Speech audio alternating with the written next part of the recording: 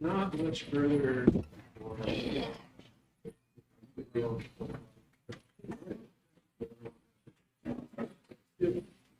Holy cow. Here's the sound down here. Oh. There's a pot right there. Oh, cool. Yeah. It's even got an isolator in it to keep the hum out of it, you know? Yeah. Yeah.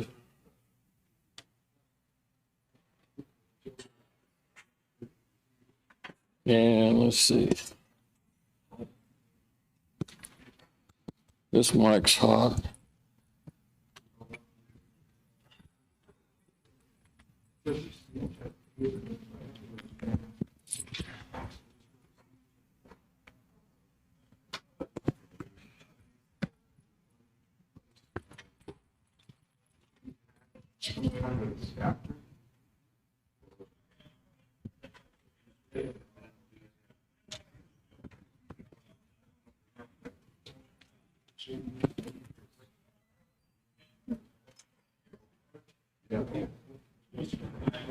Yeah.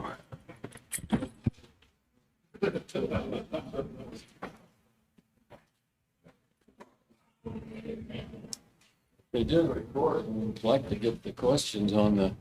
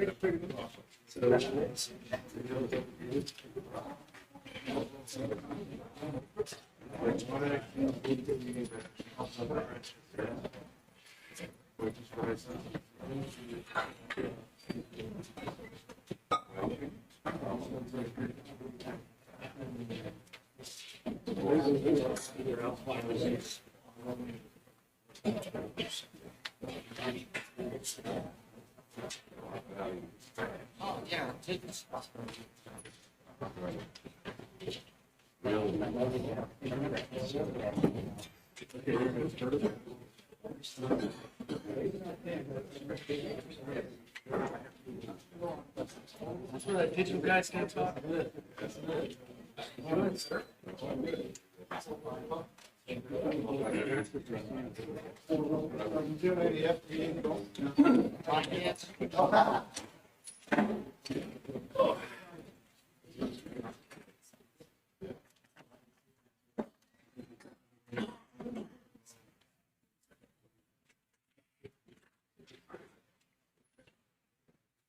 I'm trying to smile for you. Yeah, good morning, all. We'll get started here in about 10 minutes or so.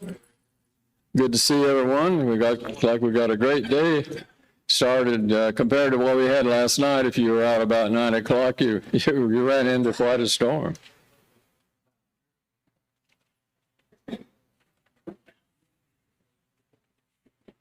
But what would Dayton be without rain, right? Yeah, and all kinds of things, right? Depending on how long you've been coming here. From hail to snow, it's been here. But I think a month later has helped. Although it's hurt some people that have their kids graduating from college, you know, but I guess at this point, they've all graduated, right?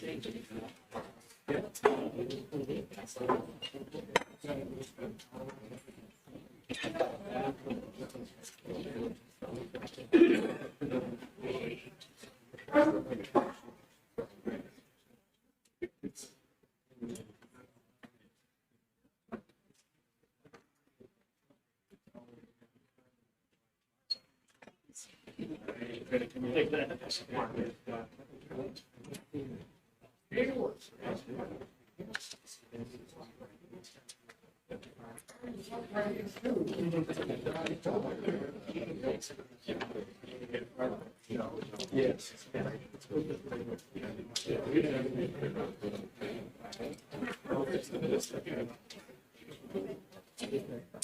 You're gonna have a full house. Yeah, looks. I don't know why they didn't fill it up. They had more room for chairs there, but.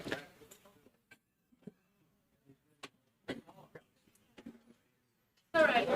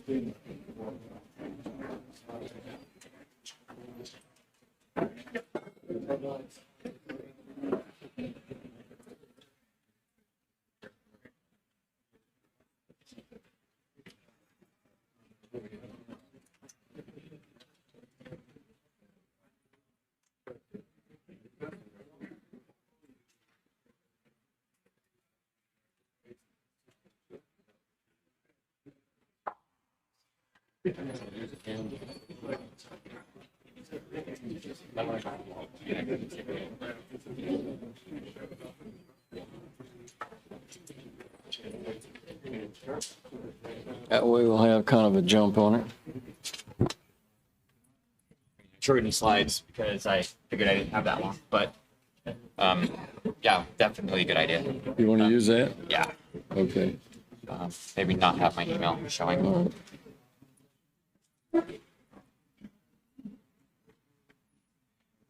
Is there a, is this the, oh, is that power or is that the audio right there?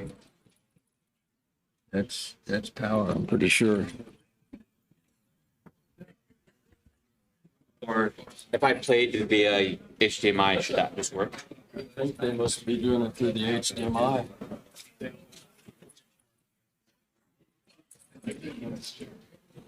Yeah, pretty sure they are. Yeah. I think it's Windows is set for HDMI right now, so it's, I'm gonna.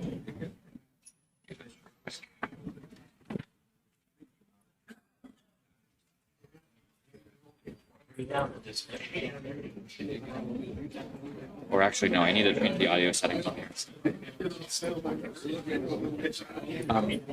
I have the PowerPoint queued up already, so I can just start that soon. But right now I'm trying to just go to audio config. I'm just setting it to go through HDMI, Yeah. 3dB to go through HDMI, and see if I'm going to try to play an audio sample. Worst comes to worst, you can always use the mic. Put it right up to this. So. That was it. Here's the effects K602. Yeah, we can definitely try that. I just turned on the record button in 3D. So, No, it's going. It's going to the projector. Speakers. Right.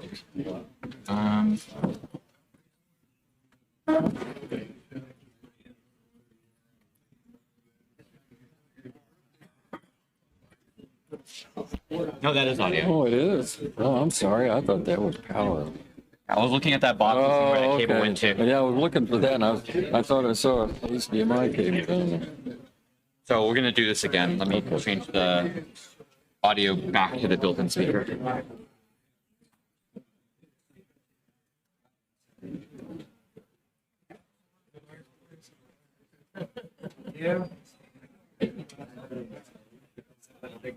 No, it's coming out through here. Let me see. I'm going to get started. Oh, yeah, go for it. It says Realtek second output. I think I need to set it to that. Well, good morning. My name is Mel, K0PFX. Glad to have you here at the HF Digital Modes Forum. Looks like we're going to have a full house. Wish we had a few more chairs here. I don't think they were anticipating this kind of crowd or realize what a digital revolution this digital voice is going to be for us on HF. Munir's going to be our first speaker here. He's working on the audio. That's always an issue, no matter where we go, it seems like, but he'll get it going. Munir Salem has been a ham since the 2000s. By trade, he works software engineering company. He's developed and maintained the 3D. Munir is a developer of the Easy DV project, which you may have seen over at Tapper. In 2024, the radio audio encoder, or RAID mode, was introduced, which has vastly improved 3 dB quality and robustness. And Munir will show you how to get started in RAID and how to enjoy the benefits of this FM quality voice over HF bands. And I might also mention what he will show you, how robust this mode is compared to our earlier modes. So we're really looking forward to seeing RAID take off, and I think you will too. So Munir, you got about ready there? Yeah. Okay. Sorry. All righty. Can you hear me okay? Welcome, Munir, K6AQ. Thank you.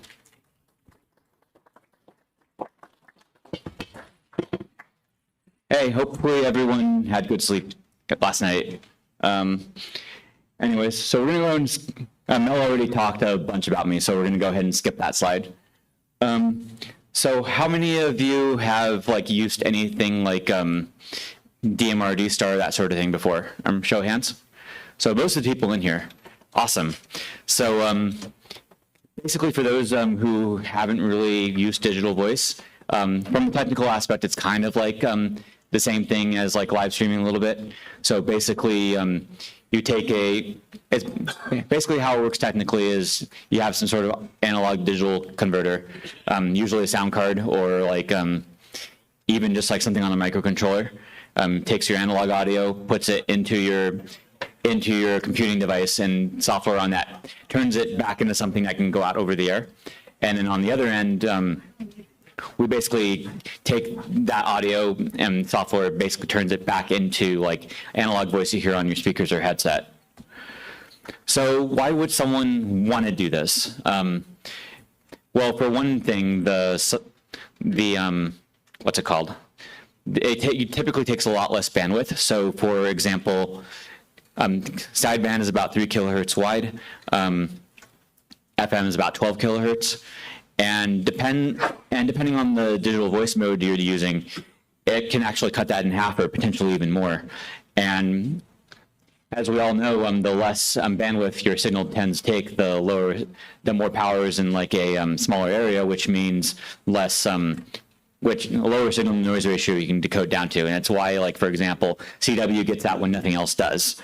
Another reason why you'd want to use digital voice is the mere fact that you're digitizing something basically adds a level of noise immunity. So for example, if you're only have 1 and 0 to deal with, you have a fair bit of leeway with what's a 0 and what's a 1. So, but of course not 100% reliable. That's why we also typically add what's known as forward error correction. And depending on some various trade-offs you can make, forward error correction can actually correct a lot of errors that would otherwise be in the signal. So it's not always a free lunch though. Usually with anything digital, usually your signal's either there or it isn't. And that can be like pretty jarring for people who are used to, say, more analog signals where maybe it's not completely gone, but you can still make out what's being said. One big example of this was back in the 2000s during the analog digital TV transition in the US. And it turns out there were a lot of people at the time who they didn't have a Q5 signal into their local TV stations. Like maybe there was snow in the picture or like the audio wasn't 100% crisp and clear.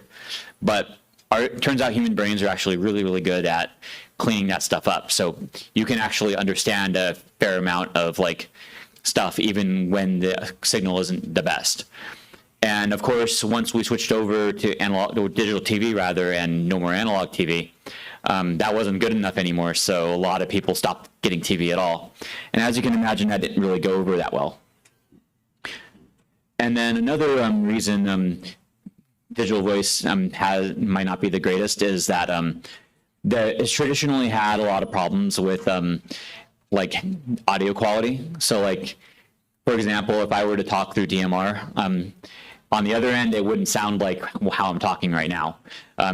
You'd have more of a robotic type audio quality to it. And some people are okay with that, and some people, they really can't stand it, and that's why they don't really like stuff like DMR and D-Star all that much.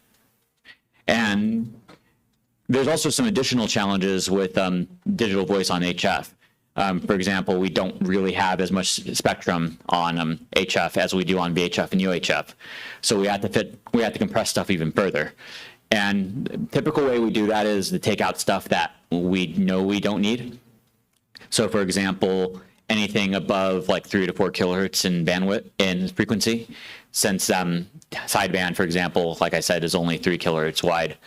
Also, a lot of the lower frequencies are taken out too, typically.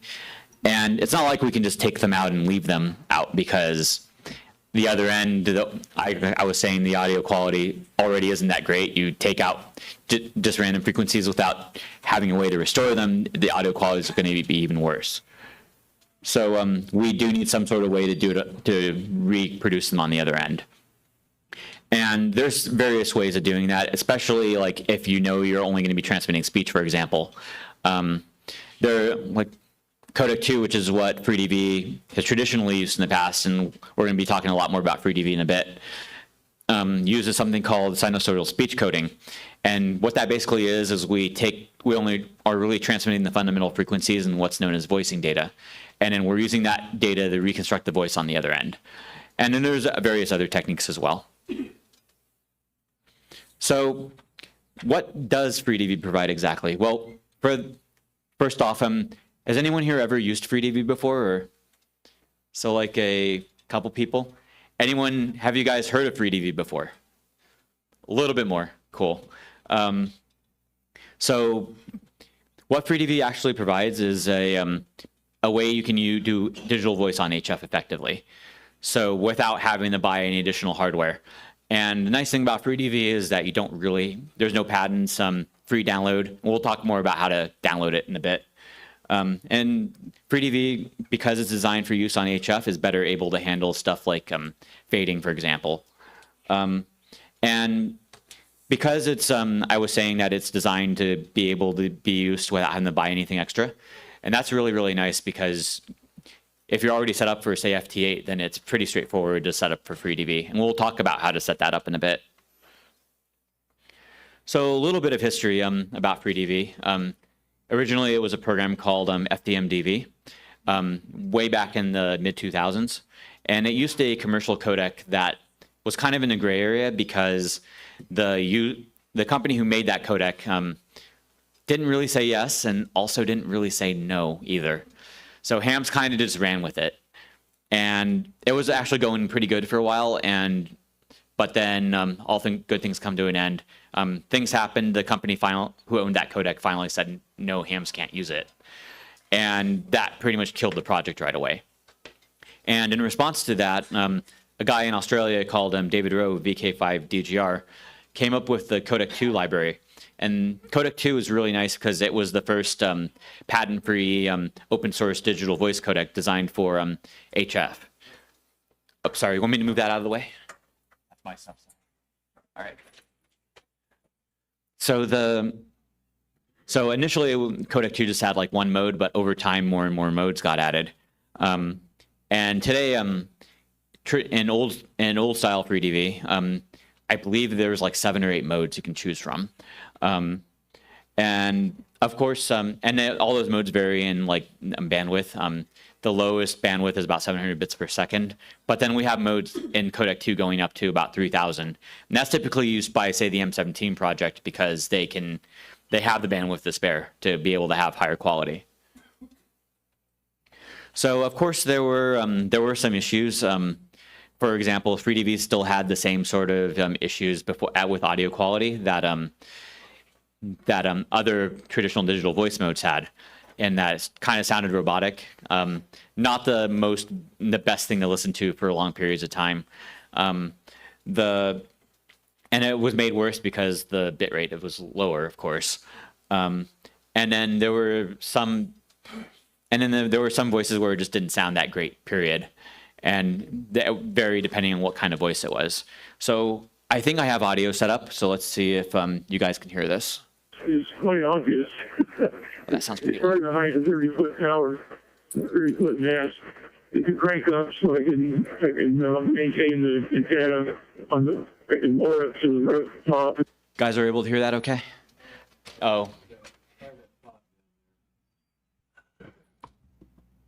That's as high as it goes. Let me see. I'll try playing it again. It's quite obvious. It's right behind a 30-foot tower, 30-foot mast. It can crank up so I can Awesome, thank you. maintain the antenna on the more up to the top. So as you could tell, it still had the same sort of like robotic type audio quality that I was mentioning before. So I'm okay listening to that, but I know a lot of people don't really want to listen to that sort of thing. And then because I was mentioning before, there were like 7 or 8 modes you can choose from, it added a lot of user confusion. So, and there wasn't traditionally like a lot of good info as to what mode you should choose when. And there were some like things we were trying to do to mitigate that. For example, trying to decode all the modes at once and like only letting through the audio of the mode that decoded. But that only helped on the receive side. You still needed to figure out like what mode you wanted to transmit in. So in practice, what ended up happening was a lot of people coalesced around like 1 or 2 of the modes. And of course, each of the modes was optimized for different conditions and had different bandwidths. So like people weren't really getting the best out of FreeDV, especially if they were using, for example, just 700D all the time when there was a lot of fast fading, for example. And then there were also some issues with signal noise ratio. Like, for example, FreeDV theoretically could decode down to a -2 signal noise ratio. But in practice, there were some people who said they needed to have close to like an S9 signal in order to be able to like decode. So definitely not living up to the promise of digital voice for sure. So that brings us to the thing I want to talk about today, which is really, really exciting. We call it radio autoencoder. And what we're basically doing is we're taking the various features of someone's voice and passing that into a machine language model. And that machine language model effectively converts that over to analog PSK that goes out over the air. And then on the other end, we pass that over the air signal back through the machine language model and get back the voice features, which we pass through the voice codec we're using, and to produce the actual analog audio again.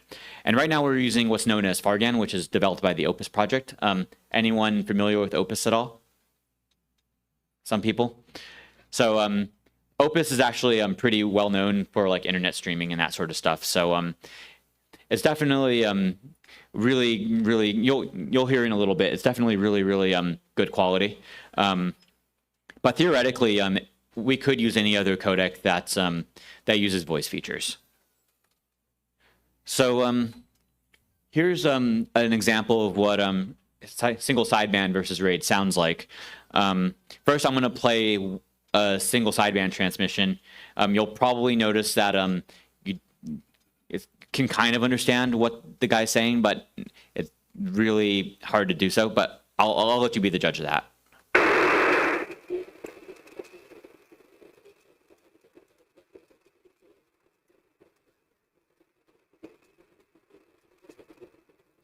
So you probably were able to tell someone was speaking, but it was really hard to understand. Is that consensus from everyone? So all right. So here's how that exact same transmission sounds like with RAID. Same time that the other single sideband was transmitted. So band conditions didn't change at all or anything like that. CQ. It's a CK5 Delta Golf Romeo. Victor Kilo 5 Delta Golf Romeo. Calling CQ for UV 2020. Wow. So, what's up? No, you don't need a GPU. That's a nice part. And we'll talk more about setup in a little bit. So this audio sample was taken back in 2024 during some testing we were doing while we were developing the RAID mode. So what we basically were doing is we recorded an audio sample and then passed it through a program that transmitted it in single sideband and then encoded it in RAID and transmitted it again, and then automatically recorded it from like a WebSDR. So it's kind of like semi-automated. There's a lot more in detail I can go into about that, but there's a link on the slide if you want to read more about that. So I'm sure everyone's excited now because they heard like how good it sounds, right? So basically, it's pretty easy to get started with FreeDV. You can go to the FreeDV website and just download the FreeDV application. There's versions for Windows and Mac. And if you happen to run Linux, you can compile it yourself using code on GitHub. G4 MKT, I believe, has a script, if you're going to run it on Linux, that will basically automate it all for you. So you don't have to worry about like having to install dependencies and that sort of thing. So let me show you. I'm going to like pull up the website and I can show you what that, like how to get on there and like. So basically, hopefully you guys can read that. So basically, freedv.org. And then if you click on the download right there, it will scroll all the way down to the latest installer for Windows and Mac OS. Just click on the one that corresponds to whatever you're running. And then if you click on the Windows one specifically, you'll get like an executable, and you can double click on it and run through the install. One thing to note though is that it does install Python right now as part of like the current version of FreeDV. So there'll be like a dialog box that pops up and it'll look like it's not doing anything for quite a while, but Python is actually installing stuff. So don't close that, or you won't be able to really use FreeDV. I figured I'd put that out there as a warning, and the installer will warn you before it's doing that as well. But or at least the next version of FreeDV will warn you before it does that. I don't think the one that's on here does that right now. So I already have it installed, so we won't go through the install process. So basically, this is what FreeDV looks like. You'll see you see the signal to noise ratio on the left, and then the current audio level. If your audio levels are too high, this will tell you that it's too high. And then you can record whatever you're receiving on the air and play it back later. So that's really nice as well. And then on the right-hand side, there's a squelch thing, but that's not currently adjustable. That's for the legacy modes, not RAID. And then there's a transmit attenuation. We'll go through that in a minute. That is important to adjust to make sure you're not triggering ALC. And then you see this list of modes here. You want to be using RAID V1 right there.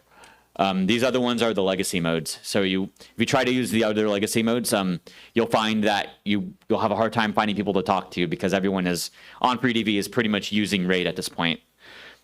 And then there's a couple buttons, start or stop decoding.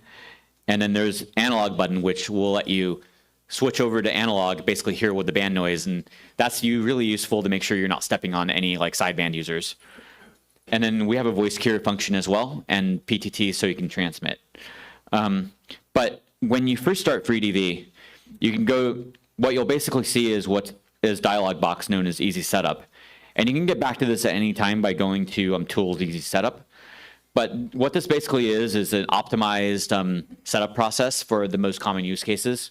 So for example, you plug your radio in, and typically via USB, it'll typically show up as like USB audio codec, for example. And it's designed so that you can just choose USB audio codec and like as the radio device. And then for like, you can just choose your speaker and headset. So right now I chose for this demo, I chose the decoded audio as the 3.5 millimeter output on here. It shows up as a second thing in Windows for some reason. But and then I also chose the built-in speaker on here. And then that's usually okay for most cases, but there are some cases, for example, if you're running an SDR that uses multiple virtual audio cables for like receive and transmit, for example, then Easy Setup itself isn't exactly going to work. So you'll need to go to, you can click on the advanced button. Whoops, sorry. Oh, thought someone was asking a question. So basically you go to like push the advanced button for the audio setup, and then you'll get this dialog box. And it looks really, really complicated, but it's not really. What you'll basically be doing is for the receive tab, you'll be choosing the radio device on top, whatever that is, and then whatever you're using for your speaker on the bottom. And then for transmit, it's pretty much swapped. So you would choose your microphone device on top and your radio device on the bottom. And then once you do that, you can just go ahead and push OK. It will apply the settings back here, and then you can go on with the setup process.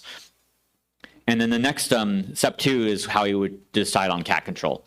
So we support Hamlib and serial PTT, and if you're on Windows, we support OmniRig as well. And it's set up similarly to, say, WSJTX, for example. So like you would just click on Hamlib, and you would choose your radio device, and then like, say like you would choose your COM port, like COM4, for example, or like if you're using TCP/IP to like do cat control for your radio, then you would do localhost : whatever port number that is. And then to make sure everything's working, there's a test button here. And that's really, really nice, because if everything is working, then your radio will go into transmit, and it will transmit a constant carrier, so you see if you're putting out power. And if that's the case, then that will tell you that like your audio settings are correct and your cat control settings are correct. If you're not producing output then on your radio, then something went wrong somewhere, and that's pretty an indication to go back and double check your settings.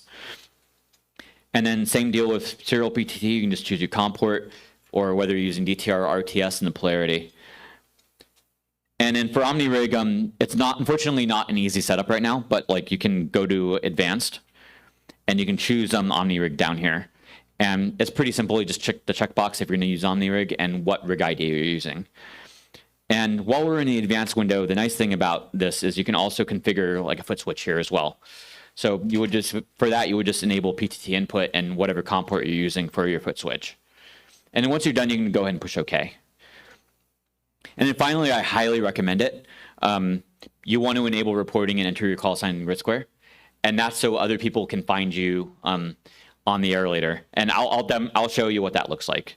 But yeah, basically call sign in grid square. And once you do that, you can go ahead and push OK, and you're typically done with setup. The next thing you'll want to do is like once you're done with the setup, you can go ahead and push start and start decoding. And then you'll want to transmit into a dummy load or something by pushing PTT and watch the ALC on your radio. It works just like any other digital mode where you don't want ALC to show. If ALC is indicating on your radio, that means you're overdriving. And if you're overdriving, it means your signal on the other end isn't going to be as good as it should be. So in order to adjust the levels, you can, instead of having to adjust like your Windows audio settings, for example, you can go ahead and adjust this TX attenuation up and down. And basically you would just adjust it downward until ALC stops indicating. And then once that's set, you're pretty much good to go. And then another thing to note as well is you want to make sure you're not overdriving your microphone as well. So just like overdriving your microphone sounds not great in real life, it doesn't sound that great on the radio either. So especially with FreeDV, since it's more sensitive, that sort of thing. So, and depending on the operating system you're using, there's like settings you can go to like in the control panel or whatever to like adjust the audio level of your microphone. And then, like I said, there's also a level indicator that will show while you're transmitting. If you're overdriving your microphone there, it will say it's too high. And then once you're pretty much done, so actually no. Once you're pretty much done, you can start operating. So we'll go back to the slides and see where we are with the. I'll try to. Yeah, it looks like I only have like another. I want to leave time for questions. So like, I'm gonna try to. We already went through all that. Okay, so we'll talk a little bit about conventions. So we use the same conventions as normal sideband. So lower sideband 40 meters and under, upper sideband for 20 meters and above. And just as a quick note for people who are licensed in the US, we can't currently legally use it on 60 meters. And there's reasons for that. It's mainly FCC regulates it a lot more strictly. But typically you can use it anywhere on the phone portion of the band. On top of that, we typically are on 14236 plus or minus a little bit. But we use other bands as well. One common frequency is 7177 on 40 meters and 28330 on 10 meters as well. So I was talking about how it's really, really important to find your call sign, put your call sign and grid square in. And that's really important because if you do that, you get reported to a spotting service called FreeDV Reporter. And that's on qso.freedv.org. And that's what it pretty much looks like right there. It's a live status view of what's going on FreeDV at any given moment. As you can see, there's a lot of people listening on FreeDV right now. And a lot of that is because of Activity Day weekend this weekend. And we'll talk about that as well. And as you can see, SV1UH right now is actually transmitting. So basically when you push PTT, it will immediately show up on the website as you transmitting. And if someone receives your signal, then they'll show up with a blue background. And they'll show with your call sign as having received your call sign as well. And FreeDV Reporter is also nice because there's a chat function in here. You can go ahead and, just like Discord or IRC, for example, you can just go ahead and coordinate contacts keyboard to keyboard it just by logging in with your call sign.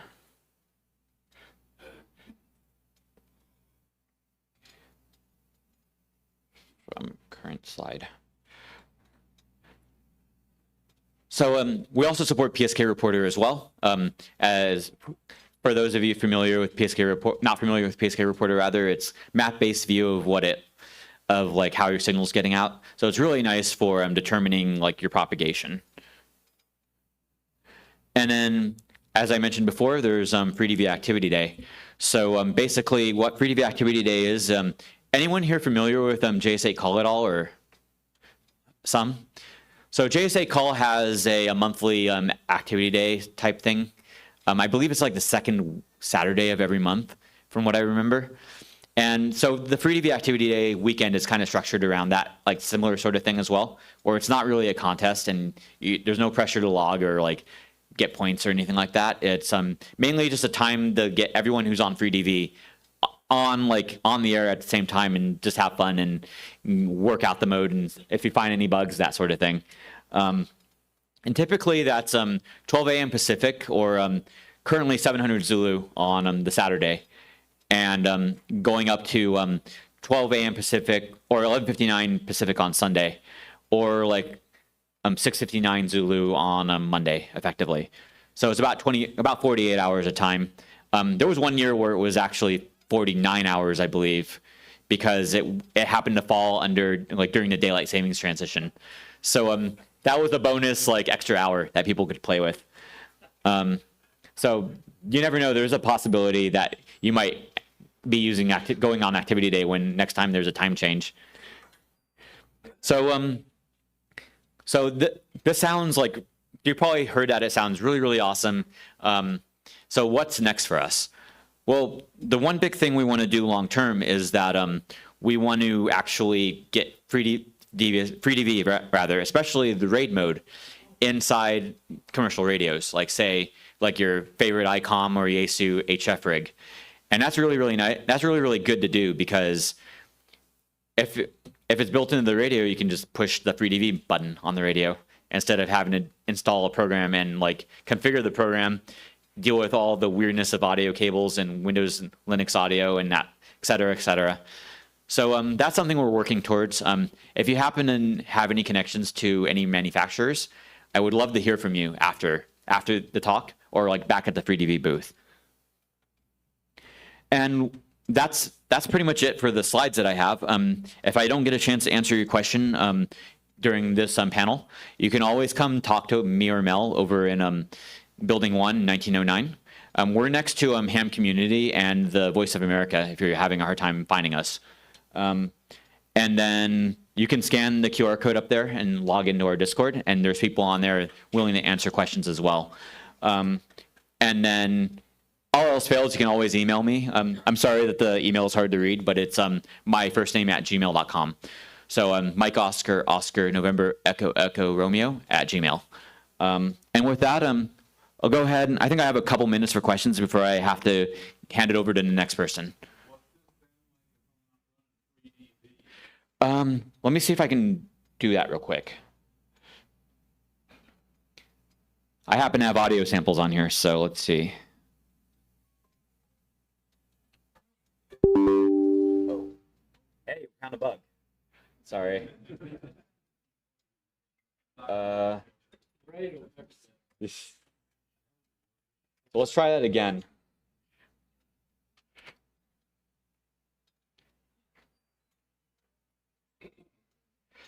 So we'll go ahead and play one of these. So Here's your that's what the decoded one sounds No, like. we can definitely try that. That's what that sounds like.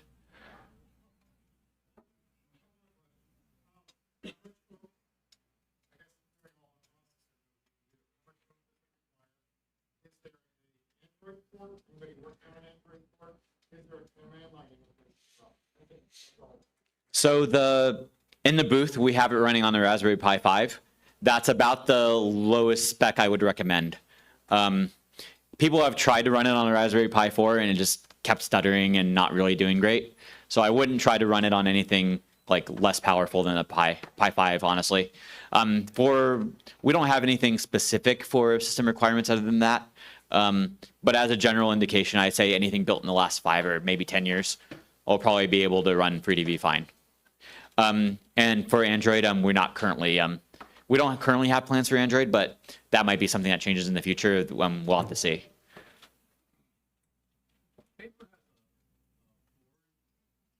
EasyDV.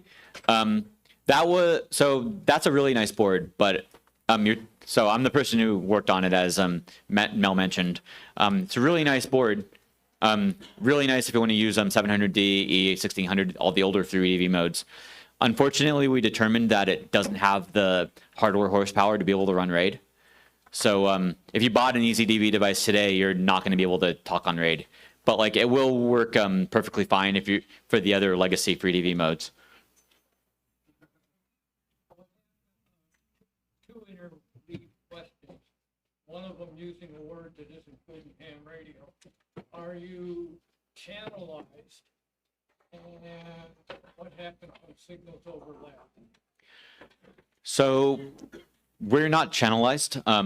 There are calling frequencies, of course, but like you can pretty much, like I said, you can pretty much like the signal itself is about 2 kilohertz wide ish. So like I could theoretically tune down my VFO down 2 kilohertz and like be able to transmit and not step on someone else. So there's not really any channels or anything, but like it doesn't, just like any other like digital mode, it doesn't really handle well when people are overlapping each other. So like if you were like transmitting while someone else was transmitting, it's possible none of your signals would get through.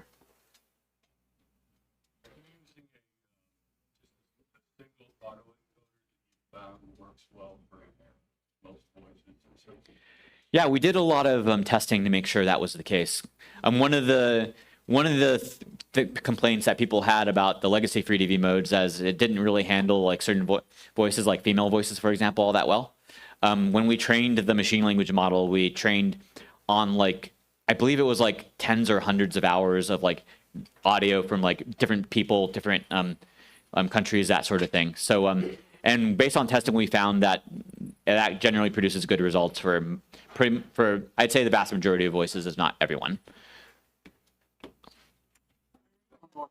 Oh, sorry. Yeah, one more question. Would work with that one too, because I think that has a different audio. I haven't played with the 500, but if it has the Pi 5 processor in it, then I don't see why it wouldn't be able to run. And unfortunately, we ran out of time. Thank you guys for listening to me for half an hour. There were a whole bunch more questions that we couldn't get to. Definitely come visit us at the booth, and I'm going to be there all day, and I'll answer all of your questions then. Thank you.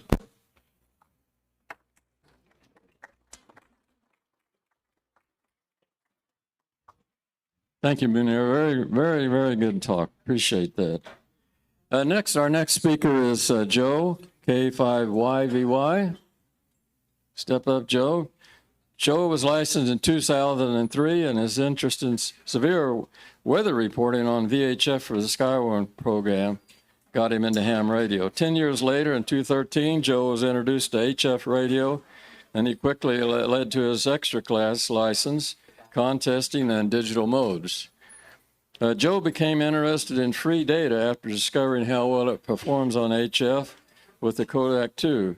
Joe introduction to free data will show you how to install and use it too, so you can easily exchange messages and files on HF channels. Please welcome Joe, K5YVY. Morning. Switch this thing back over. This be fine. There it is. All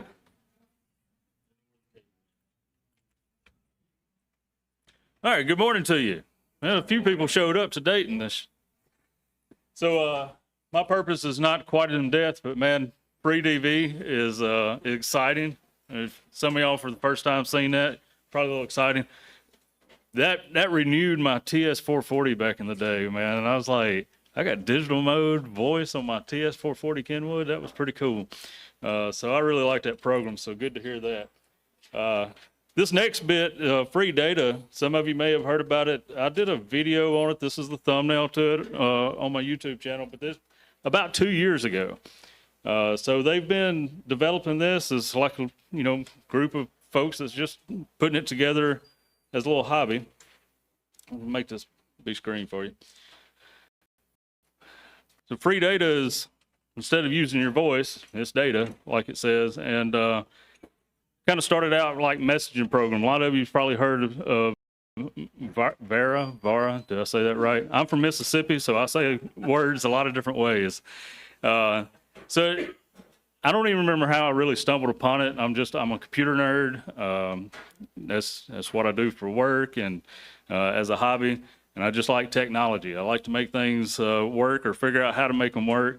And when I seen free data come out, it drew my interest because of free DV. I seen that free, data. So, well, let's check this out. So what is free data? What do they want to be? They want to be a platform of communication over HF channels. Therefore, it includes a web user interface that you'll see a little bit when I don't cover it up with text. So much like some of your applications you see these days, they kind of go with a web page application instead of actually installing maybe some software, because they can kind of get around that. They don't need all the processing or something, I guess. I'm not very technical as far as how they make it work, but it does run on like you're pulling up a web page for a graphical interface. But it works much like FreeD, like you explained. I probably would be kind of rudimentary on how to set it up. Digital modes is digital modes. Got the built-in messaging system, which allows you to communicate like you know it from instant messengers, including typical delays and for HF and stuff as well. They started this, I just looked at it this morning when I come here this weekend. I said, you know, they haven't even released a beta version yet officially. But I'm wrong. 3 weeks ago, they released their first beta version, and they're going to release, or plan on releasing version 1 middle of this month here in May. So, and a lot of this information is some of the developers across the pond, we call it, that's gave me this information. Some of you are probably pretty good users. I know we had some USA users that I try to pass this off to because they probably used it more than I did, but you know, they'd rather hear it from me. So it has an API, which allows third-party applications, tools to communicate over RF, so the regular developer doesn't have to care about the transmission-related problems. Some automation means you can leave free data running 24/7, and it sends data as soon as the channel is available.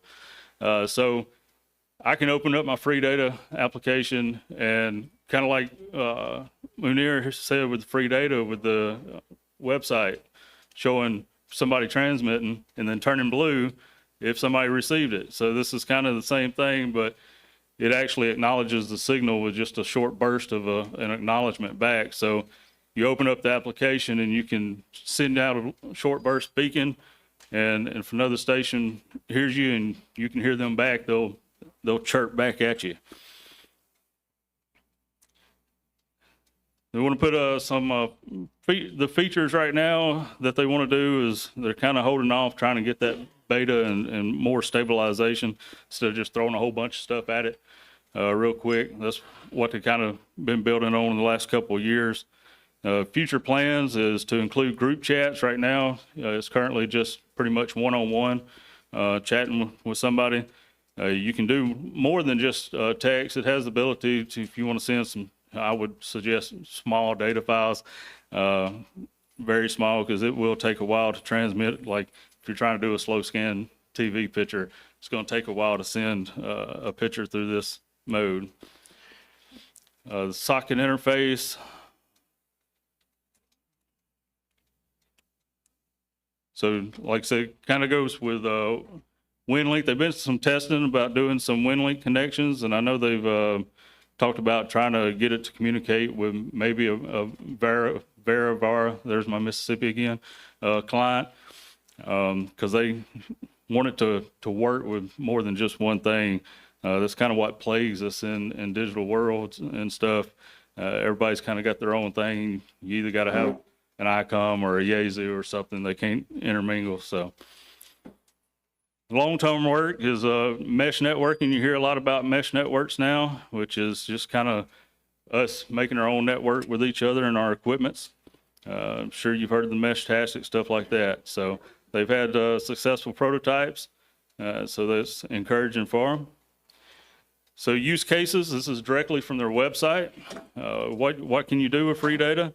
Direct data transmission, facilitates data over HF channels. You know, if you're in a remote location, don't have internet service, something like that, it's kind of fallback stuff, you can do that. Built-in messaging system, and like the synchronized messaging system, acknowledging back and forth with the program itself. The features include multi-platform capability.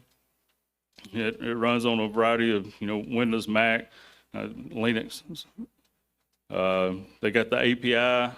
I can't get much into the API, but if you ever had an API key to make something work, I believe this latest version I downloaded before I got here, that you had to get an API key for maybe the cat control or something. Network-based client application, and it's open source. So they got a big list of folks putting in some effort on this. You just keep scrolling through them. So a lot of people putting some ideas together and making them work. The free data platform utilizes the Codec 2 data waveforms.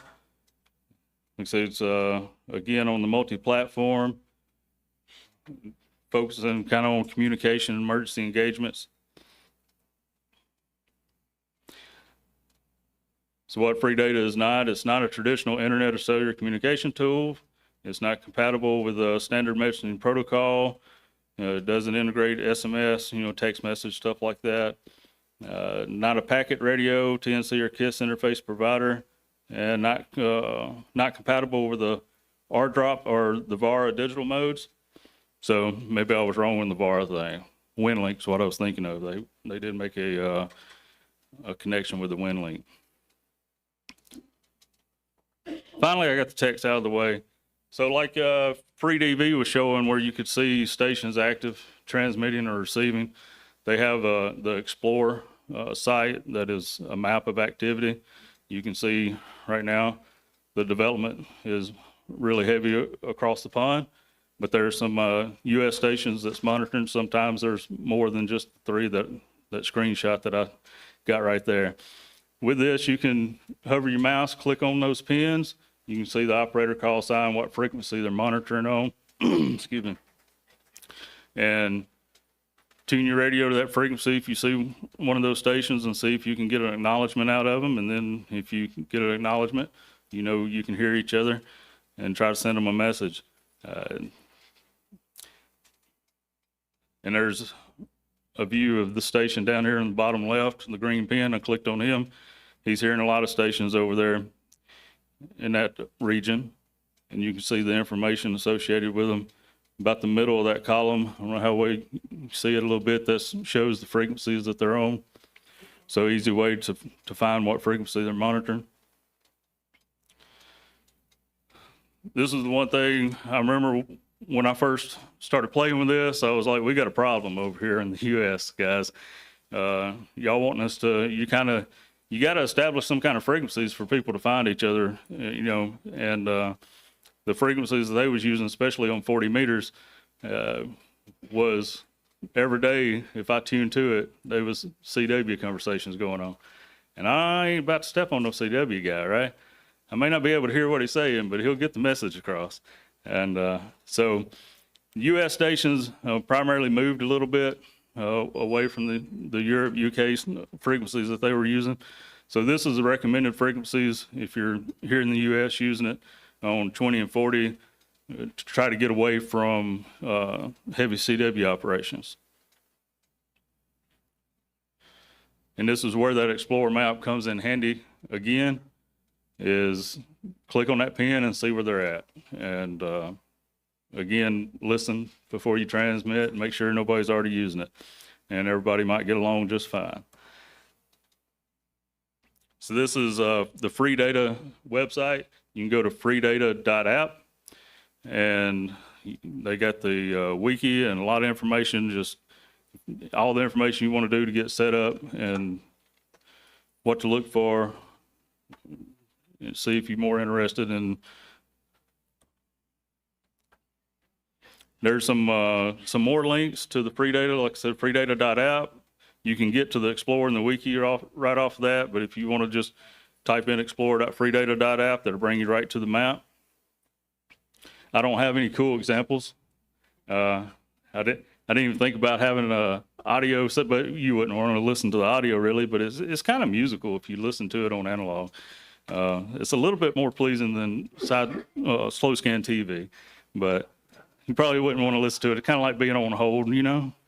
But, so sorry I don't have the audio visuals and stuff, and I was going to give Munir some time because I knew FreeDV was going to be a hot topic. So I was going to give him a little bit more time, so I finished up just a few minutes early. If you got questions, I can try to answer them with my experience of the program. Yes? Do we know how low signal to noise it can work? Well, I'm Mississippi. So you barely hear the little chirps and stuff. You know, it's kind of like somebody being in the noise, and the program was still able to, to pull it out. Much like the digital voice was, you can't hardly hear them, but then the digital side just really takes care of the work. I saw in the Explorer there were like some -5, so I was just wondering. Yeah. How low can it go? Yep. I personally don't have that technical information, but it will probably be on the wiki. If you want to pull that back up at some point, try to get.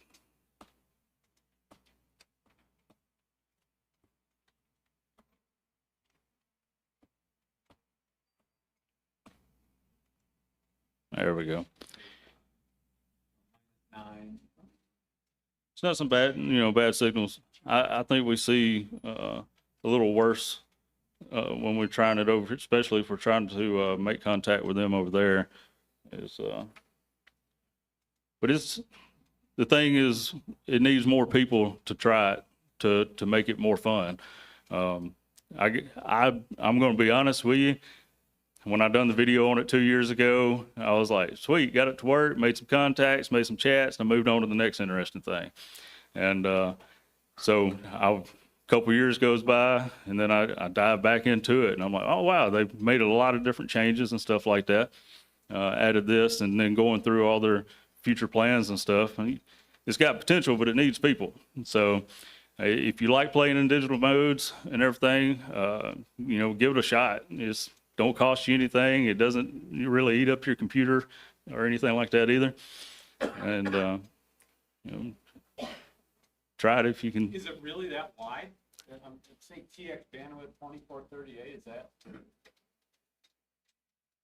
Can't be that wide. No, it can't be that wide. So I can't answer for how they parse that particular information there, but it's going to be basic, digital transmission, maybe 2.8 or less. It's not going to be Question. Yes. Both yours and FreeDV are based on the same codec, right? Same modem, right? So how resilient is to paid in USB? Have you tried both your Maria to do longer and see? In my experience with it, when I'm running digital mode, I'm usually not running the speaker very loud, but it shows, your progress and stuff of receiving that data from the other station. And I know when I got some fading on the band, it may not grab the whole signal, or the data. So we may have to give it another try, or the program may try it again. It'll send out another acknowledgement if it doesn't get everything, and try to bring it back in. But for the most part, times that I've messed with it, I was able to get the signals out. But FreeDV the same way, so it drops the communication and comes back. Yeah, pretty much. Okay. yeah. So Any more questions? Okay. yes, sir. Throughput now with a good, if you had a good signal, what kind of throughput? As far as like speeds, that's I'm going to, it's not fast. It'll take, it's faster than JT65 if you've ever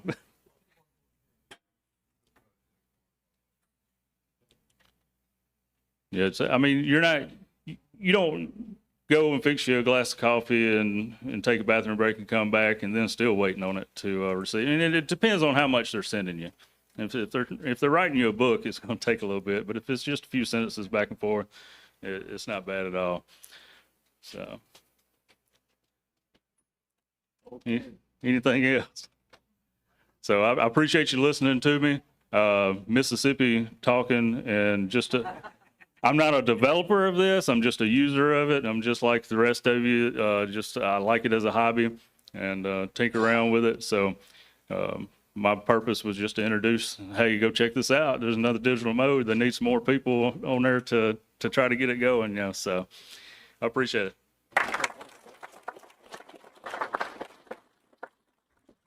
Thank you very much, Joe. And thanks for everybody attending today. We had a nice crowd. Looking forward to working you on free data and also free DV. So have a good Hamfest, and we'll catch up with you later. Where's your booth? 1909, our booth's one. It's building 1. Yeah, as far away as you can go at the other end. Our booth is next to the Voice of America one and community. So it's on that side of building 9. All right, Mel. Talk to you later. So then I can use this on I have to use a lot of it.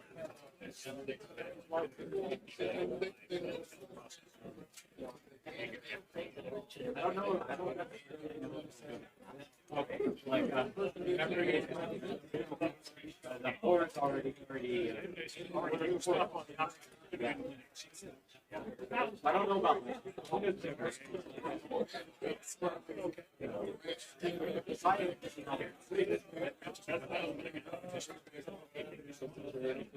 Hey, I want a question. I should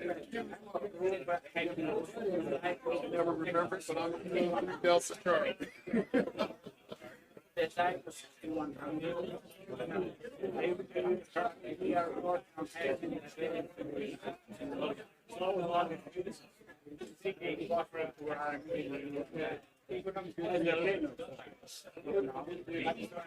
Actually, half played it.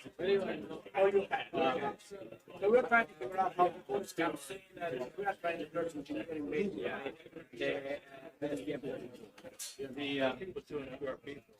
If you want, maybe anyone with questions, we can. I don't know if the next.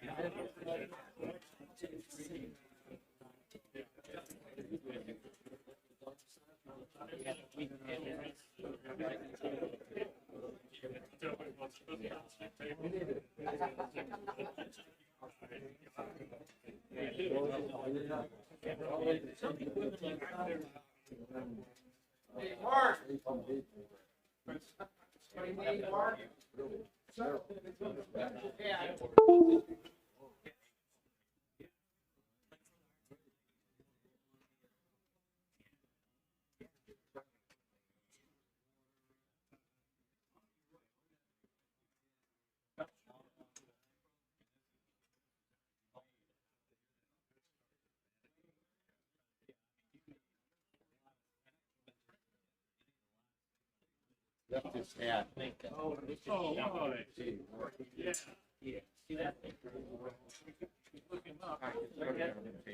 Yeah, probably. It'll probably be back.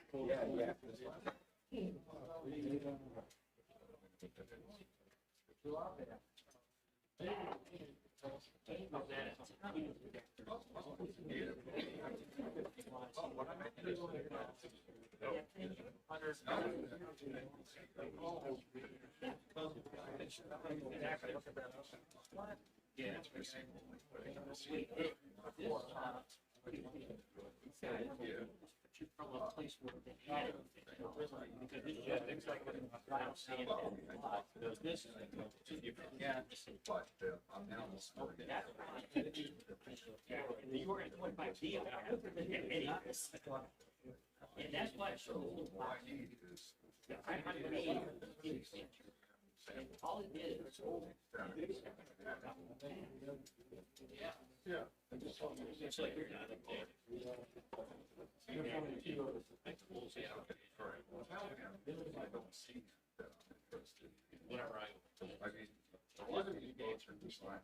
and I just put that on there, you know, tell myself what the heck it was.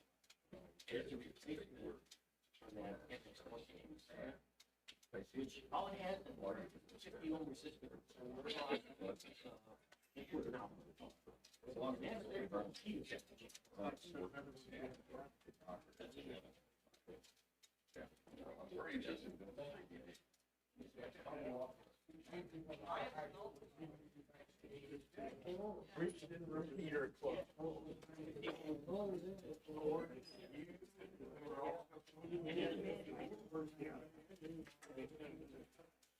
Yeah.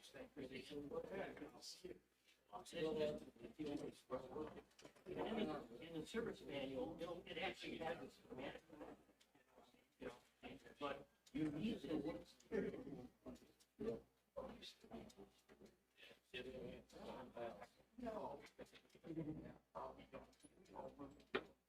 I mean, in this situation where you're using this output, this output, this part of the attenuator.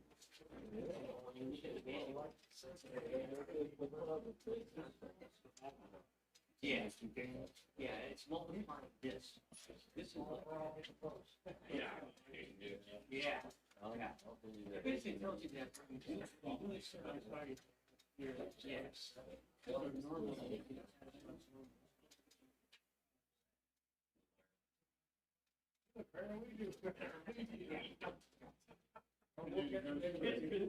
Yeah, it's been a while. This is good talking to you.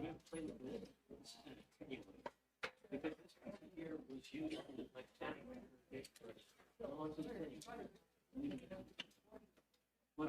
They call it a multiplier because you're multiplying what's on the meter times something. That's why I showed this, you know. Meter at 10 microvolts. So it's not. No. It's an attenuator. Definitely 10.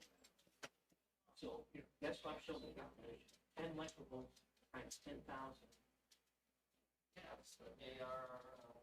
Well, this is the 10 equals 1 volt equals 1 millivolts, and that's what it's showing. But if you don't have this, see this matcher? This won't show, it'll show some garbage. Yeah. And then, yeah. And if you go into the scope on this channel 2, and channel 2 has like 20 megavolts and peak. So that's why it works. Yeah, you know, you can't see it, but the cable goes this way, and then I'll pitch this. Yeah, well, yeah. And you know, the service manual has a section on this. And the piece manual all kinds of different things too. Not just this one scope.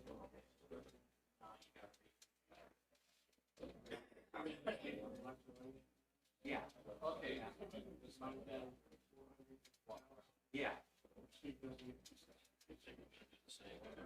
It's like there's an input in it that you can use as a standard out. I can't remember what value it is on it. It's got an oscillator that and that oscillator is part of the circuitry. But if you want to use it separately, we can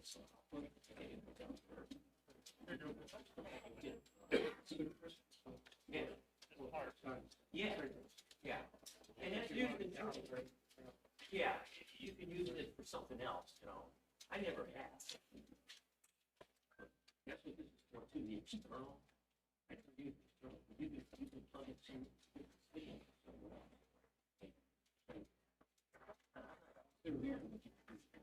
But it's in the manual.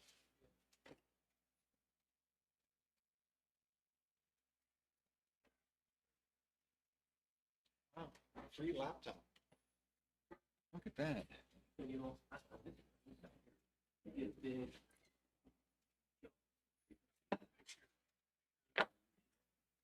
This changes it, you know, slowly to what you want. Does anybody know if there's Wi-Fi?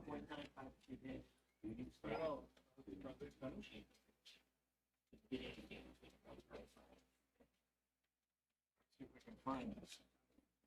Yeah. You know, it's analog, so you never look at it. But when you got a scope, you know, you can.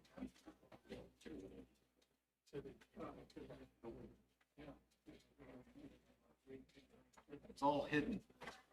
Nice.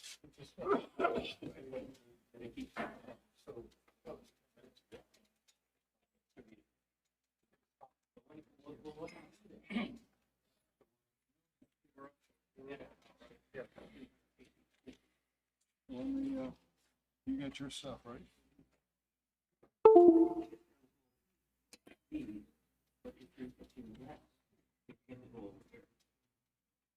This is all the manual. The manuals are excellent because they show you the theory of the thing, then they show you the operation. You unplugged it. I don't know where it's at now. Yeah, but the schematics aren't searching. That's why I text it. But yeah. View.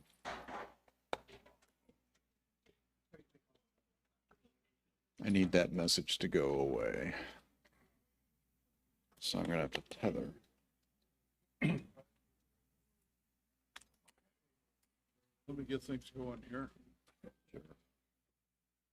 Good morning, everybody. Is this the DATV group?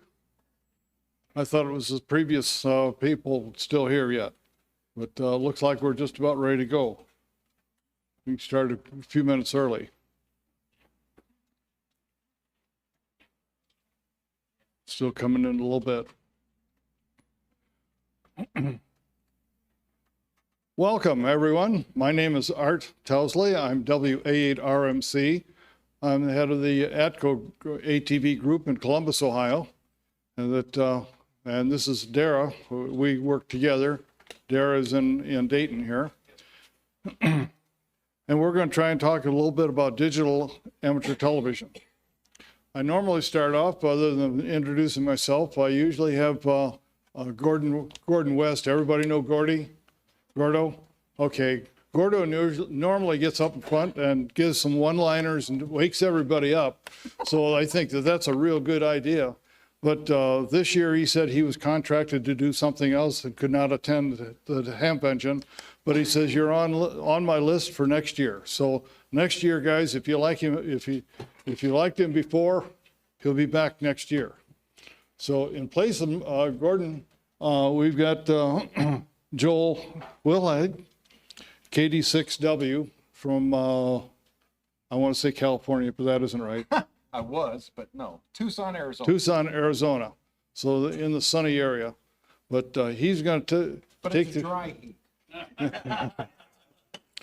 He's going to carry the show for the rest of this morning. So if you just, I'll step aside and give the party to him.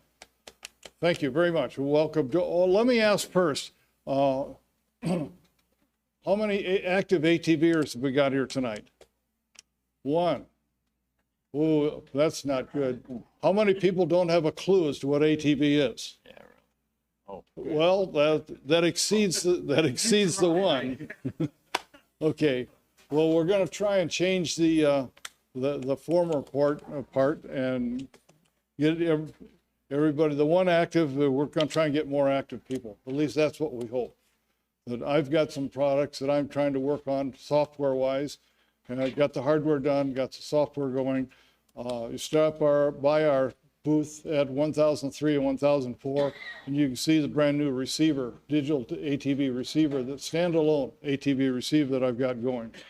Working on it for 3 years now, and that it seems like a long time. It is, but the software guy's doing it part-time. He's got a real job. So put 2 and 2 together, that equals 3 years. So anyway, back to the subject matter. Let Joel take care of it. And, well, tell him more about the VersaTuner. Well, I didn't really want to talk about the VersaTuner right now, but it's.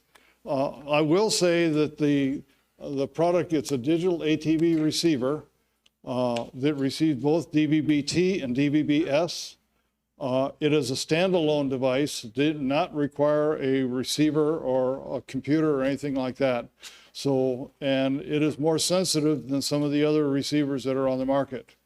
I don't want to say what the price is right now because it's not totally finished, and especially with the tariffs in place, it keeps jacking it up. But I'll informally say that I'm going to try and keep the price under $200. So, which isn't bad for a complete receiver. So that, and as of last night, the last software change that we made, this morning is running correctly. So in the booth. So that, and it is functional in the booth. So that if you'd like to know a little bit more about it, I can discuss it in a little bit more detail. I do have a placard up front that describes that. So with that, let me turn it over to Joel, and we'll proceed on from here. Thanks, Joel. Thank you, Art. Yeah, I sympathize with this poor guy. We came out here and the hay, ragweed or whatever the pollen is, it tears right through you. So Zyrtec, that's, yeah, when you're in the desert, you get the desert bloom, same thing. It's like, it's terrible. Good luck, sir. Hi, everybody. You made it. This is room 4. It's about 10:20. We're a little early. Keep on coming in. Thank you. Huge turnout. Thank you. This is only like my 3rd time to Dayton. My last time, I swore I would never come back again because I had to go use the bathrooms over at Hera last time. And I was just like, yeah, you understand why I was like, oh my God. It was like living in a third world country. Hey, you know what? When you come to Dayton, you can't avoid not spelling ATN. Without ATN, how do you spell Dayton, right? Again, my name is Joel Wilhite. I'm KD6W, based out of Tucson, Arizona, and we're basically living the best years of our life right now kind of thing. I'm retired. I worked for a little company in Silicon Valley that made television encoders, and we'll talk a little about that. But you wouldn't have never heard of us because we're a little name, but you've probably heard of EchoStar or Dish Network. Yeah, those were our encoders that you were seeing on the air. Basically, it's what takes video and compresses it into a bit stream. And we're going to talk a lot about that. So here's my agenda for today. We're first going to start out with the who, what, where, when, why. Then we're going to talk very lightly about compression because I don't want to melt anybody here. And then we're going to talk about what channel coding means or modulation. And then that's going to help us get into what are DATV systems and kind of like why we're here. And then we're going to touch on some software solutions and then summarize it at the end. So what is DATV? So some history. So this comes out of the ARRL handbook from many years ago. When everything was analog, we didn't know what digital was at the time, and it was all just NTSC. And so everybody knows what NTSC is.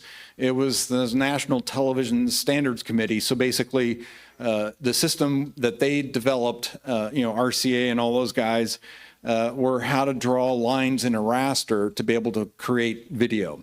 And to be able to transmit it over the air. And so this was some pictures from a couple of people that were very early on trying to get ATV off the ground for amateur television. One was linked in a classroom. Another one, here's this guy up in he's got a professional TV camera and he's got a little neckerchief in his coat pocket. I didn't wear my suit here today, sorry. So what we're doing is we're leveraging technology. So first, a few words from our sponsors. And of course, everybody understands the world is based on standards. And so all that green area that you see, that was the NTSC population. And of course, the Russians had CCAM in the very early days. And then there's PAL, which is very European, and so forth. So you can see how the world was essentially divided some time ago. But things have changed. And so right now what we want to do is describe to you what everybody had to work with, which was based on 6 megahertz channels. So everything was a channel. You turn the dial, clunk, clunk, clunk, it was another 6 megahertz. Every time you changed the dial, it was a spectrum divided 6 megahertz apart. So analog is fine. Why use digital? Well, because the industry went digital. We know from our past experience, NTSC, PAL, CCAM, doesn't matter. It was the AM version of television. It's like AM radio. You could see it even when the power dropped off, you could still see snow in the picture. And then that was your eyeball doing the visual processing to be able to see that there was a person standing in the picture kind of thing. But it was always 6 megahertz wide. It was always 30 frames per second. But today we live in, we've got Ultra HD, ATSC, DVB, so forth and so on. So basically everything went digital. And so the differences are analog was only ever going to be standard definition. It's 4:3 aspect ratio. It's one channel at a time. So every 6 megahertz was another channel. And so it was easily distorted by reflections, but all you had to do was put some tinfoil on the rabbit ears so you could pull in the baseball game. So then the rest of it was the TVs were going down in price over the years, so much so that they got basically all the TV tuners now in an integrated circuit.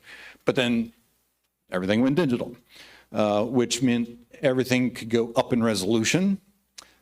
It introduced this fine topic of multiplexing, where you have 7.1, 7.2, that's a multiplex.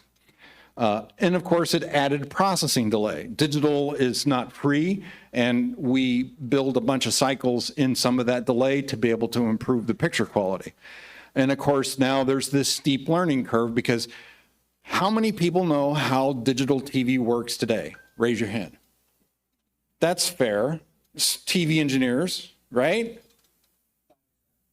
Close? Sort of. Okay, but so people in the industry have a good idea what's going on. The rest of you are like, it's all math. Well, guess what? It is math. We have to round this off with digital. When you're getting the picture, it's good until it's not. It's a cliff. So basically, there's something to be said for the quality of the signal, not only the signal strength, but how good are the bits as they come into the receiver. And then the pictures, when you have a lock, are always perfect unless there's some bit errors, but otherwise they're perfect, right? And it's higher cost. You have to add more doodads. So this is what the broadcast landscape looks like today. Notice there's more colors, and there's some that have still not moved into a standard. There's still some countries that are, third world. You can see right there, Yemen has not picked a digital broadcast standard, but I don't care. So anyway, the North American continent is mostly, except there's a mistake here. Mexico did go ATSC 3. So, okay, anyway, long story short, we also, everybody remembers back in 2009, we shut off analog to go to what was called ATSC 1.0. And now, what do you hear? What's the buzzword? ATSC 3.0. Okay. Why did they do that?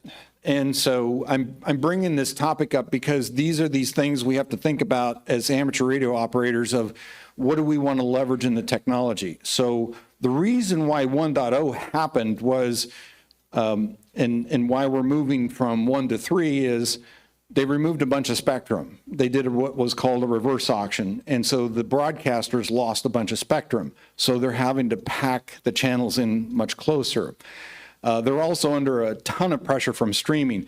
When you talk to your kid and you say, hey, you want to go watch some television? Like that ever happens. And then they pull out their phone, right? They think that's a TV. Well, because that's what's been feeding their brain all this time is all the, anyway.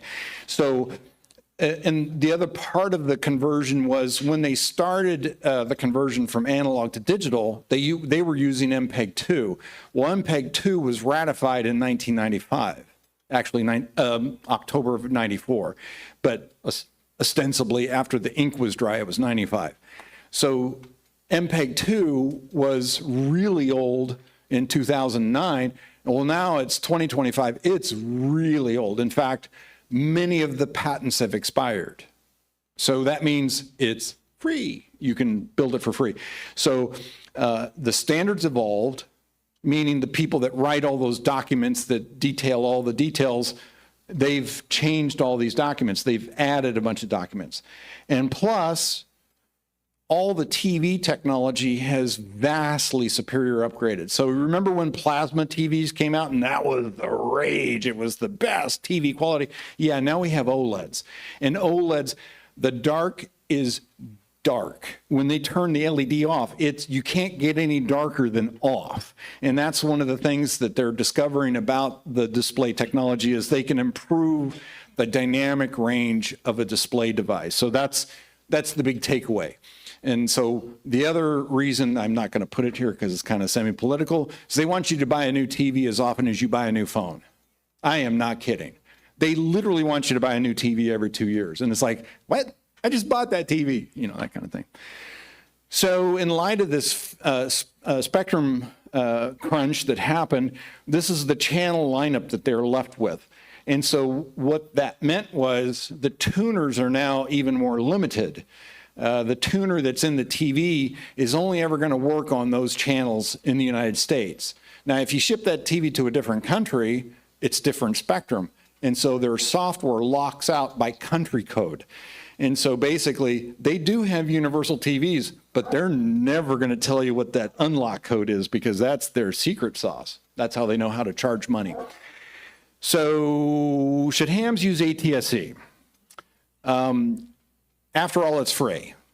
ATSC is an open standard, and open standards are allowed to be used rent-free. And because we're hams, we're not commercial, of course it's free because we're not there to make money. But 1.0 has both advantages and disadvantages. Okay, TS-based transport. Transport stream, meaning it's like a pipe with a bunch of bits coming through it. So if you have your garden hose turned on and a bunch of water is coming out, imagine that's the bits coming out of the pipe. So basically it was designed on this transport stream delivery mechanism, which is a very positive thing. You know, when you connect the wire, you see the bits, oh, that's a transport stream, bang, you know what it is, okay? So that's an advantage. Single PLP. Physical layer pipe. So when they transmit the carrier in ATSC, it's called a physical layer. That's what you're going through, the medium kind of thing. And so a physical layer pipe is a definition we use as in kind of like a virtual sense to be able to transmit bits over the air. So they only ever defined one layer in ATSC 1.0. In 3.0, they went to multiple PLPs. So they can actually carve up the spectrum to be able to define these virtual layer pipes. So a single PLP, that's not either good or bad. It's actually kind of good. It makes it simple. And then they used 8VSB. Okay, so 8VSB is the type of modulation. It's called A53 if you're in standard speak. And 8VSB was a patent that was held by Zenith, and they won the argument, so to speak. What was nice about 8VSB was, remember when they were doing analog, the FCC gave them another license. So they had 2 licenses to transmit the same thing.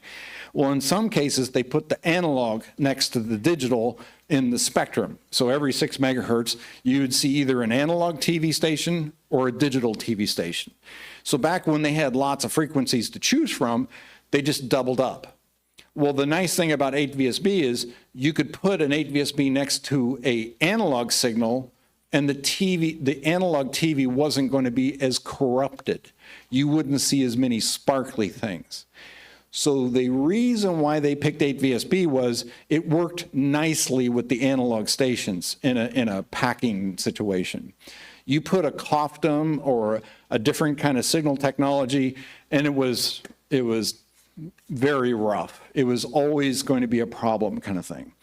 But 8VSB is not that great of a modulation standard, and we'll touch on that. And then they have this thing called PSIP tables. Oh my God, it's metadata.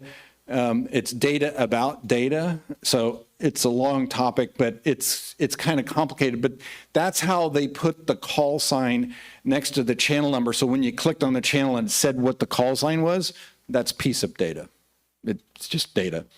And then there was the tuner range, which I explained to you before. So when they designed the TV, they designed it to only work on certain frequencies. So that's an issue. We want wide-ranging tuners for our capability to be able to do a bunch of clever things. But here comes 3.0.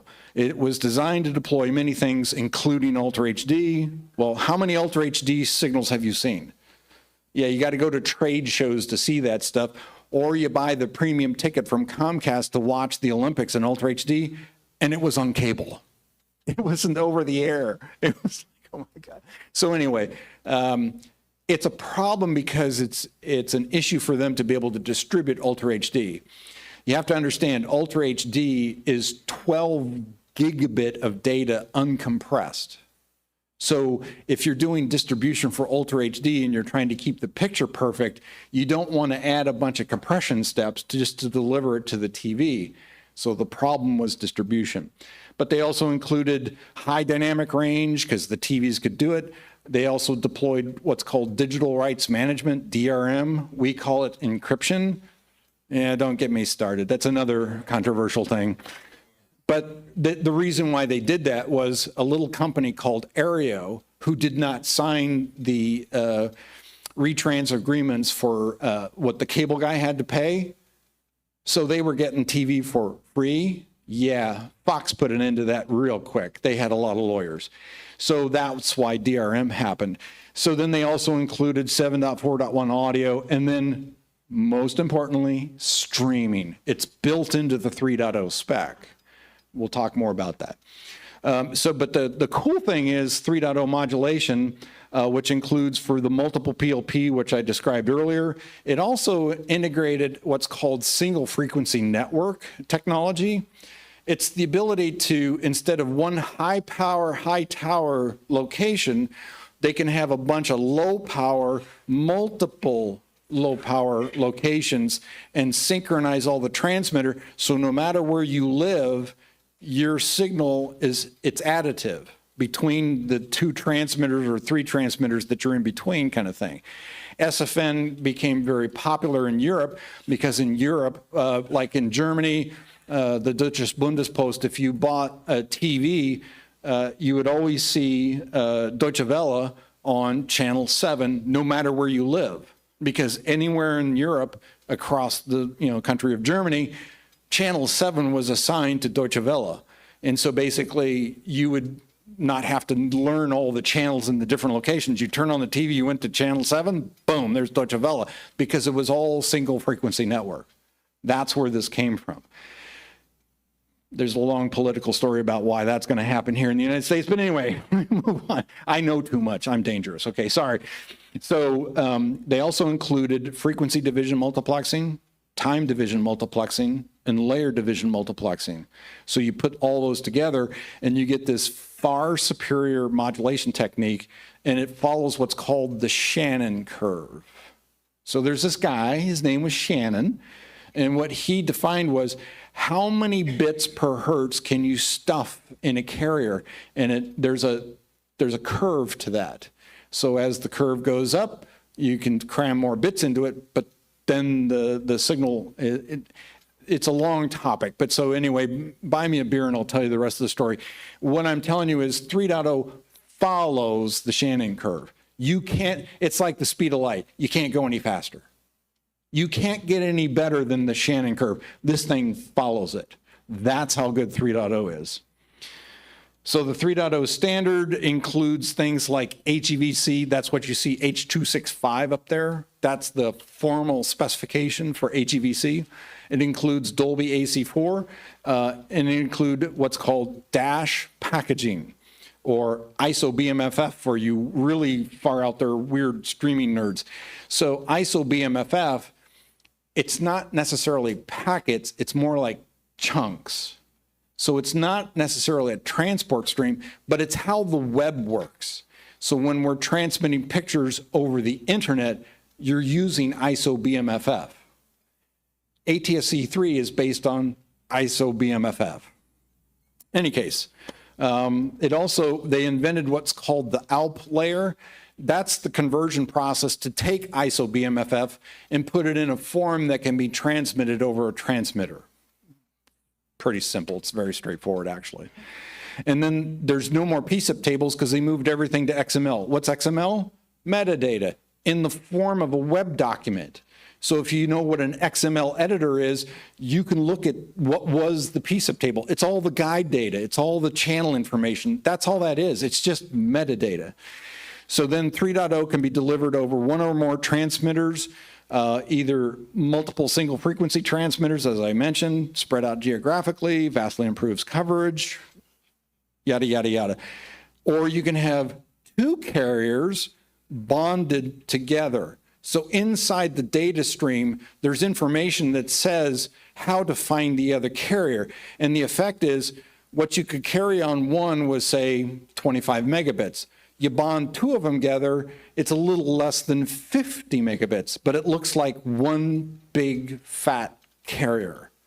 We're headed to a world when all the transmitters out there are just going to transmit all these spectrum masked stuff together elements, and they're going to start bonding these things, because with two bonded carriers, I can give you a multiplex of 5 Ultra HD channels simultaneously. You couldn't do that before, not on one channel.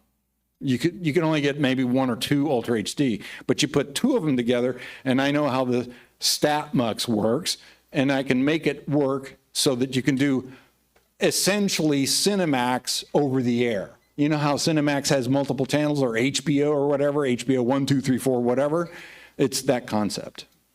3.0 also supports what's called over the air and over the internet or over the top OTT.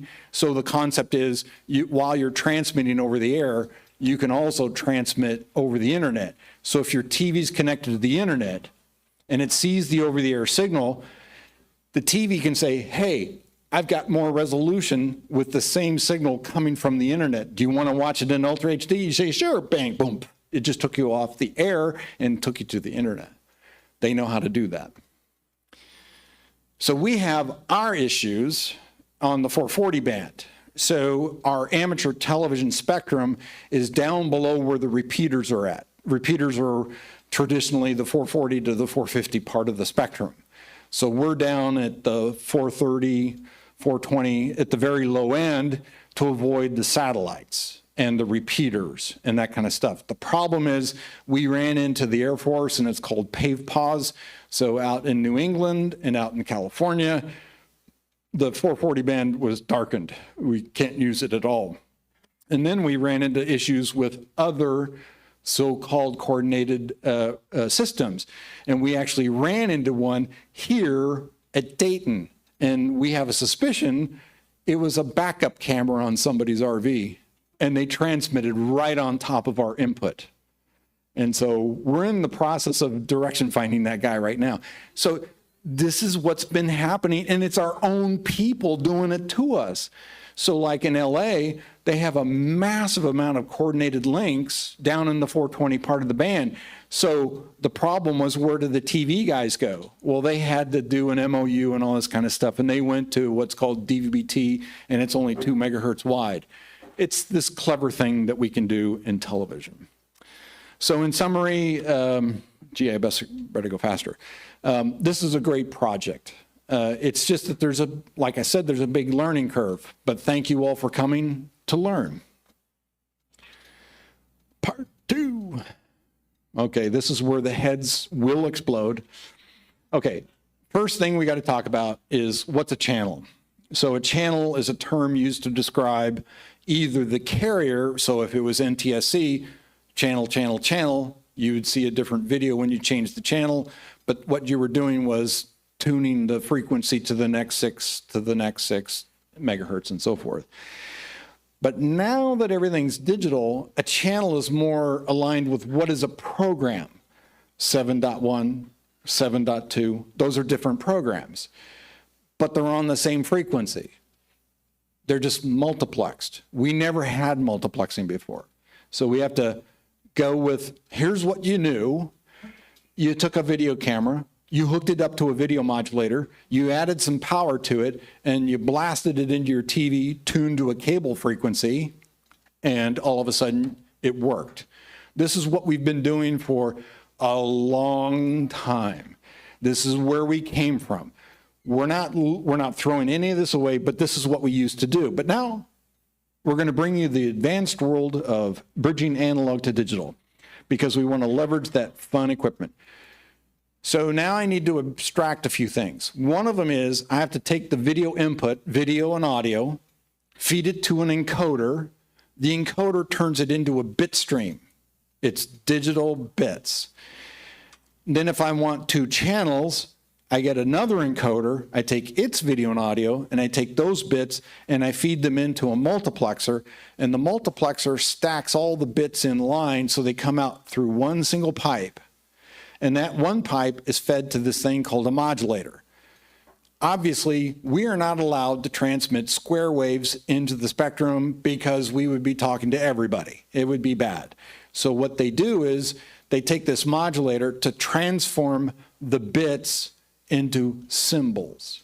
And the symbols represent the waveform, that's the modulation characteristic, to be able to transmit the data through the air. Does that make sense? The modulator, there's some magic that happens. There's forward error correction, there's some interlaced, so there's a bunch of things that happen inside the modulator that are separate from the encoder. The encoder, all it's doing is the compression. It's the big heavy math. But that's how you get a carrier on the air. So encoder 1 is at 2 megabits, then you add the second encoder into the multiplexer, and you get 4 megabits output. But what if I want to do 4 channels, and you still only have room for 4 megasymbols per second? So the encoders have to be able to talk into what's called a StatMux pool, and that StatMux pool includes the feedback messages. And what that tells the encoders to do is when one encoder is doing a basketball game and the other encoder is doing somebody talking head with their lips moving kind of thing, the encoder that's doing the basketball game can get the bandwidth while the other guy is just talking. And it's doing this StatMux pool at the frame rate of what's going into the encoder. So it's always updating the bit rate of the encoders. And StatMux is how you compress 4 channels into the same space of 2. Very heavy topic. Now we're going to go into the math. So channel encoding is compression. All compression is based on a codec. Those codecs are standards-based. They're written with must and shall statements. That's to make certain people that can read English understand how it's supposed to work. But the way those documents are written, it's to specify how the decoder works, not the encoder. The encoder is responsible for telling the decoder what to represent. But so the spec is written to tell the decoder how to work. The encoder is so therefore constrained to work in a compliant way. So the term codec stands for coder decoder, or coder decoder. Okay, so codec describes the compression algorithm and the StatMux and the syntax used to transmit the encoded information over bit stream. It's a file or a bit stream that the decoder knows how to handle. So in other words, it's all about making the decoder work. And the encoder compresses the input into a bit stream and it's delivered over the air. The decoder receives the bit stream from the medium to render it back into video. Now, what does it mean in raw processing terms? So there's 2 terms we got to come up with here. One of them is lossless video. Now, what I did was, and this is really hard to see in a room where there's all this light kind of thing, what you'll notice is the beak of this egret has some stuff at the end of its snout. And what I'm trying to show you is, and it's hard to do through a computer system, and it does things to me when I blow it up. What you can see is the fine-grained detail. Now look at the picture next to it where it's lossy, and you'll see some what looks like artifacts around that same spot in the picture. And the artifacts are created because the codec could only interpret the pixels so well. And then it has to guess a little bit. And what it's doing is trying to remove the elements that are changing or need to be represented and then throwing the rest away. In lossless compression, we're trying not to throw so much away so we don't lose the detail. But the problem is that's only 2-to-1 in compression. So let's say you have an input stream at 270 megabits uncompressed, a lossless compression is half that. But when you're doing lossy video compression and you're trying to do lots of channels, you're doing lots of compression, that's closer to 700-to-1, especially when you're doing Ultra HD, because Ultra HD is so big, okay? That's the point. So the bit rate on lossy compression is very low. And that's a very critical thing for this crowd. What do we try to do in ham radio? We're trying to fit as much information as we can into the narrowest amount of bandwidth. But we're television. We're the fattest pig on the planet. We're not here for lossy. Well, no, we are here for lossy because we don't care. It's video of me talking to Art. How much video compression do I need to look at and talk to Art? Very little. Okay, so I'm going to take advantage of that. But so to do that, there's all these choices. Oh my God, which one do we pick? Well, there's all these standards that were written to support all this technology. And so every single one of these is a document. And the documents can sometimes be this thick. And if you had to read all that stuff, you're just going to go, blah, it's no fun. So we're going to pick the one that's going to be the easiest to use. And it's the one capable of doing an adequate job at the best price point. And what's our price point? Cheap. Okay, so cost and extensibility, not about performance, unless you're doing the Olympics. Okay, so cost price, the dollar cost to build the system end to end is really kind of important. So in other words, it's not just the guy that's the transmitter, it's also the guy that has to build the receiver. So if you implement one of the specifications that's in some chipset or you have to write the software, that adds a cost kind of thing. So can you find the parts on eBay or at the flea market or on Amazon? That's the question you have to ask is, what can I find to put this thing together? And then the extensibility is, does it work across the largest ecosystem in the ham community? So how many hams are you going to disenfranchise if you decide to change from MPEG-2 to MPEG-4? Well, it could be very little, but the second you go to HEVC, H.265, you might lose everybody but one. So you have to pick your choices very carefully. So you're going to want to try a bunch of different codecs for performance. You're going to see how many users in your user base can step up and support the better codecs. So you want to start the bar very low. Start with MPEG-2, AC3, good to go, because everything that I just mentioned was a free license. Even Dolby AC3 is now a free codec. So in summary, the compression codecs, they just keep evolving, and as they go up, they get better and better, so the bit rate goes down. If you use the same picture resolution through MPEG-2, AVC, HEVC, etc., you can reduce the bit rate down more as you go. It's just that there is a finite amount at the end. You can't reduce it to zero because you still have to have data. But so all these standards are open standards. Oh, by the way, MPEG stands for Moving Pictures Expert Group. Not motion, moving. It's a long story. Anyway, channel coding, real quick. Okay, so part 3. Channel coding is modulation, converting bits into symbols. We're changing the waveform of a carrier, like Morse code, turning on and off, to be able to send the information through a carrier. As you send Morse code, you're sending information. A digital bit stream of ones and zeros are mapped into a waveform shape. So every time you change the bit pattern, you change the waveform pattern or the shape of the pattern. We'll talk about that.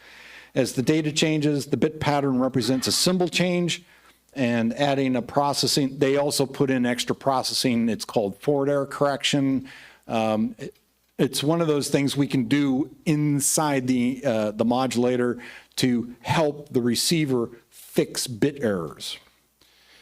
And then there's bit rate versus bandwidth. We have to talk about this relationship, and so everybody understands FM in handy talkies and what's the bandwidth used has been a highly debated topic. So D star versus DMR, narrow versus wide. Ask any repeater owner in this room, what does that mean to their spectrum committee? And a raging debate will start because we came from a world when repeaters were spaced 25 kilohertz. Then some of them went to 20 kilohertz spacing. Now some of them are going to 15 kilohertz spacing. And then the debate is when you start to go digital, you can go even less. So this is this huge problem. And what you're dealing with is the fact that the modulation required to be able to send the information to the channel has changed. So it's, back in when 2-meter AM was the thing, I think the repeaters back then were like 50 kilohertz spacing, but I'm not old enough to remember that. So anyway, the higher the symbol rate, the higher the occupied bandwidth. There's a direct correlation. The faster you send CW, the wider it gets. Why? Because you're sending so much information on and off, there's a spreading effect. There's a formula for that. Okay. Well, it's the same thing with digital modulation. So the coding technology used to create symbols modified at the carrier amplitude, frequency, or phase. It's either changing this way, or changing this way, or it's some combination of the three. The more bits per symbol, the higher the symbol bit density. In other words, you're cramming more bits per symbol. There's a reason why there's high order modulation. It's because you want more bits. Okay, so here's the simple one. QPSK, quadrature phase shift keying. It's kind of like RTTY when you see mark in space, but that's BPSK. Now we're going to talk about QPSK. So we're taking the 2 bits at the input of the process. So you get this digital stream that goes into this 2-bit buffer. And then the odd bits go to the low side and the even bits go to the high side. You take a carrier and you offset one side of it 90 degrees and you feed it into those mixing terms. So basically you take the bit energy and you're either a positive or a negative phase shift. And then you add those two where they're one is out of phase from the other, and you add those two together and you get QPSK. To do it in reverse, there's your symbology. You take the QPSK input, you run the process in reverse, but you have to add some filters. You put in a little integration thing so you can get back to square waves, and then you get your bits. So for every 2 bits in QPSK, you get a symbol in one of 4 quadrants. So 0, 1, 0, 1, 1, 0, 0, 1, 0. And so that's why they call it QPSK. So every symbol is 2 bits. And because of that, we know how to calculate symbols per second. And so the whole point of this is you take the bits per second times the size of a transport stream packet, which is 188 bytes, and you add 16 more bytes to make it 208, and you can do this formula. And so if you have TS packets 188, Reed Solomon is 16 bits, you add those two, 204, sorry, math, what a concept. QPSK is 2 bits per symbol, and then you add in what's called the coding rate or the forward error correction. It's either 1/2, 2/3, 3/4, etc. We can apply that to this formula. So if I had 4 megabits of data going into this using 7/8 FEC, at the end you get 2.48 mega symbols per second. It's a math problem, but it's a simple one. And so the one thing we also have to add is there's this Nyquist filter, because remember, we can't transmit square waves. So the whole point is you can add what's called a roll-off. And so it's a beta term. And so you can see the varying degrees of beta, where 0 beta is a square wave, where a beta of 1, it's a perfect sine wave, in which case we want something in between. So like 0.25, it's more like a square wave, but it's not exactly a square wave. So then when you want to calculate the occupied bandwidth, you add the Nyquist roll-off to that other formula, and then you can get the occupied bandwidth. So you add the 2.48 times the 0.25, so 1.25, and you come up with the magic number of 3.1 megahertz. So I can take 4 megabits per second and shove them into 3.1 megahertz of bandwidth. So do you see what I just did? I did the transform from bits to symbols. So what we want is occupied bandwidth that can work into these things, because these are the toys that we can buy off eBay. So this is a commercial off-the-shelf IRD that will take that 3.1 mega symbols per second of occupied bandwidth to be able to get the symbols back, to get it to bits, or to go to right straight to video. This is a video decoder. So if you give it QPSK input, it's a satellite receiver. In other words, if I transmit 1.2 gigs from the repeater, I feed it into this thing, know how to tune it by the carrier frequency and the symbol rate, I get a lock, boom, I get video. And so these things are, we built them by the truckload because we sold them to earth stations, teleports, dish farms, all that kind of stuff. The RF input of an IRD uses what's called L-band. So at the dish, you'll see a down converter. It's the feed horn. It has a little local oscillator up there, and it takes the entire spectrum of the C band and turns it into L band. And so L band is between 950 and 2250, and it's smack right on top of the 1.2 gig amateur radio frequency band. Hallelujah. This is the world's simplest receiver.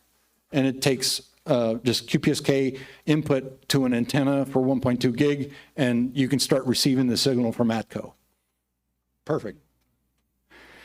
Some can operate very low symbol rates. Many can operate at very high symbol rates, but the problem with that is those high symbol rates comes with very wide bandwidth, because what it was is they were designed for the satellites, and the satellites have transponders that can be 72 megahertz wide.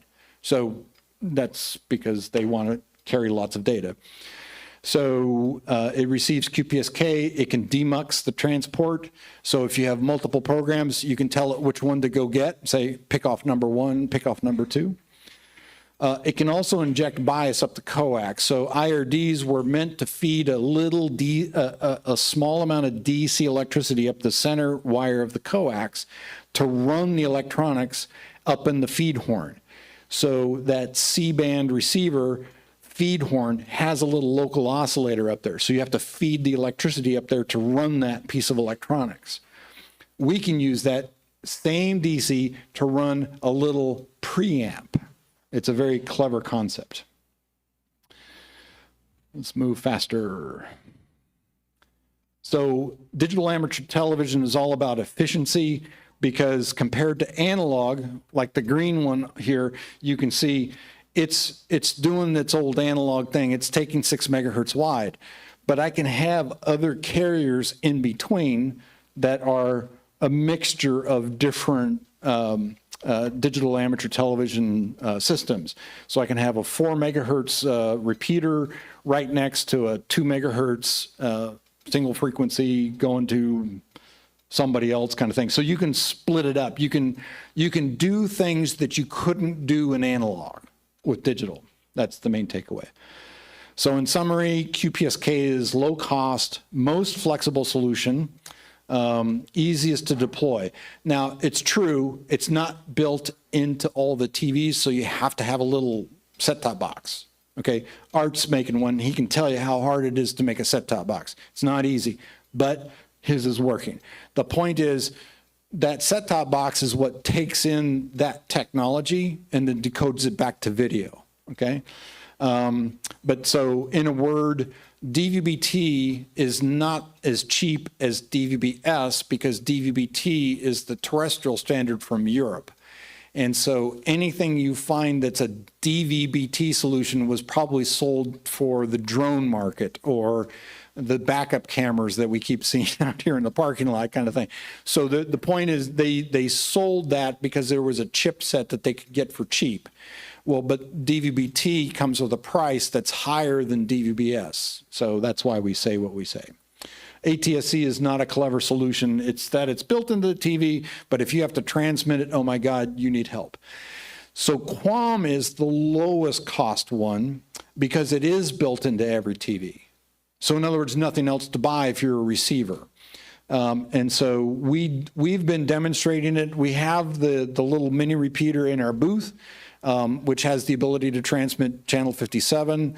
And it's based on all the products that you can buy off of Amazon, and you just put the thing together and boom, there you're done.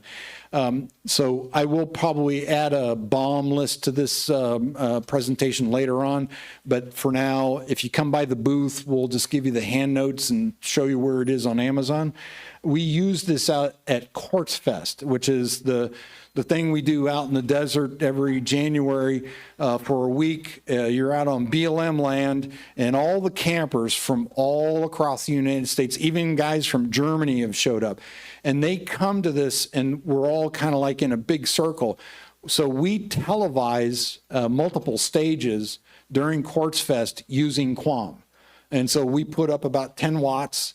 And so what we're doing is we're creating a bubble of a sphere around the Quartz Fest where people can pick up the picture that's in the TV that's in their RV. So it's very low cost. As I mentioned before, COFDM or DVB-T is a singular solution. It's because it was defined for television in Europe.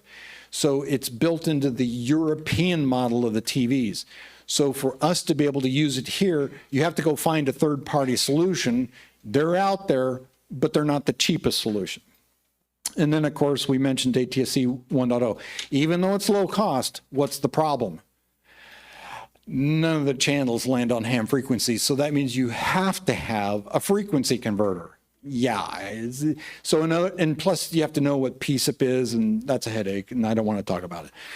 I did it for too long. So anyway, then there's 3.0. Well, that's a very popular modulation technique, but let me tell you how much that technology costs.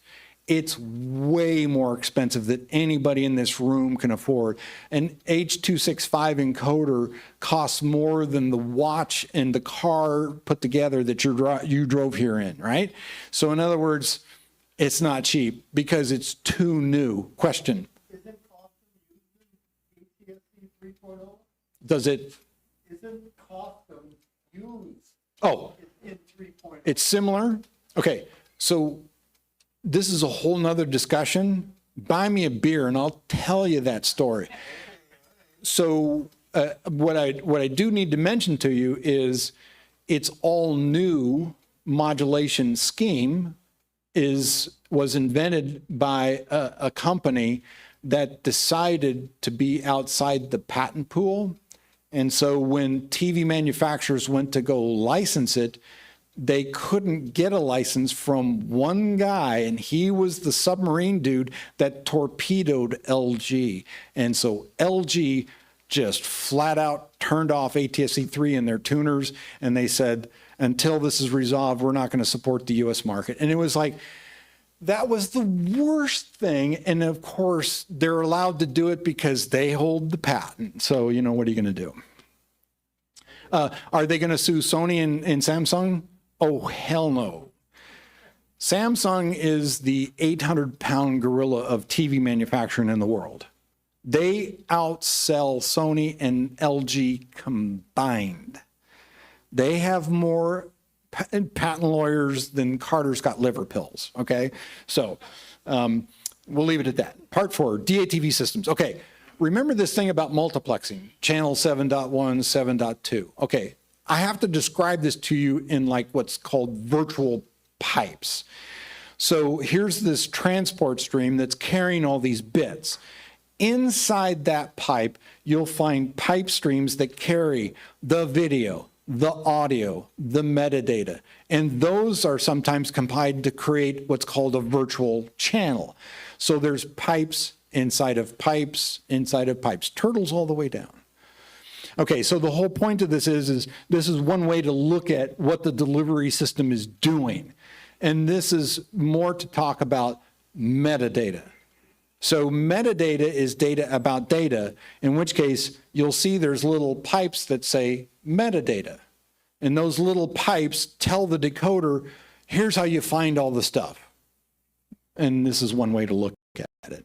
So the transport stream that's used in ATSC 1.0 defines how so the specification talks about how the stream is constructed, and it's organized, how the bits are 188 byte packets, how the structures include tables inside. So it's, when I say table, it's like a chart that says what's inside the stream. It's like a menu. Oh, I've got this video and this audio and so forth and so on.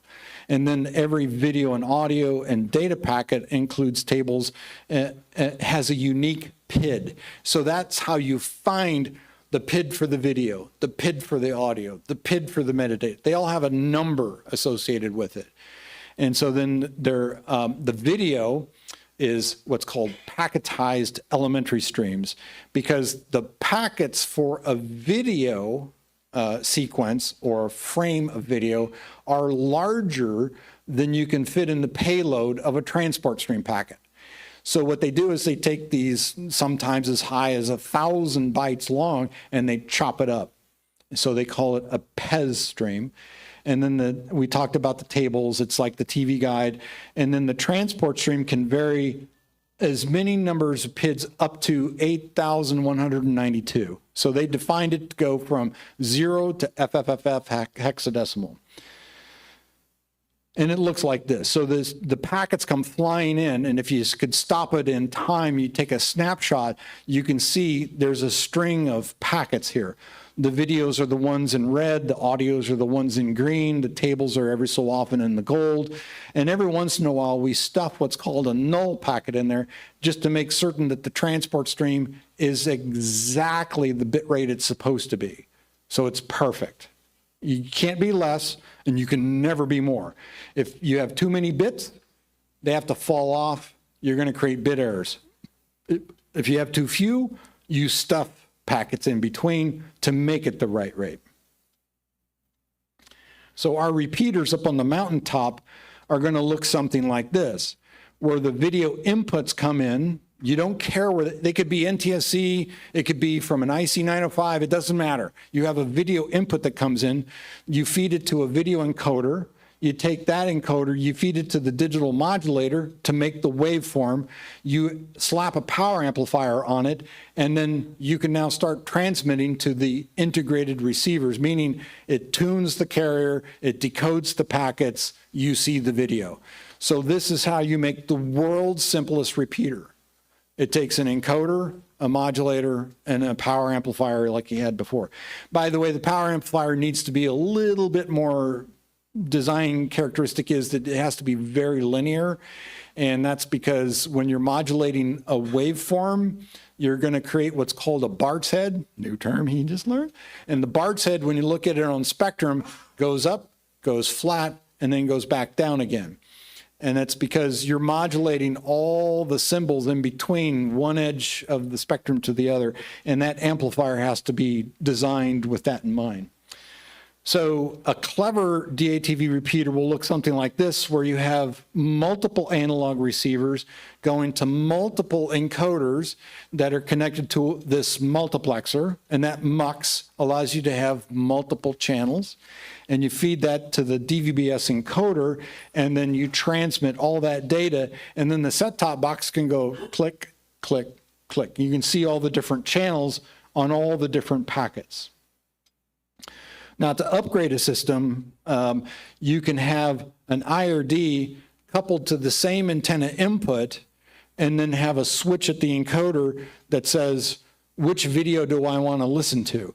So if a digital shows up where an analog used to be, you'd have a little smart switch that sits there and watches for which one does the video come from. Is it coming from analog or is it coming from digital? Now I've integrated a digital input on top of an analog input. So now I've got the ability to switch back and forth. I'm getting there. We're almost done. Here's the big takeaway. I can have DATV repeaters with multiple inputs and multiple outputs because some multiplexers give you the ability to take, I want to take packets 1 through 300 and send them on this port, and packets 301 to 701 on this port, and have two different carriers with two different outputs at the same time. That's a very clever concept. And then there's this really cheap repeater you can build, which is just based on a bunch of professional IRDs, where you take the transport stream output, meaning you don't decode the video. You're taking the digital form of the video and you feed it into the MUX, have the MUX reorder the packets and then stick it back into the DVB-S modulator. And so this is all digital, meaning it's digital in, digital out. So in summary, one of the greatest advantages of digital is multiplexing. The greatest disadvantage is the latency. All this digital processing, I have to add latency because I have to look at multiple frames in time to be able to know how to code the frames. Sometimes they look forward in time, sometimes they look backward in time to code all those coefficients. Adding an IRD front end to an existing system is stupidly simple. It's very easy. You just have to come up with a little video switch. And multiplexers, like I said, have more than one input and sometimes have more than one output. Real quick, we're going to touch on some software. Streaming changed everything. We're taking advantage of it. One of the things we're doing is we have what's called the Zoom effect. So everybody knows what Zoom is because you just lived through a pandemic. And we had to go to Zoom to be able to keep our clubs alive. Well, you just turned yourself into a TV broadcaster and you didn't know it. But so it's the similar concept, but it's in a conference bridge kind of way, so everybody can see everybody at the same time, like the Brady Bunch. And so the only difference is we're typically taking one input to one output, or sometimes multiple inputs on multiple channels on the output, and then you select which one you want to watch. The only thing missing here is the ability to take all the inputs, code them into one channel that has all the panels at the same time, like a mosaic, and turn it into Brady Bunch. Those things exist in software. There's a tool called FFmpeg.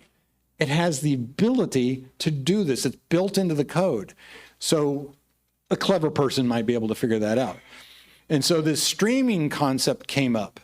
So in other words, when you're doing Zoom, you're on a computer or your phone or whatever, and you're streaming to the internet into the Zoom cloud interface. And then the Zoom cloud feeds back the signal that you're supposed to see, hopefully. And then you're seeing yourself round trip kind of thing. So they do this doing what's called RTP or RTMP. It's just a wrapper technology for feeding video, compressed video through the internet. So it's nothing new. You've been watching it. Does anybody here not watch YouTube? You're watching streaming, okay? That's where all TV went. Well, this clever thing happened. A couple of companies defined a spec called SRT, and it allows us to trunk video and audio from point to point through the internet. So guess what? I now have a full duplex link capability that goes through routers, and oh, by the way, it does it with low latency, and I can turn on encryption. Secure, reliable transport is the ability to tie 2 points together. So that's perfect for linking two repeaters together. And we found the software in Raspberry Pi. And so with a SRT decoder, I can feed that link into an encoder out the local modulator, or I can send a copy of the stream coming from the local market out to an SRT encoder through the internet. This is the new concept that we're starting to develop. Real quick, there's SDR technology. Everybody knows what that is. Well, so a lot of open source guys are starting to tackle this problem, so you can make your transmitter out of this kind of a dongle device. And so that's a great way to make your own transmitter and receiver, actually. In summary, we've been talking about all this stuff. We're building from the building blocks of the technology and the regulations. This gives us the greatest amount of flexibility, by the way, by just leveraging the stuff that other people have built. And the best part is ICOM made the IC905. It covers all these bands except for the ones in blue. And sure enough, we have a whole new user base that showed up, and most of them are on the 5 gig band because of those little drone receivers you can buy off of Amazon. Instant input to your repeater. Great way to get a whole bunch of new people onto your repeater system. And with that, I'm going to get the hook. And this is what I want you to build. At the end of the day, this is the most complex system you could probably build, but it has the most capability. And it's leveraging 3 gig radios to be able to link systems using SRT technology. It allows you to get 905 inputs. It also takes inputs that are IRD compliant, feeds it into the StatMux, puts the output back on 1.2 gig on a different frequency. It ties to the internet. It does a lot. This is what we're starting to build. This is what's going to be up on Mountain Lemon in Tucson in a couple of months. I have to find somebody to pay the rent, though. And with that, thank you. Can you name your food? 1003. It's Maxim? See, I see. I'm 1003, 11004. Thank you very much, Joel. We don't want to push everything, but they've got a whole bunch of people waiting outside there. Any other questions? Anybody have a quick question? We're in the back. 1004. 1003 and 1004. There is a pop quiz at the end of this thing to gain exit to the building. Everybody enjoy it. Give her a great round of applause.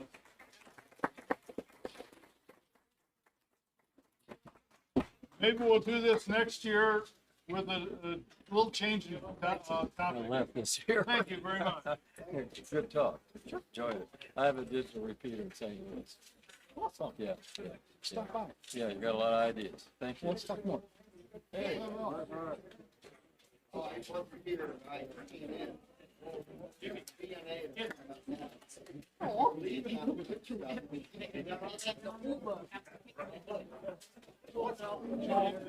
That was wonderful. I appreciate it. That's why we do this. We're going to have to get you back again.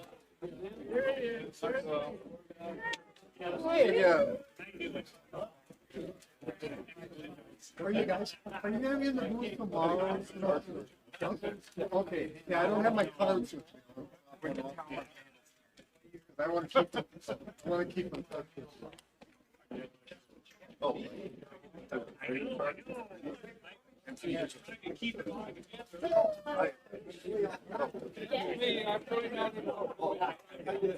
Okay, so anyway, yeah, I brought my own computer here because I have some software. Yeah. Is he? Hey, how you doing? I guess. Came to see you do it again. Do it again, okay. I guess he's finished. Oh, yes. No. Yeah. I have to. Okay. I get excited. Okay.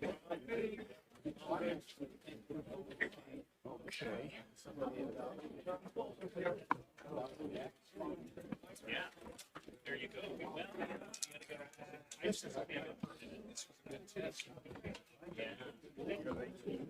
Yes, I do.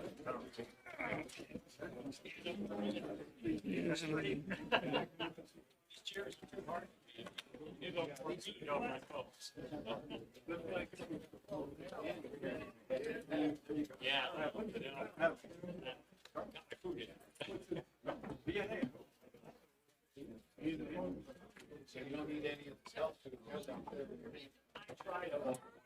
I'll tell you what, military facility. There, 80s, everybody is huge. They're all over the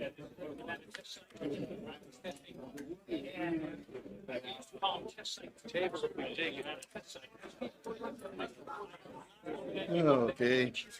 I can't hear. Down.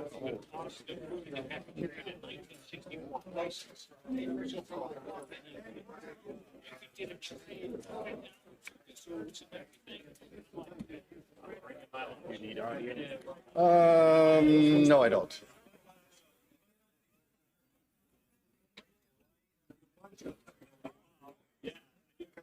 Get out.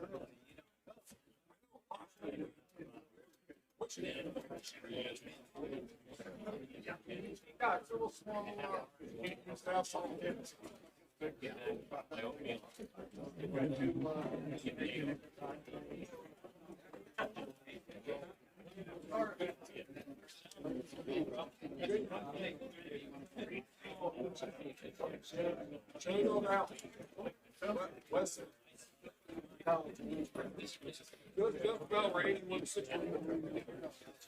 Anybody home? Okay.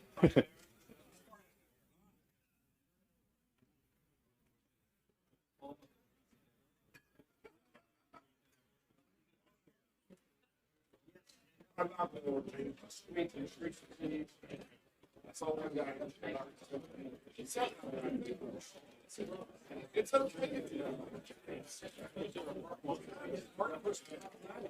last year. Oh, that's all. That's all.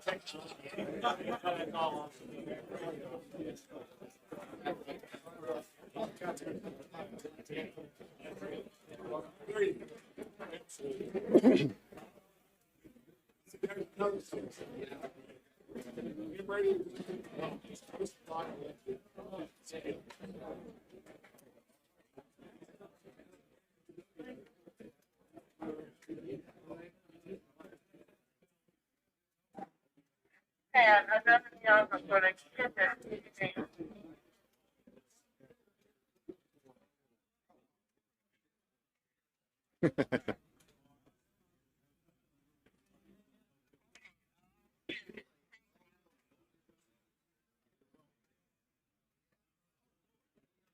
Boy, huge crowd. I'm surprised.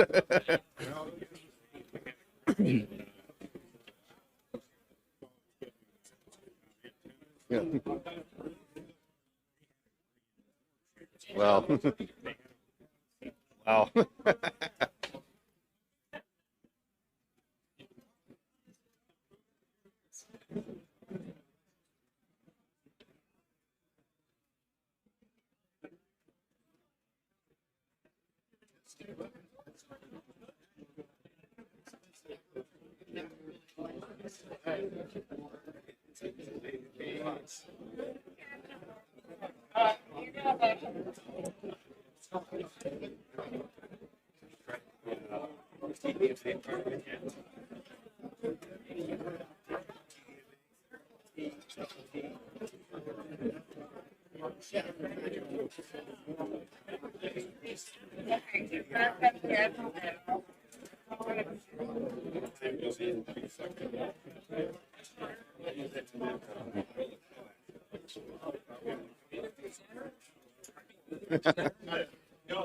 Great.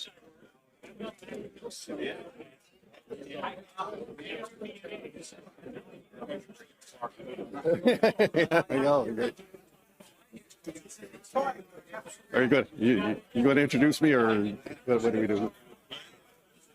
Sure. I got to talk about using the nano anyway. Go ahead. Topics using the nano DNA. The nano DNA. Okay, we're going to go ahead and get started here. And the topic is the nano DNA meters and things. And this gentleman is definitely going to give you some more education on it. And I've been a ham for over 40 years, and I still am learning stuff, which is great. And I think most of you are too. So take it away. Oh. Well, thank you. My name's Eric Nichols, KL7AJ, and about 2 years ago, I gave a preview. By the way, I'm really surprised this group here, because this is a promotion for me. Most of the time, I end up on Sunday afternoon after everybody's left, So this is wonderful. Thanks for coming out. I think you'll learn something here and have a lot of fun too. I am a Socratic teacher, which means if I say something doesn't make sense right away, interrupt me right away, because if we wait until the end, you'll forget what you were going to ask. So feel free to interrupt at any time here, because we're going to cover a week's worth of material in about an hour. So, so anyway, about 2 years ago, I did a presentation, which is kind of a predecessor to this. It's called SWR Meters Make You Stupid. And I had written the article as actually a appendix to the Opus of Amateur Radio Knowledge and Lore, which was published about 15 years ago by CQ Magazine. And I had a lot of response to that. Well, anyway, I'm not the first one to bring up this topic. A classic article by Byron Goodman in 1956 called My Antenna Tunes, or My Feed Line Tunes My Antenna, was the first indication that people were becoming over-obsessed with this whole idea of SWR. So that had prompted me to write the previous article on this. But this is going to be a little bit different. I guess the bottom here, the presentation is actually considered part 2 of SWR Meters Make You Stupid, but with a much happier ending. The modern marvel in your shack. First vector network analyzer, VNA. I ever used was about Hewlett-Packard Behemoth. It weighed about 45 pounds. It cost $50,000. So that's about $1,000 a pound. My Nano VNA here costs about $60. Does 99% of what the Hewlett-Packard instrument did in 1995. And So that is about 0.1% of the cost, including inflation over 30 years. So think about the amazing thing this is, and the fact that this is available to hams. This would have been deep, dark, secret stuff at one time. Nano VNA makes the once dreaded Smith chart understandable and intuitive. How many are scared by the word Smith chart? Okay, well, we'll take all the mystery out of it, or most of it anyway. So very little excuse for any active ham not to have a VNA. It's about the cheapest and most versatile piece of equipment you can own. If you look up about 100 years ago, the typical ham shack, if you had any instrumentation at all, it was an RF ammeter. Anybody have one of those? Okay. Bad news, no comprehensive users or operators manual exists for the Nano VNA. Most of the sources are scattered all over the internet. The good news is most of the sources are scattered all over the internet. There's a, there's a lot of really good information on YouTube and other information. So the streaming, which we just heard about, is good information. So some stuff you should have. VNA comes with most of the stuff you absolutely need, but there are a few additional accessories you'll want. And my accessory bag consists of things like extra cables with SMAs on one side, a bunch of SMA to UHF adapters, SMA to BNC adapters, and barrels of each gender. One of the things that we know is very few things in life are certain, but one thing that is certain, that if you're on the field and you need a gender adapter or you need to adapt two connectors, you will always have the wrong gender. So make sure that you do have multiple adapters, whatever you're going to do. Plus, when we talk about calibrating, it's going to be a nice thing to have some other than the little teeny SMA loads that you normally have. So we're going to talk about some of the normal use of the VNA, and then we'll talk about a couple of oddball little uses that you might use that you may never heard of. Another thing you want to have is a program called VNA Saver, or Nano VNA Saver. It's a great program. I have it here. I'm going to demonstrate that at the end of the talk here. You'll also want to have your calibration cables and all that sort of thing, and possibly a spreadsheet program like, well, Excel works, but if you're familiar with MATLAB or GNU Octave, you can do a lot of more data analysis on just about anything you'd encounter. So what is a vector network analyzer anyway? A vector network analyzer analyzes networks. First and foremost is an impedance bridge. Plots of resistance and reactance of a load on a two-dimensional scale, horizontal being resistance and vertical being reactance. How many of you recognize this? Any old broadcast engineers? This is a General Radio classic 916 RX bridge. And every AM broadcast engineer on the planet probably had one of these things. And it's has three inputs, or two inputs and output, has a detector output here, and then has a unknown input, which is here, and then you have a signal generator here, and you put a signal generator into the input of the frequency that you're going to use and measure at. You put your unknown antenna here, and then you'd have a detector, which is usually a receiver here. And you'd set this up, you set the frequency that you'd want, and then you'd adjust the reactance dial. It keeps going back here. The big dial, which is your reactance dial, and this is your resistance dial, and this will give you your actual load resistance. And you could actually measure down to a fraction of an ohm with this. So it was really useful for VLF transmitters and that sort of thing, or if you have a trying to do HF on a car, or anybody do a 160 mobile, this is great for setting that up, where you have very low impedances. And then you had the reactance dial here where you'd null it. So you'd adjust these dials to get a null of the signal in the receiver. When that happened, you knew that the bridge was balanced, and then you could read off the resistance and the reactance in the instrument. Here we have a slight advantage, or advanced version of this. This is a noise bridge. How many have a noise bridge? Okay. next step above the RX bridge and does pretty much the same thing, except rather than having to haul around a signal generator, had a built-in noise source. So all you had to do is put a receiver on here, your unknown on another output, and adjust your true dials, one for the resistance, one for the reactance, until you got a reduction in the noise. And one thing, if you've used these and you have your AGC on, you'll notice you may not be able to find a sharp null. So always turn your AGC off if you are using this, and then you'll get a very well-defined reduction in noise. But now that the VNAs are almost cheaper than noise bridges, no reason to not do that. So why does it classic RX bridge, why is it better than classic RX bridge? First of all, conventional bridge only measures at one frequency, whereas a VNA sweeps across an entire range of interest, and then you can get the whole picture of what's happening. If you've tried tuning a mobile whip on with an SWR bridge only, it won't tell you which way you're off. It'll tell you something way out of whack, but you don't know which way to go to tune it. Whereas a VNA or any true impedance bridge will tell you the direction you need to go to get the antenna received, the antenna tuned up.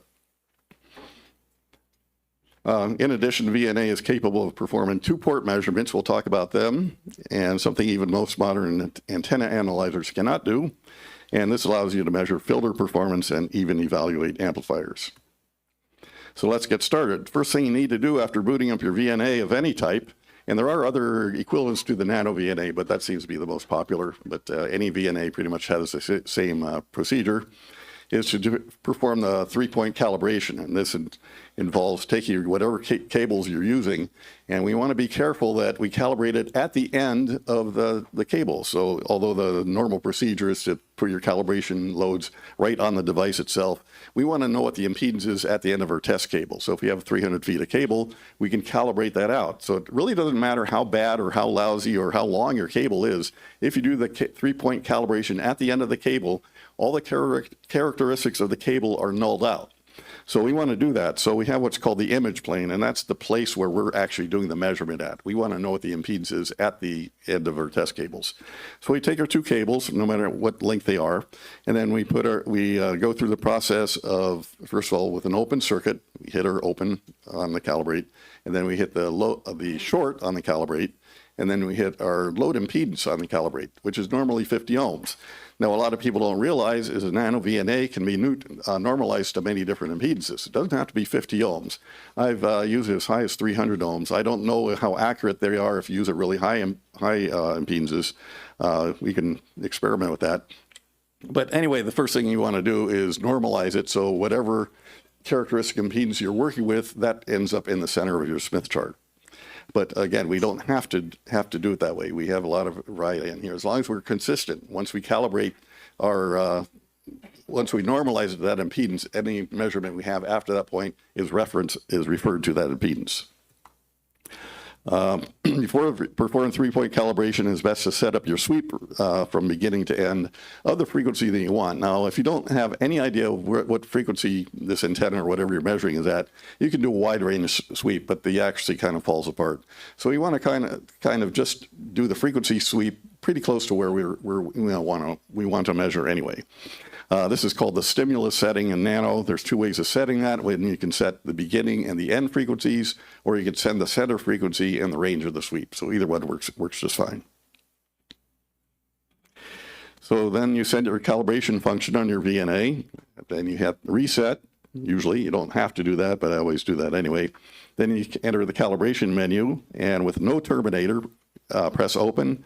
With a short circuit, press short. And with your calibrated load, press load. The load does not have to be 50 ohms, but it does need to be non-reactive. So if you're just stringing together a whole bunch of resistors, you want to be careful about that. Use resistors with very short leads, but we'll show you how you can do unusual loads where you don't have the matching connector. But 50 ohms is done, and now hit done. Make sure you hit done, because all your calibration, if you haven't hit done there, will not be saved, and you have to start all over again. Now, after you've done this, your test lead is non-existent, which means that whatever characteristic your test leads have, that is all canceled out. So it's going to tell you what the actual impedance is at the device under test. So then you connect your test leads to the antenna feed point, And the Nano defaults to the Smith chart display. That's not the only display by any means. And the Nano VNA, you can display 4 different parameters at once. I like to just do one because it gets pretty cluttered on the screen there. But sometimes it's nice to know both the SWR and the impedance point at the same time. But usually for this discussion, we'll only be looking at one trace at a time. For this first example, I set up a 10-meter dipole in my shop for demonstration purposes with about 20 feet of cable from my Nano to my dipole. And I did the calibration at the far end, and I did a sweep from 27 to 30 megahertz. And here's the result I got. Now, if these jagged things here, we can ignore them. I had some sort of interference in my shop. I don't know what it is, but we just look at the center here. Now, on any series resonant circuit, what we have is we're going to have an arc going from our minimum frequency to maximum. Where it crosses this horizon, what does this tell us where it crosses this horizon? Anybody say? Resonance, okay. What type of resonance? Series resonance, okay? Now, if we increase this range of frequencies so it goes further than the range of interest, we can actually get to the multiple resonances. In this case, the horizon is 28.29 megahertz, and the resistance is 31.7 ohms because its antenna is not in free space. It's 12 feet above by floor in my garage. So now I swept it a little bit wider here. What we have here is a second harmonic here. Now it doesn't exactly fall on the second harmonic frequency because there's things like end effect and other things that happen. But this, where it crosses this line going downward, is a parallel resonance. Now, I will use the term anti-resonance, not only because that was a term that was used 100 years ago before anybody knew any of this stuff, but also because it gives you a little more information. Because when we're talking about, at the end, we'll talk about end-fed wires and why, even though it acts as a parallel resonance at many frequencies, there is no parallel circuit. It's just a piece of wire, so there's no parallel components in here. This is a display from the Nano VNA saver, which makes it very convenient for doing things like this. We're just demonstrating where you normally have too small of a screen. And it gives you all the information that we have. So it tells us the frequency at the cursor. So you can set up to 4 different cursors on here, or 3 different cursors. And then this will give you the information that you have at the cursor. So this little pinkish one here is there, and it tells us the resonant frequency and the resistance. And again, if you're totally unaware of the Smith chart, I'll tell you that all you really need to know about the Smith chart. Over on this side, this is a short circuit, 0 ohms. Over the right side, this is infinity, open circuit. Anything above the horizon is inductive reactance. Anything below the horizon is capacitive reactance. Pretty simple. Any questions on that? Okay, that's all you need to know about the Smith chart. This is the same antenna showing the actual SWR here. So we have a minimum here at resonance. Again, these little jagged lines are some interference, so you can ignore those. But if we follow down here, we have an SWR minimum about 1 point, it's just under 2 here. And again, that is due to the fact that the antenna is not in free space. If it was in free space, it would have a radiation resistance of 72 ohms. Okay. Under the hood, large variety of displays are possible with the Nano VNA for each measurement set. How is this possible? You only take 1 set of data. The Nano VNA has 2 receivers operating in quadrature. And the last talk we had here, they talked about INQ, or quadrature modulation. This has a quadrature receiver, as does every SDR. So you actually have 2 receivers. They're actually direct conversion receivers, and they're fed 100 or 90 degrees out of phase. So we get 2 streams of information. One is what we call the I stream, or the in-phase stream, and the Q, which is a quadrature phase stream. And once you have those 2 streams of information, you can put together any kind of modulation scheme there is. It's one of the most amazing things about SDRs is the variety of modulations that you can both generate and receive with INQ. So if you're looking at single port data, which we'll talk about first, you're going to have two streams of data here. This is your INQ file. And then if you're using both the input and output, then you'll have 4 streams of data. And you can look at this data with a spreadsheet or graph, any kind of graphing program. These files are what's called a touchstone file, which is very standardized. So going way back before the nano VNA, most commercial VNAs did store their data in what's called a touchstone file. It's a very standardized way of keeping the data organized. And we can either store this as a polar coordinate or a Cartesian coordinate. And it's pretty much a matter of preference. Sometimes it's easier to think about in terms of imaginary and real numbers, or think about the magnitude, which is a distance from the origin, and the length or the angle from the origin. And if you all remember Pythagorean theorem, you can do all this, right? Everybody remember their high school trig? Okay. Okay, 2 ports are better than 1. Everybody recognize this thing. There's quite a few of them out in the flea market there. This is your very popular Drake low-pass filter back when VHF television was the bane of existence for all of us. And now that we've gone to digital television, as the previous program said, we have a lot fewer problems with TVI, but however, it can still exist. Anyway, this is a low-pass filter, and the specs on here, if you can read them, it says 80 decibels of attenuation beyond 41 megahertz. So these are great if you were operating 6 meters, right? And so what we do is we do the same calibration we do with a single port device, and then we have a few extra stages there. Now, if you're using the Nano VNA Saver, it steps you through all these calibration steps. So you'll need an extra clip lead. You're going to need two calibration standards, and hopefully you have both your leads the same length. They don't absolutely have to be, but it's better if you have both your leads the same length. Again, you want to do the calibration at the point of where you're going to measure it, not right at the device. So whatever length of leads you're using, do the calibration at the lead. So you're first going to do the single port calibration, then you're going to connect the leads together and do what's called a through calibration, which goes out of port 1 and into port 2. And then we have finally do the secondary, or what's called the load isolation, which measures the termination on port 2. Now, on some, yes. What it does is it actually calibrates the impedance of the receiving port. What if you don't do it right and you don't do it at all?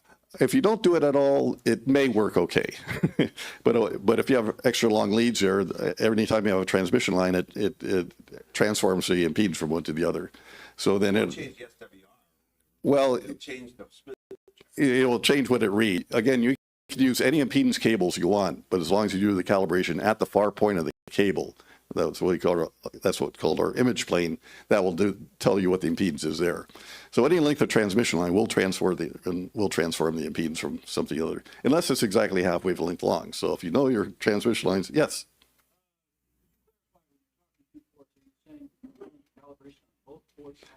Yes, yes, and yeah, that's correct. Yeah. So once you're done with your calibration on there, now we can test our device. And so if you use a Nano VNA Saver, it walks you right through these. And in this case, I swept from 3 megahertz to 50 megahertz, and we'll look at the log mag display. This is your standard display for doing filters because there's a logarithmic scale. It gives you a very wide dynamic range. If you're looking for super fine detail, you can use what's called the linear range, or sometimes called the gain range. But I like using the log mag, which is pretty much standard for filters. So here's the actual swept response here, and I was absolutely amazed at how well this works after 50 years, right? So here's our in-band pass response, and then drops very quickly after 41 megahertz, and then this about minus 80 dB. There's a little bit of fluctuation here, but it's pretty good filter, you know. So if you get anywhere near 80 decibels of attenuation of harmonics above your band there, you're not going to have any problems. Now, back in the olden days, when a lot of us were running Class C amplifiers or questionable linearity, harmonic suppression was a big deal. Most of your rigs here have really, really good harmonic suppression. Now there's a few malfungs and stuff that have come over that's a little questionable. But most of your HF rigs by reputable manufacturers will surpass this specification all by itself. But just to show you how you can actually measure that. So we sweep the frequency across the range of interest, and then we look at the response coming out on the output. Yes. The nano VNA saver, do you connect that to the USB? Yes, it's USB port. While you're operating? Well, I'll demonstrate that afterwards. I brought it here. Actually, when you use the Nano VNA saver, it actually disables the screen on the Nano VNA itself. Yeah. Okay.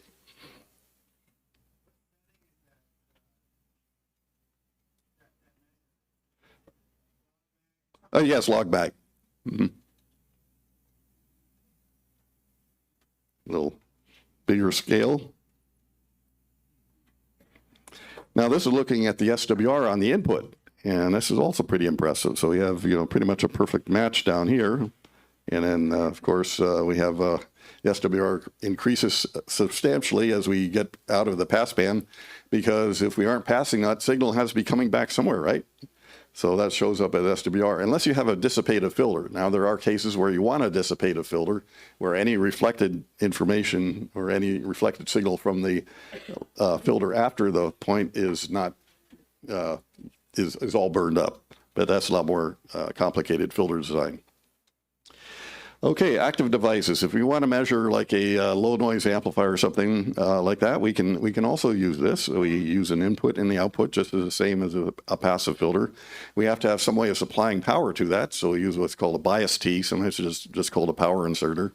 And we do want to make sure that we don't overload the second port on Nano VNA, because when you do that, well, if you're using an amplifier, you may fry this port too. I do want to mention that the nomenclature for ports, the Nano VNA itself, it says port 0 and port 1, if I'm not mistaken. No, port 1 and port 2. Okay. Some of the Nano VNA saver refers to port 0 and port 1. So if you don't be confused by port 0 and port 1. Port 0 is actually port 1, and port 1 is port 2. Okay, so just be aware there could be some confusion there, and I haven't worked a lot of other VNAs. From what I understand, a lot of the other ones, they also use the 0 and 1 for the ports. The reason 1 and 2 are actually more common, or I like them better, is because it's consistent with what's called your scattering parameters, your S parameters, which in S21 means your reflected signal in port 2 as a result of port whatever's at the port 1, the stimulus. So anyway, if you're using an amplifier or testing amplifier, make sure you use a lot of attenuation and work up very gradually until you get a reasonable strength signal to look at your VNA, because you don't want to fry your port 2. Yeah, I did want to mention also that one of the common uses of a Nano VNA, which one I use probably more than any other, is looking at like tank circuits. And so if you want to measure the input of a tank circuit, you have like a linear amplifier, it's not working right.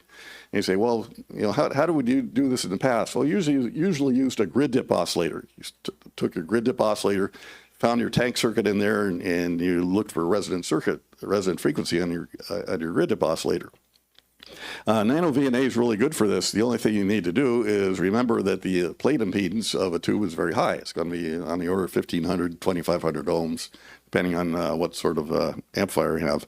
So what you can do is you can bypass the TR switch, and sometimes I just use a tie wrap or a twist tie, close the armature on the TR switch to close it, put a load on the output of the transmitter, and then you connect the VNA to the plate of the tube, and of course you don't do this with any power applied.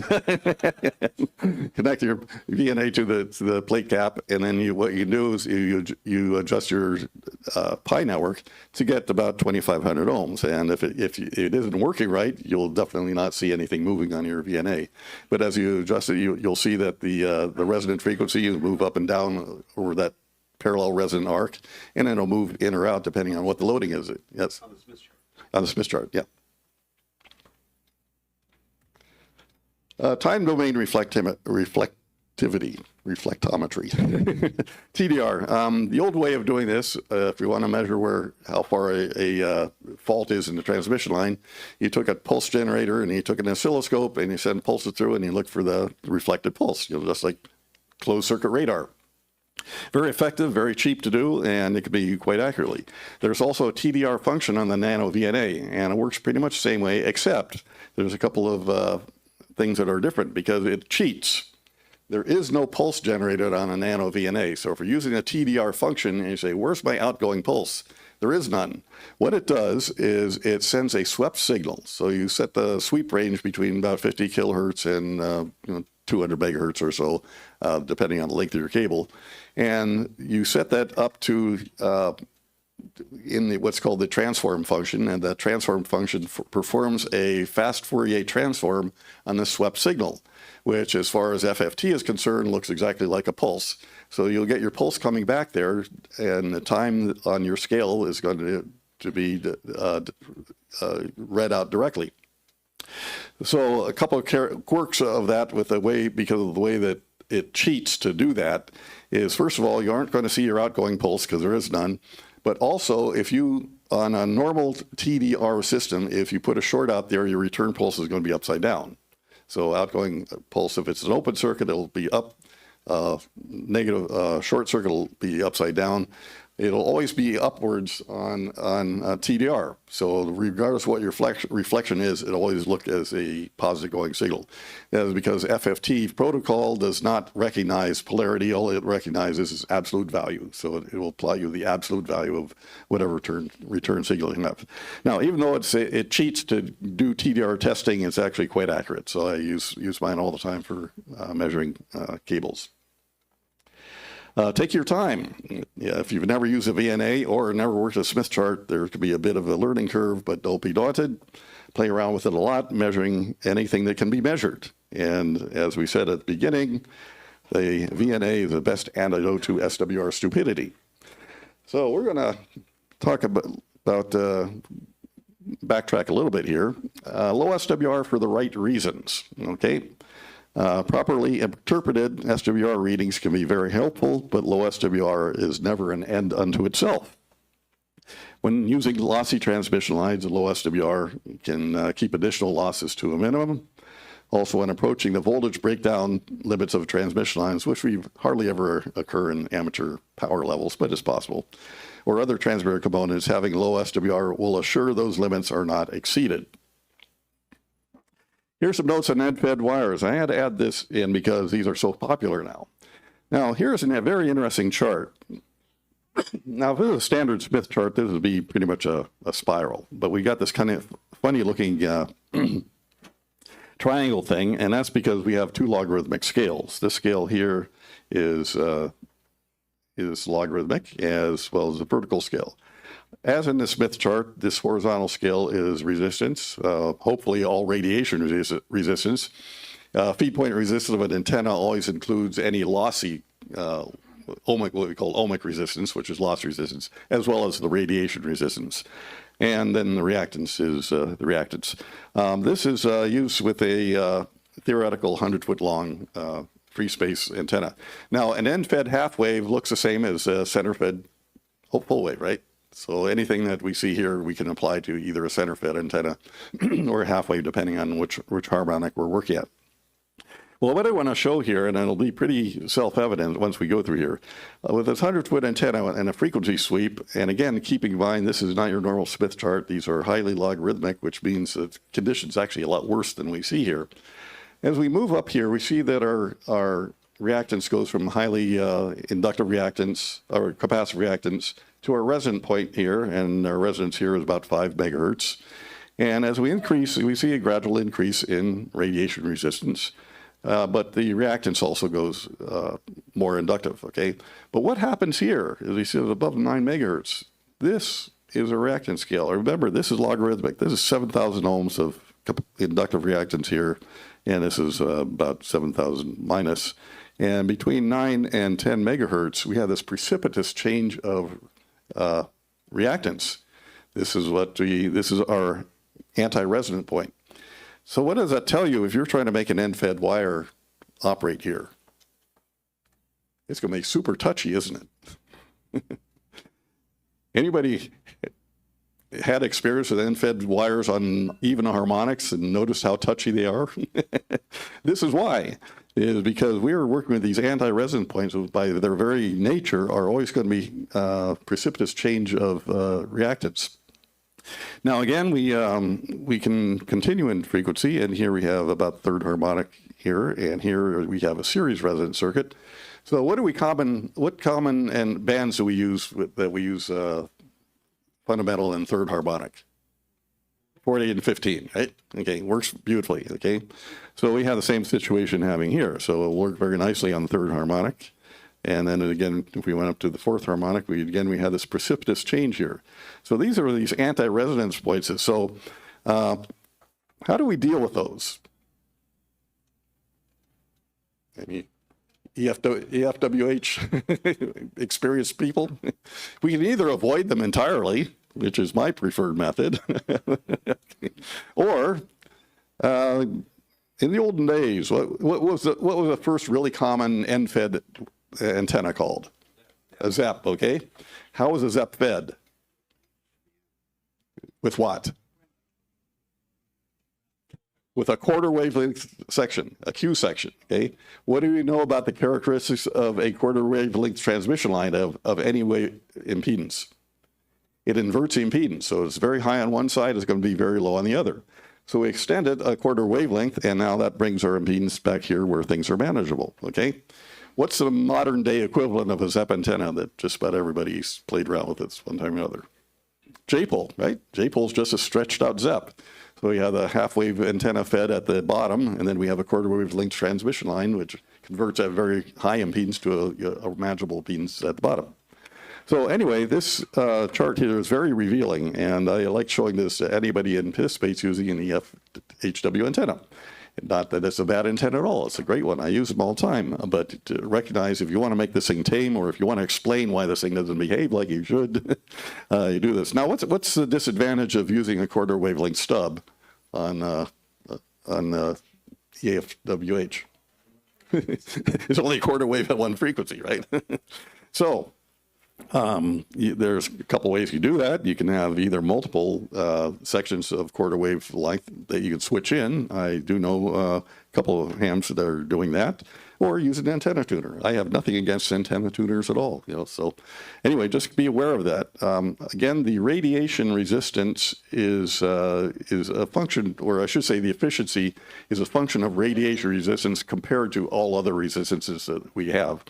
In general, a higher radiation resistance is going to be a little more efficient. But the ability of a wire to radiate has absolutely nothing to do with resonance at all. One example I give, familiar with AM towers, okay? How many think that an AM tower is cut to exactly a quarter wavelength? How many AM broadcast towers are there out there? Okay, you've got, now, AM towers come in sections of 20 feet. So if you're within 20 feet of resonance, you're doing pretty good. So what do we do about that? Well, every AM broadcast tower on the planet has a tuning unit at the base. So you start with 50 ohms typically, and then you have your antenna tuner, which takes care of all your reactance and your resonance. But how do AM broadcasters measure the actual radiated power? What's the instrument that's required by the FCC for every AM broadcast station? Right, very good. Boy, a lot of good answers. You guys are either really old or you've been around broadcasting. RF ammeter.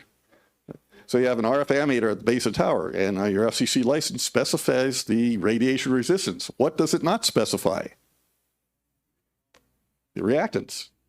Your FCC license does not even mention the reactance. So you have on your license says radiation resistance, and your licensed RF current is so-and-so for your operation. And using I²R, you can very directly measure the power going into the antenna. A very old technique and lost to most hams, but if, again, you go back 100 years, every ham had an RF ammeter or two of them. If you had running balanced lines, you had one of each of your lines. And the good news, again, touchy voltage fed antenna can be attained by feeding it with quarter wavelength transmission line. And this scoots the impedance to the left side of the Smith chart. So as a general rule, things on the left side of the Smith chart move slowly, things on the right side move quickly. A few miscellaneous notes, and these are these are not chiseled in granite by any means. In general, SWR rises more quickly as a result of reactance than it does as a result of resistance. Use of VNA shows this pretty graphically. The implication is that when tuning up an unknown antenna, it's better to resonate first and then do the matching later. This is especially true if you're working with trying to match a low band mobile antenna. So. Ordinarily, the minimum SWR occurs at resonance, but not always. So there are cases where it does not always occur. And again, being able to look at the dual trace on the nano VNA, if you're looking at both the SWR and the SWR or the Smith chart at the same time, it'll show that. So ordinarily, you'll have a minimum SWR at the center of the chart, but not always. So keep aware of that. That doesn't mean anything's defective. That's just the nature of the physics here. A few other miscellaneous notes until you get up into the UHF range. Most transmission loss is due to copper IR losses. This is why high impedance transmission lines generally tend to be a lot more efficient, like open wire feed line, because we have very high voltage, very low current, and anything you do to reduce the current is going to reduce your losses even more dramatically. In a multi-band antenna, parallel resonances should be avoided like the Ebola. But if you can't, keep in mind that there's ways you can deal with that. For simple HF antennas, usually not necessary to obsess over the balun issue. How many are obsessed over baluns? We got a good group here. Okay. How many were ever obsessed over SWR? Okay. It's very typical. Usually the whole room would be full of SWR obsessives. Anyway, but SWR is very useful. You don't want to overinterpret what it means. So anyway, as far as balun is concerned, near-field environmental issues have far more to do with antenna balance and feed line radiation than the quality of the balun. So if you're near a building there and you got a big metal wall on one side of the building, it's going to affect your antenna far more than the balun will. Now, what sort of balun can compensate for external influences like big metal structures? What's the best type of balance to use? A current balance, right? Because it's usually called current forcing. So regardless of what you have on one side, it's going to pretty much guarantee to have a balanced situation. How do you test for SWR or should say line currents very quickly? What I like to do is I have an antenna there, send a signal there, grab a piece of coax, move it around, wiggle around, and the SWR doesn't change. You've probably got a pretty well isolated transmission line. That's right. I do have a electric wire at home, by the way. I demonstrated all my classes. So I would like to do it. Maybe I'll do it next year here. Yeah, electric wires are wonderful. The best educational device I know of. Let's see. Oh, yeah. Another thing, no matter how good a balun is, if you pull a transmission line parallel to the antenna, you're going to recouple to the transmission line below the balun. So you could have a perfect balun, but unless you bring the transmission line at right angles from the antenna there, you can counteract a lot of the balun characteristics. So I'm going to plug in my nano VNA here and just show you some of the programs we have here. I'll come back to here. So what I have here is Nano VNA Saver, and this is all freeware. Just go online there and download it, and it's been through a few revisions already, and the latest revision is really good. The earlier revision, it started out with kind of a DOS-looking frame, and then eventually you had to go through a few other steps to get to this. So. And this has a standard USB port.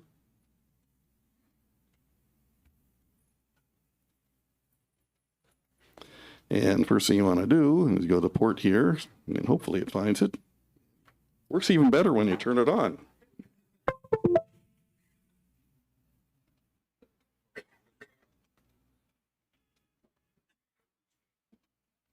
Yep. Okay, and now we can connect to device. And what I am looking at here, so first thing you do have the nice little calibration wizard here. And if you want to use a calibration assistant, you can go here, and then it tells you all the things you do. So it does in a little different order than if you're doing it with the Nano itself.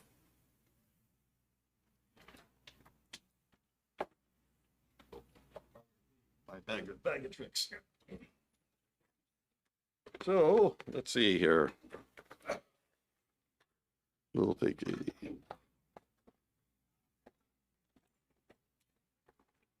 we'll do a single port first. One can never have too many connectors, right?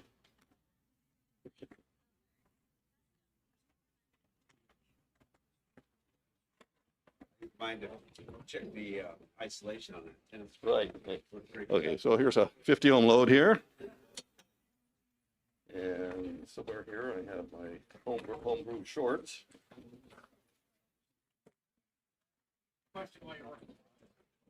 And my homebrew shorts. That's at the end of your feed line, right? Yeah, well, what it'll do is wherever you calibrate it, that's what it's going to tell you the impedance is at that point. Oh, yeah, wherever you calibrate it, that's where it's going to tell you what the impedance is. So if you've got a long transmission line, you want to know what the antenna impedance is itself, you do it. If you want to look at what your transmitter is going to see, then you want to do it locally, right? So, yeah. It depends on what you're trying to do. If you already have everything together and if you're using the Nano VNA to figure out what sort of transformer you have, then you want to put in the antenna itself. If you already decided on your transformer, then you want to do it on the input of the transformer. Now, here's another thing about the transformers. We have, you know, what are you typically using for a transformer ratio on an EFWH? EFH? Yeah, okay. You can vary, and it depends on the antenna height. It's always going to be a compromise, right? One thing it doesn't do anything about your reactance. Any reactance you have in your antenna is passed right on through the transformer. So you have to keep that in mind as well. So when you're using a Nano VNA, keep in mind that reactance is going to pass right on through the transformer. Sometimes it can actually be inverted. So depending on the transformer itself. So that's one of the things that you want to actually do some experimenting with and find out what the actual transformer does to that. So what I would do is I would take a Nano VNA, take the transformer goes with it, put a load that you think it is, you know, if it's 49 to 1 or whatever, put the resistance on there, look at the input and see if that really does do that. So, yeah, so, and one thing that's nice to have is a variety of connectors. I have a clip lead connector, which I use for directly measuring antennas that don't have a connector on it, or as I mentioned, measuring tank circuits and that sort of thing. So let's see, I have long connector here.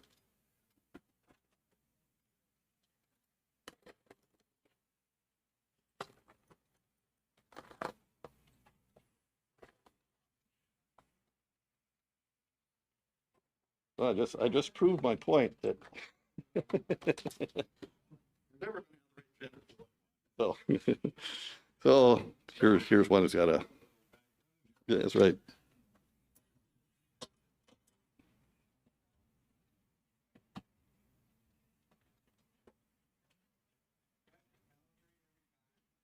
Anytime you change your frequency significantly, yeah. It will save it. It will save your calibration. So as you save it, when you do the save function, it saves the calibration for the last measurement you did. You can save, I think, 4 different calibrations. 5, yeah. So yeah, so it'll default to whatever last one was, but then you can also save multiple different calibration points. So I have one for 2 meter band, I have one for HF in general, and then I have one for individual bands. If you're using the Nano VNA software, you can save all kinds of them. Yeah. Mm-hmm. Yeah, we'll look at the touchstone files here.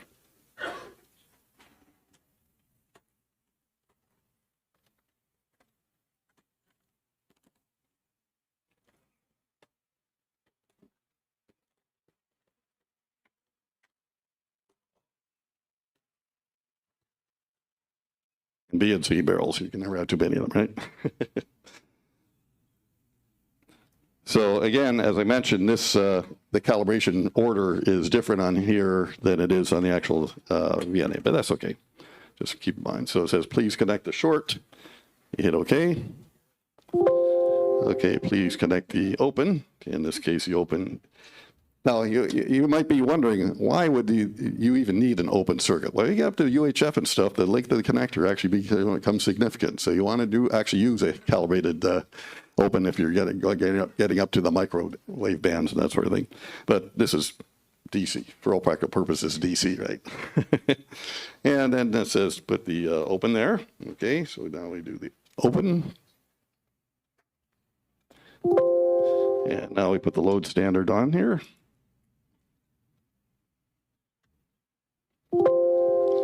And we are done at this point, so then we hit apply. If we were going to do the 2-port, we would continue on through here, hit the yes here. Now I hit the apply, and we are all calibrated. And so now if I go down to here, it says display setup, we can pick out what we want to display for each, oops, not that one. Let me go to files here. Where was I going to?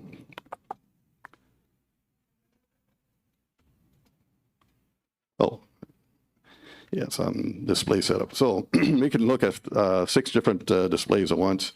This case is 1-to-1. Let's change this here to a Smith chart.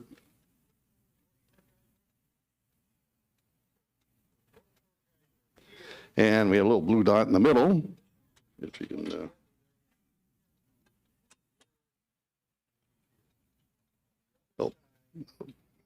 So the sweep setting is set between, okay, we'll make this easy. We'll go to sweep settings here. And what we can do is we can set this by band. So if we want to select the band here, well, let's go up to 10 meters.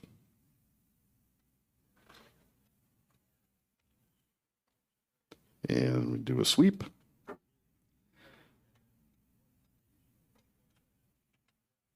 And that's with the load on here.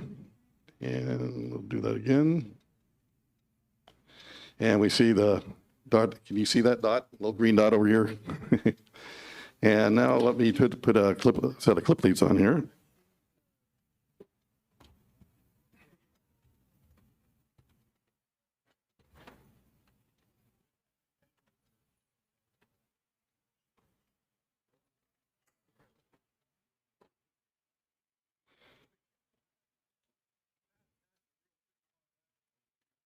Okay. And we'll show that this is not a perfect open or short. Well, actually it is. Okay. Sure enough, let's put these together here.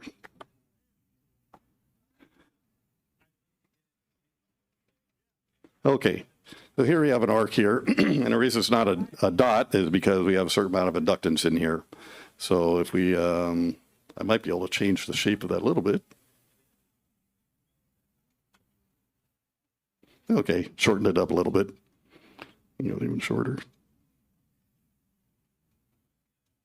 Okay, so I've been just told I have 5 minutes left. So anyway, this is, I say, a week's worth of education in an hour. So any particular questions? Yes.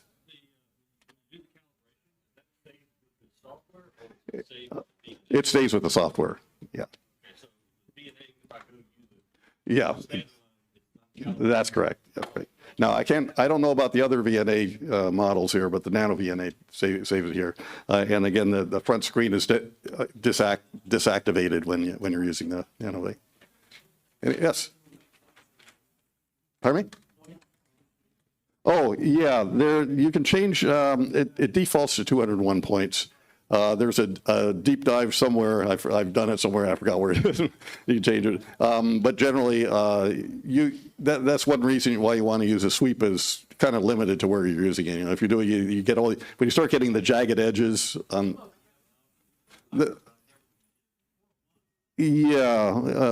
can't answer that right off bat, but yeah.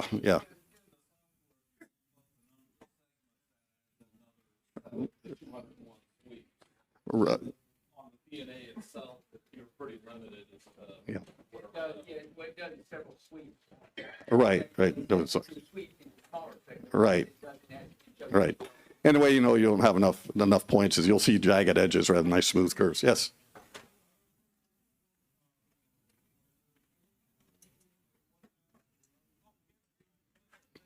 Yeah, this is the H4 model, which I think is pretty much the standard one. So I don't know what they're, I don't know if it's the latest one or what they're coming out. So you might have, yes.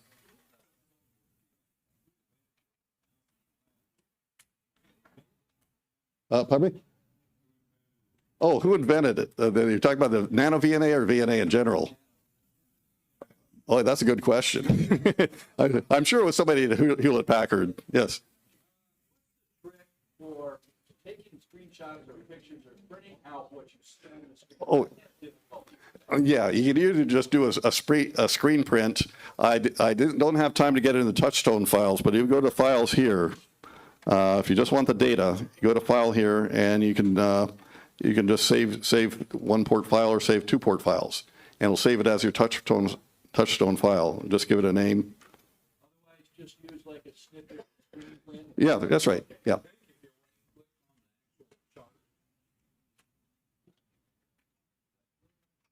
Oh yeah. Oh yeah. Save image. Okay, there you go. Yeah. Yeah. Yeah. Okay. Yes. Level on this, so this has been very helpful. I appreciate it, but this cannot be used as a spectrum analyzer, right? No. However, there is also the the tiny SA, which is about $200, which is also an amazing piece of equipment. So, yeah. Is tiny SA, yeah. I highly recommend you get that as well. So, yeah, yes, yes, yeah.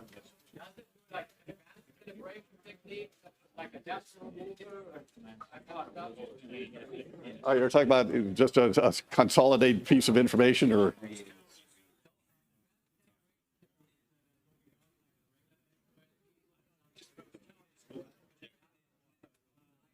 Oh, yeah. You know, I don't know if I can answer that right off that. Oh, okay. Thank you. Thank you. Oh, yeah. Oh. This is so informative. Oh, thank you. Thank you. Oh, yeah. Yeah, you have a question on this? Or? Oh, I have a question. Yes. So I'm looking into making 49-to-1. Yeah. What's the best way to connect to those transformers with just a magnet wire coming off? Oh, anyway, at HF frequency, it doesn't matter. I've used binding posts or the screw terminals. Yeah. Posts with the like alligator clips, would those? Yeah, sure. But, so just twist the alligator clips? Yeah, if you're just experimenting until you get that, then you want to solder, yeah. Okay. Yeah. And then you calibrate with those on there? Calibrate it, whatever you're going to be doing. So if I were to use this first, I would do the open short, and then I have a small resistor with very short leads that I do. Okay. So I calibrate right there. Yeah. Thank you so much. Oh, sure. Question is very important. How sensitive are these devices to external RF running about? I would, if you put it on your antenna, you're going to pick up the signals from the broadcast station. Yeah. Yeah, I don't think you can blow it out. What I would do is I always have a whole bunch of attenuators. If I know I'm in that situation, I put attenuators in first, and then. Oh yeah. Yeah. Or even if you're using a phase array and one tower's up and the other one. So. One of the engineering things on this, one of the engineering on this is 250 millivolts going into it. You're okay. Yeah, anything above it, you run it. Yeah, that's a very small. Well, 250, but that's a pretty strong signal. I mean, you're. My question has to deal with when you have any kind of display up here and you're adding traces. Yes. And those traces will change the actual mode of display on you. And you want it in on periodic, or you want it in something else. What's the quick and dirty way to get it to switch? Oh, well, what you do here on. So this is on a computer screen, but on. Yeah. So. If you have to do it, I would turn them on all the traces, leave all the traces on. But there's no way to save. Can I just ask you guys to? Oh, okay. Yeah. I need a couple minutes. There's no way to save a mode. Thanks, sir. No, other than just as a picture there, so. Thank you very much. Okay, I got a question for you when you guys. okay, sure.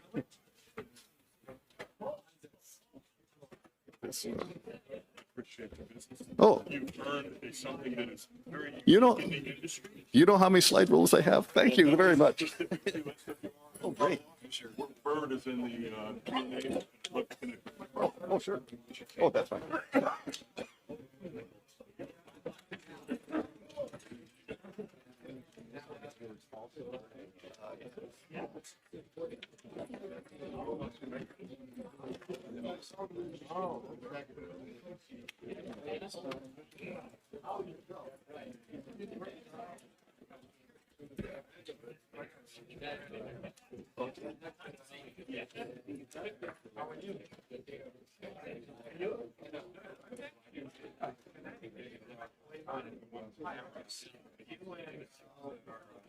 Yeah.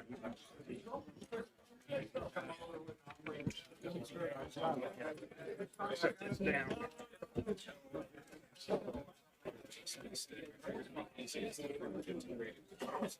Trying to measure port facing and then with losses, et cetera. Antenna system. Basically the wise. Instructions to do this. You need 60 use and wire up a transformer 50 to 75. Or use system. Doing the calibration 75, and when I do it, I open the transformer. The transformer it will and it will. So that's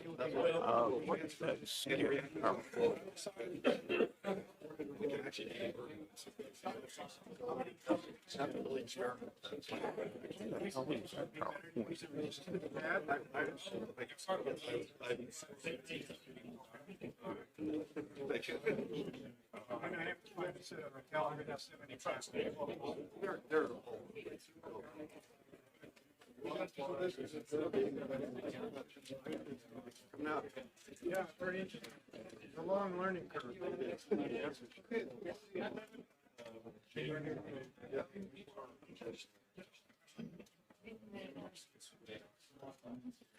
Yes.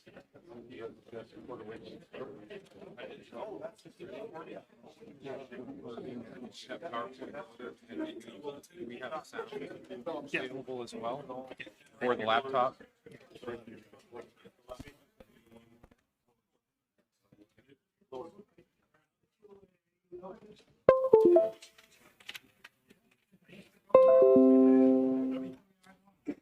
Should be fine.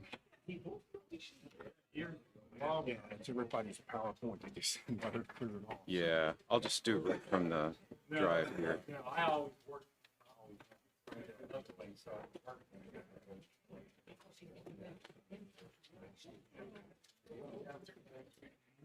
Everybody's so quiet. Hi, everybody. How's my audio? Good. All right. I'm not used to this mode. I'm not used to that F mode either, but that's another. All right. So are we going to try this? What are we going to, this is prompting me. No, I don't want to do any of that. Okay. Okay, cool. Thank you.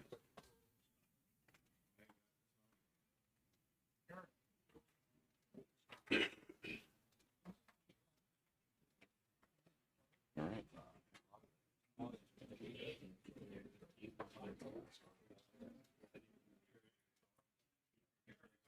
Minutes to load in here. Yeah.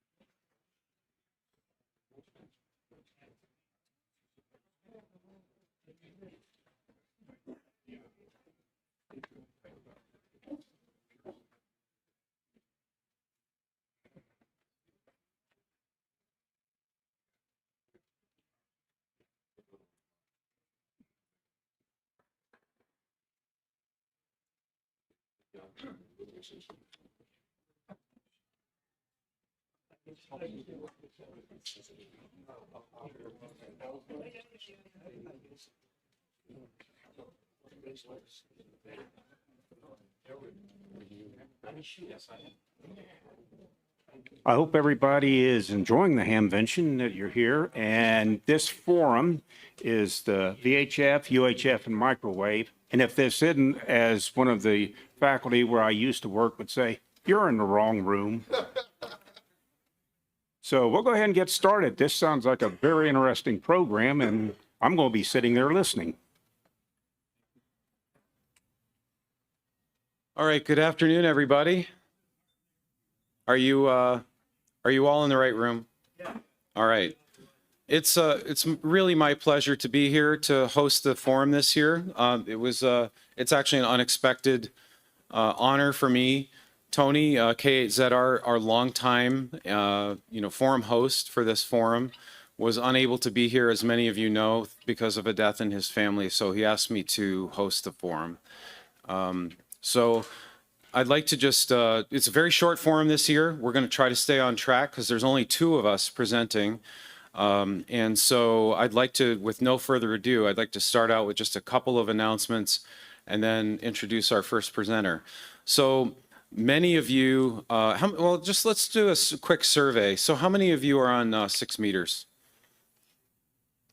Okay, I actually see some people without their hands up. That's quite shocking, actually. How many of you are on the bottom 4? Bottom 4 bands. Yeah, okay. How many of you are on 1296? Okay, it's thinning out a little bit. How about 2304? Keep your hands up. 3456. I'm sorry, 3400. It's showing my age. Okay, 5760. 10 gigs. All right, more hands. All right, I like that. 24. Okay, 47. 78. 122. Okay, 241. Okay, higher than 241. Oh, and okay, so optical. Optical is its own category. Anybody on optical? All right, we got a couple of hands. That's great. So, and how many of you are EMEers in particular? All right, we got some EMEers in the group. So this is a good mix. Yeah, EME. Okay, good. We got some EME fever. Awesome. So and how many of you are only on 10 gigahertz? It's the only band you operate. Okay, well, it's a little disappointing, but it's not bad. All right, so no, 10 gig is really that kind of a band. So so speaking of 10 and 24, the Rochester VHF group a couple of years ago decided to make feeds available again, the W1GHZ dual band 10 and 24 gig feeds. We had about 140 of them made. We have just a few left. I have 3 of them here. If anybody's interested, if you like to, just let me know. They're $220 a piece. They're up here. And also, shameless plug, I have a couple radios that I'm looking to not take home with me, an ICOM 905 and a 9700. If you're interested, let me know. I'd like to introduce our first presenter today. Andy Flowers, K0SM, has made an unbelievable number of contributions to the VHF, UHF microwave community, including creating rainscatter.com. And before that, the Rainscatter standalone software program. And there's other things too, but in particular, I think many of you have used rainscatter.com. Let me see, show of hands for that. Yep. So to help you make 10 gig contacts and above. And so I'd like to introduce Andy to talk about Rainscatter on its 21st anniversary. Andy, come on up. Give me a hand.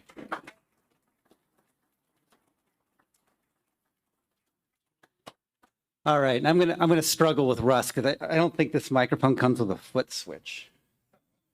All right, okay. Yeah. So that you can eat between Never mind. Here's a clicker. Here's the clicker. You can hit the foot switch, or you can hit Okay. the space bar. All right. I got a pointer here too. Great. Rain Scatter turns 21, which is kind of hard for me to believe. I got some stuff in the presentation about this, but it's been 21 years since we kind of like tried to release this stuff in software. So, okay, what's this talk really about? Well, yeah, okay, we're going to talk about rain scatter propagation on the higher microwaves, 10 gigahertz being kind of the middle of it, but yeah, there's more. The other side of it is the rain scatter website. It's now a website. And the third thing here is, you asked the question that I was going to ask, and a show of hands of who in the room's done this stuff. It used to be that we'd start down, you'd start on the bottom 4 bands, and then you'd kind of add bands to the Christmas tree, as you added sections to the tower, right, or more towers. And if you were crazy, you might go out and drive around in the snow in the January contest with all that stuff. But this, we see a lot of people actually kind of jump into 10 gigs because it's something different, right? Why 10 gigahertz? Well, it is something completely different. It's a lot of fun. And I found it's actually a great complement to other operating. The conditions that give us tropo are not the ones that give us thunderstorms. They kind of go opposite, right? So those really hot, humid, turbulent days, really not good for 2 meters, but could be really good for 10 gigahertz DX. The other thing about it is the equipment's not crazy. This is my daughter, Maggie. She's sporting actually our 10 gigahertz station. There's some ancient stuff on here, but it's an IF radio. Okay, it's an IF radio, an old one actually. And then, transverter. We mount the key right on there with a battery. There's an antenna switch. It's not a lot of stuff. It's not really anything that different that you would do at like 1296. There's no magic here. Keep things short. But the great thing is there's a lot of people on the band that want to work you. And the people on 10 gigahertz tend to be really like, go-getters. They want to do this. The great thing is there's a 10 gigahertz contest, and you guys, you can run around with all these other crazy people pointing dishes at thunderstorms or, down across the lake or trying these weird troposcatter paths. Right. Actually, I think Maggie's the one right there coming out of the box on the bottom. I think. All right. What is rain scatter propagation? Well, precipitation particles scatter RF. It could be usually on this planet. It's water in some form. You've probably experienced its effects, right? So the weather radars use backscattered signals at about 3 gigahertz to measure precipitation. It's actually not really a reflection, technically. It's actually just energy that's scattering back. You may have also seen, rain fade or something on direct TV type stuff. That's an extreme case where the signal just scatters and scatters and scatters and scatters, and there just isn't enough left coming out the other side, right? You might not have experienced its forward scatter component though. So that's what we're going to be talking about. What's going on with scattering? You guys have probably seen a picture that looks like this. This is a horizontally polarized wave. Maxwell tells us that if we have an electrical field that's alternating, we also get this magnetic field, but we kind of ignore that. So this is horizontally polarized, right? So I got my dish pointing out, my waves are going out, E field's going out horizontal like that. Now, imagine, if you will, a very small particle, small relative to the wavelength, a small particle in this alternating field. So this alternating field's passing by this particle. If we're at 10 gigahertz, it's alternating at the 10 billion times a second, right? Going by this. That field's moving real fast as it goes across that particle.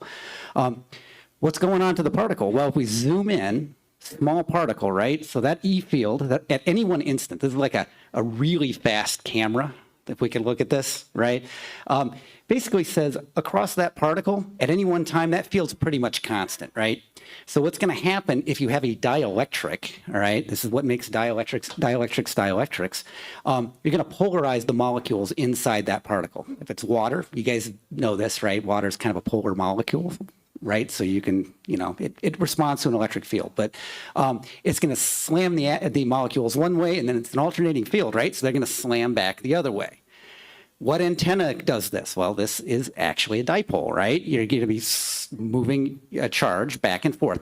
It's not real efficient. It's not a good conductor or anything, but that's what's happening. And if you do that, you end up with a dipole radiation pattern. Now, this is like a bird's eye view of that dipole. Remember, we're horizontally polarized, right? This is really a donut that kind of comes out of the page and goes back down around, right? But that's what we're looking at. So if I'm radiating from the left-hand side, you've got a backscattered component. This is what your weather radars like to look at. But there's also this forward scattered component coming out the other side, and that's the real DX maker, right? Now, when we do rain scatter, we don't actually scatter off of one raindrop, right? There's a whole bunch of raindrops, like millions and millions of them. It looks like this, right? This is a thunderstorm. All it is a tower of saturated 100% humidity, right? With a whole bunch of these really helpful dielectric particles spinning around in there with all the wind, all right?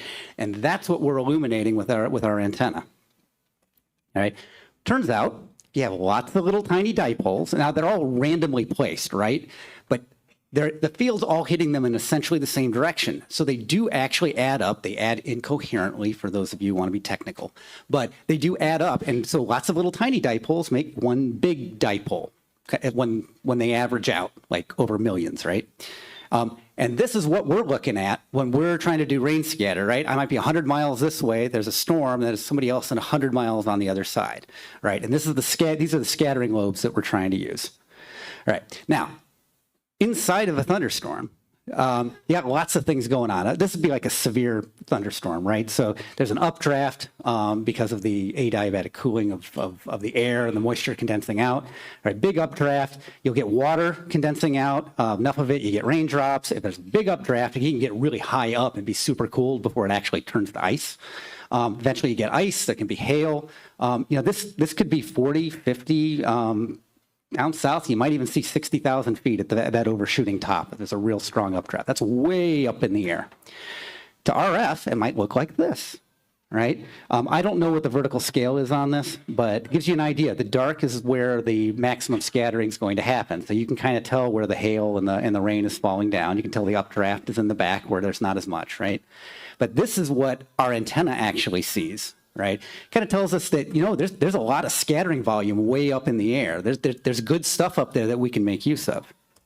All right, so you can take this knowledge. We didn't ask this one. Satellite operators. Any? Yeah. Okay. Right. You know how a satellite tracking program works. There's an altitude to the satellite. You make a footprint. Right. Well, we could do the same thing if we know where a rainstorm is. Right. Especially if we could get some of that altitude information off of the radar. You could say, hey, there's a path between point A, point B, and point C here. They should be able to talk to each other. Right. Okay. We're going to talk more about how we do that, but it's kind of good to actually understand what these things sound like. So there's really, remember we said those particles are all flying around? You're going to get Doppler shift off them, right? Depending on how the winds are moving. Yep. Okay. We'll see if the audio works. All right. We'll talk about two different things. There's stratiform events, which is really what you get in the winter. This is where you don't have a lot of turbulent convection. It's just kind of, it's that really dark, just those dark winter days where you just have light rain or snow and that kind of thing. So not a lot of wind, right? So let's see if I can, whoops. I can play this, yeah.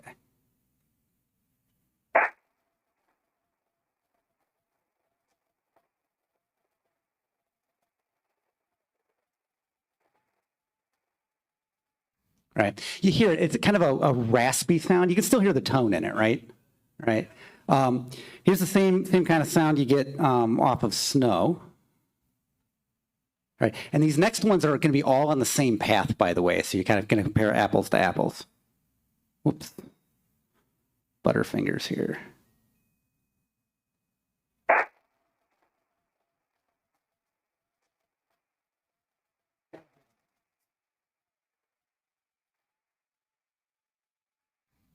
Oh, that was the same one, that's why.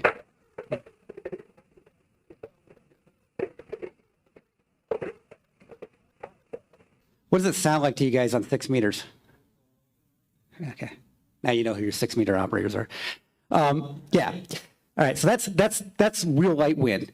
Same path in the summer off of a severe thunderstorm.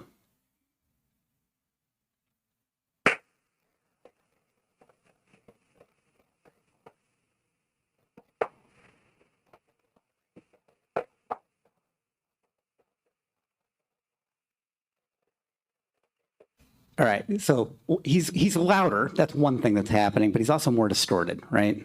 Almost like 2-meter aurora. Not quite that bad, but pretty close. Same path, switching to narrowband FM. Same storm, narrowband FM.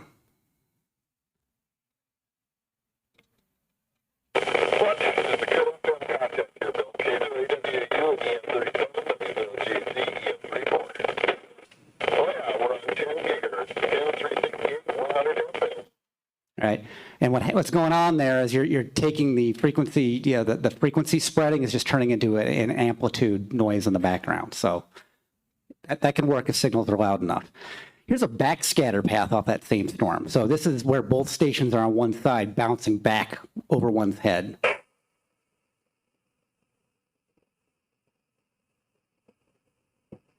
Really wide, right? What's going on? All right. Top picture here is showing a forward scatter path with the storm between the two stations. Bottom one showing a back scatter path. At the very bottom is the equation we use to calculate Doppler shift. And what it's basically saying, for those of you who don't like derivatives, is saying that it's as the path length changes. So it's basically a function of your frequency and how fast the path length is changing. It's either getting longer or getting shorter, right? You can tell on the top, if a particle is moving toward one station, it's moving away from the other. So there's really no net difference in the path length. Whereas if you're in the backscatter scenario, a particle that's moving away from one station is also moving away from the other. So you get a large negative Doppler shift. Likewise, particles moving toward one station are also moving toward the other station, so you get a large positive Doppler shift. That's why you're hearing that crazy spreading, like we're talking 2-3 kilohertz of spreading in CW. It's happening because of the Doppler shift. In a storm, you've got both things. A lot of times there's wind shear or there's a mesocyclone or something. You got particles doing both things inside the beam width that's being illuminated. So. And then if you're going off to the side, okay, well, you gotta do the math. But yeah, it's best on forward scatter, it's worst on back scatter, and everything else is in between. All right. This is my daughter. She does want you to know that you can operate 10 gigahertz scatter in January. Where in Western New York, you do have to dress for it, however. All right. Why 10 gigahertz? All right, well, there's a really scary equation down there, which basically says, on the left-hand side, the average power received. Generally speaking, we like to maximize that to be heard. All the stuff on the top is just basically your antenna and your transmitted power. The big thing's circled there, all right? So what this is saying is, as your wavelength increases, it's in the denominator, right? So the effectiveness of the scattered signal is going to go down. In fact, it's going to go down at the square law. Basically, this means if I go from 10 gigahertz to 5 gigahertz, I should be about 14 dB quieter, all things being equal. The reality is they're not all equal. If you have a 2-foot dish on 10 gigahertz, you got a 2-foot dish on 5 gigahertz, your gain is not the same. This also assumes you're fully illuminating the rain. There's a bunch of other assumptions. But the point is, this says, as you go up in frequency, rain scatter gets better, right? In fact, what does it say about 24 gigahertz? It should be better, right? The problem is you run into atmospheric path loss and other things that get into the way. So it turns out 10 gigahertz is just right? So that's why 10 gigahertz. So that's why we tend to do rain scatter there. You can do it lower. It's very effective at 5 gigahertz. You can observe this all the way down to 900 megahertz. With amateur gear. Now, at those power levels, you can probably work direct on the path anyway.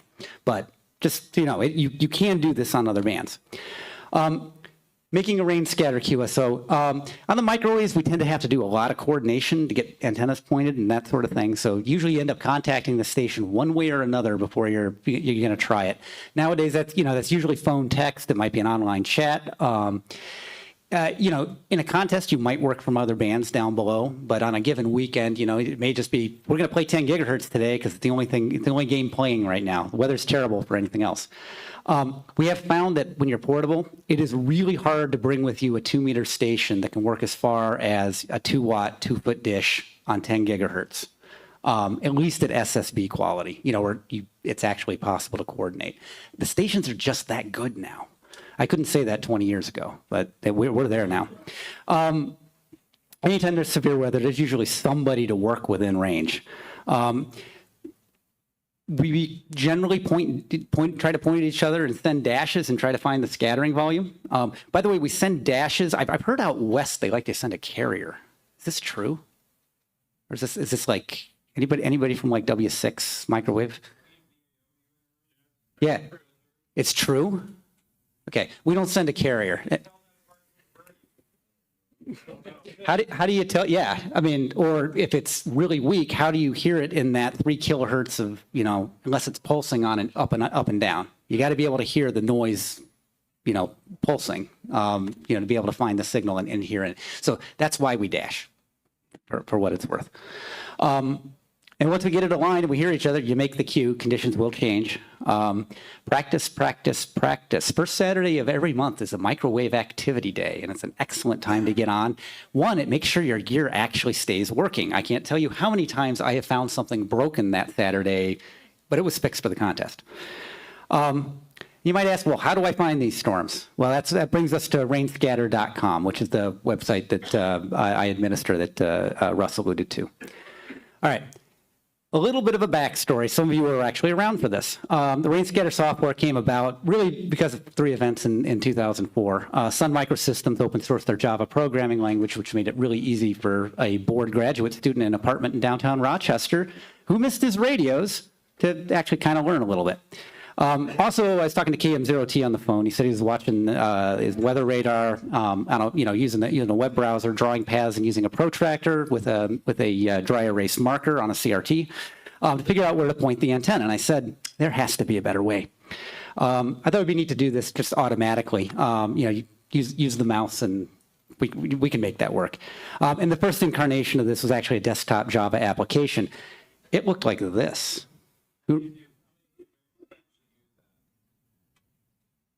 Yeah, okay. Yeah, that's it. It worked. It was clunky, but you had it had issues. A lot of things actually did come out of that were kind of neat. A year later, this is a screenshot that Dex made for the Contact W4DAX to AF1T. I think it's still the North American rain scatter record on 10 gig. I show this to you guys in this room because I don't remember where to find it on this. Right down there, it's 40,000 feet. All right, it was a little higher than that probably when they made the queue, but it's nothing magical going on there. Is this occurring in only convective environment, or is this also occurring in warm? Yeah, can I field that a little bit later? Don't let me forget. All right. This is so I'm just showing you this. This is what happened right out of the bat, right? Okay, we're going to fast forward to 2020. Hey, a lot of things happened in 2020, one of which I found myself with some free time. So RainScatter went to the cloud here, and that became rainscatter.com. Now, how many of you have used rainscatter.com again? Okay, so there's a lot more than use that Java app. Yeah. It works in just about anything with a web browser, and I don't have to deal with firewalls, operating systems, Java runtime environments, et cetera. And now I can let the GIS servers and Google Maps handle all that nasty map projection stuff. I still don't know what my favorite map projection is, but whatever they were using, I didn't like it. You can also do some other cool things that we couldn't do before. Like you can zoom in and out, like all the radars at once kind of combined in one view. There's a satellite view. You can kind of find landmarks, by the way. If you zoom in with Google Maps, you can figure out, you can say, oh, that tower's there. And it's, oh, I'm here. So that's 289 degrees. And if the sun's not out, there are things you can do to, get yourself lined up when you're in the field. You can also save locations if there are rover locations that you often want to point at. You can actually have them on the map, and it'll give you headings and all that good stuff. You can also optionally post yourself on the map for other people to see. Some people like to leave, a phone number or a text or something like that because they're looking for people to talk to. So you can do that if you wish. By the way, please don't do that unless you're actually on 10 gigahertz. One, you're going to get a lot of phone calls, and it will clutter up the map. So if you're on 10 gig looking for queues, by all means, please do that. Here's actually what it looks like. This is a screenshot from earlier in the spring. I live out here near Rochester, New York, and it's just kind of showing that there's a potential path all the way over to the other side of Chicago. So, and I've worked this path So this actually does happen, but it tells you where two people need to point their antennas. You notice it's not the direct path, right? And that's what this gives you. It gives you, hey, we can coordinate and find a place together to point at.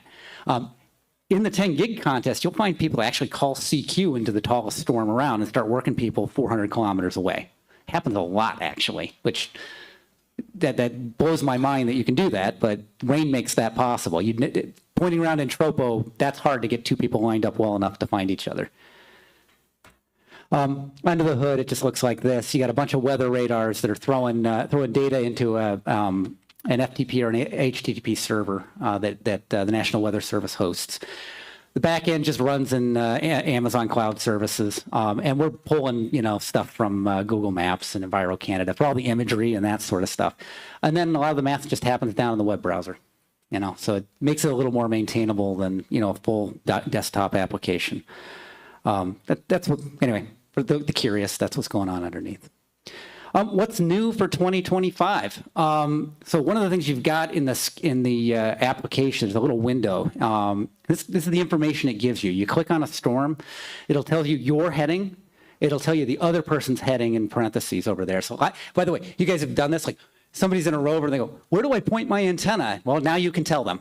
You got to figure it out on your own.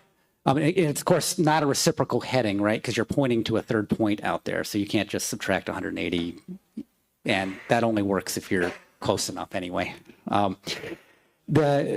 tell you, some other information there. But the big one is the scattering elevation. I mentioned 24 gigahertz earlier in the atmospheric loss. And one of the things we recently figured out is you can reduce the amount of loss by actually elevating the antennas, which means you need a storm that's relatively high that you can get up a couple degrees. It turns out that you get a lot less atmospheric path loss. All that water vapor loss happens close to the ground. So if you can elevate up, you actually get maybe a little less scattering, but a whole lot more signal because you got less water that the RF is passing through. I have another talk on that. We won't get into it here, but that's a big thing. 24 gigahertz is going to be a good band in 2025, especially with all the new stations that are on with like the WaveLab units and some of those things that became available. All right. By the way, this did work in the 10 gigahertz contest. Maggie and I were out there. The third, fourth, and fifth longest 24 gigahertz contacts were rain scatter. In fact, we worked VA3 ELE on narrowband FM at 250 kilometers. He's got a video of it up on YouTube there you can check out. That was pretty cool. It kind of validated that we're onto something there. We had to point the antennas up about 2 or 3 degrees to make that work. There's nothing at the horizon. Anyway, if you're not on 10 gigahertz, I just want you to remember that this is not hard. There's nothing magical about doing the dish. One of the great things is you don't even have to put it on the tower, right? Most of your 10 gigahertz operators have something that looks just like this on a tripod. I don't even have a tower at home, right? So, yeah, I heard about that in Maggie's talk this morning. So yeah. What we got, in the back there is that's the nuclear weapon. That's a 20 watt TWT on 10 gigahertz. Yeah, which needs a new relay. My main 10 gigahertz station, Maggie's right next to it, the next one over from the left. Russ actually, when I moved into this house in 2018, Russ came by and just dropped off 2 really ugly looking dishes, one of which was torn. He said, "Look, here are 2 broken dishes. You can make one good one out of that." Well, that's the one good one out of that. Russ, I think you probably soldered that in like the back parking lot of the ARL HQ or something. It's a penny feed.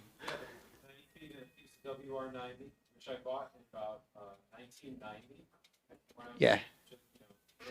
Yeah. I have a picture of that antenna, or at least, well, part of it. I'm not sure which parts of it, with Russ and W2FU in the back of a pickup truck somewhere in Pennsylvania. Yeah. Bradford Airport. Okay. Yeah. About 3 a.m. or something. Yeah. Yeah. It has that same dish. Now, it was a little cleaner back then. And then 24 gigahertz WaveLab unit. And then DARA there on the far on the right is using a 76 gigahertz dish that Tony lent me Steve lent me before the contest. So I got to make, I didn't actually make any cues in the contest because you got rained out, but I did work Russ before the contest on it. So I did get to make a cue on that band. That was cool. All right, to the Q&A. I want to get to your question about, can you ask it again? Yeah.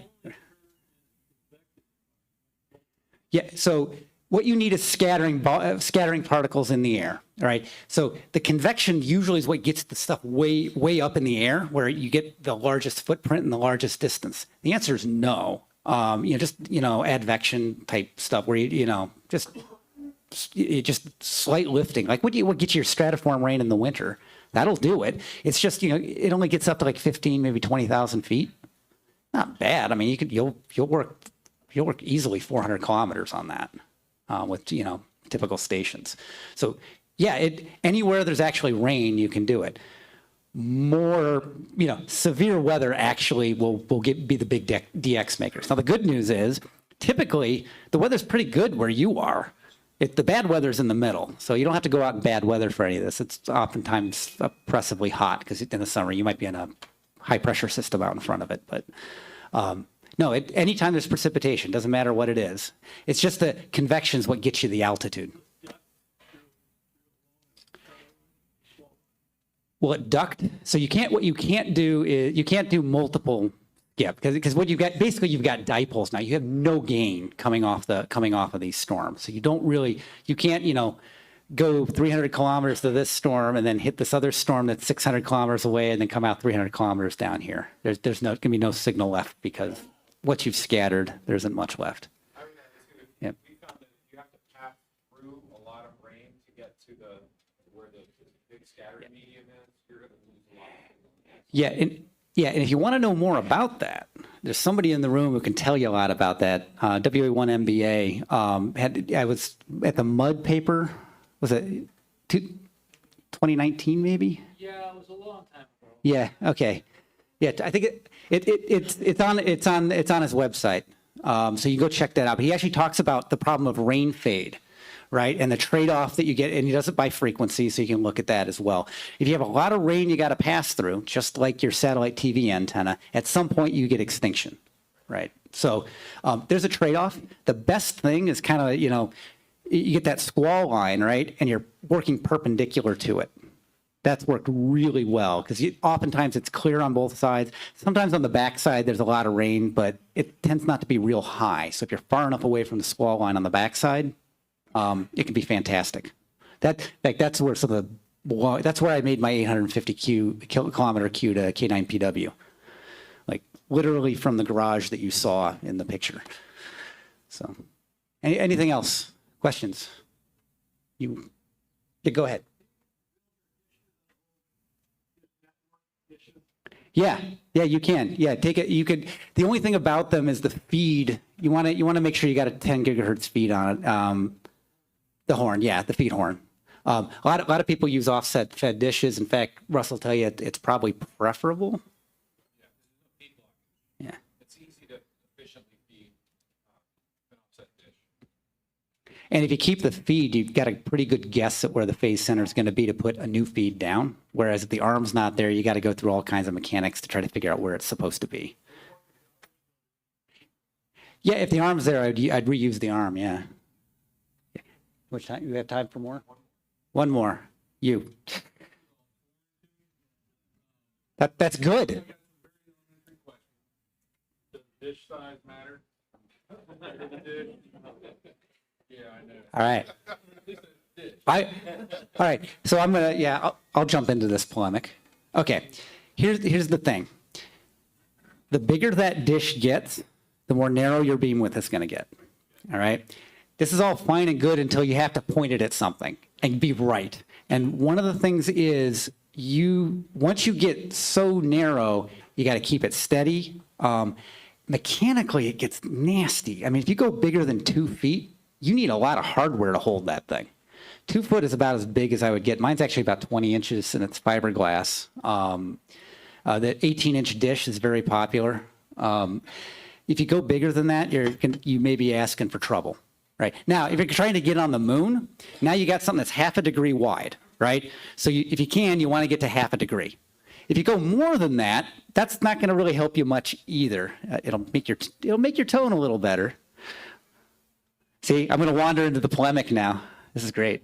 Yeah, but the point you do get diminishing returns. Especially at terrestrial. I mean, what does N9ZL run? Oh, you got a 4-foot dish. 4-foot dish. Yeah, or maybe a 6 in the back of his truck. But he goes to a lot of right. Yes, his antenna rotator is basically like Yeah, it's very precise. Yeah. I would say, a lot of us are running, how many are running 76 centimeter dishes, which is a 30 inch dish? Yeah. So that's good too. You can manage that pretty easily. It takes a little learning, especially on 24. But there's two issues. One is it becomes a sail in the wind. So sandbags, when you're portable. And the other is it's more difficult to get it into a vehicle. It's hard to get, bigger dish in and out. So, you usually have to take it off the mount and more setup time and all that. So it's practical limits, but between 24 and 30 inches is pretty good. Yeah, and this is what I use for the car. The battery is right on there. I can just take this thing out. I can pick it up, put it in the back seat of the car, actually buckle it in underneath the dish, and go. It takes me 45 seconds to go from this to in the car ready to go. Usually because there's lightning and thunder and I really have to move that fast. But, it's just a shoe. Oh, just it's just a try. That's all it is. Pretty light. Honestly, that's the way I would do it because it's not a sail. If you could do 18 inches, is a lot less of a sail than 36. So.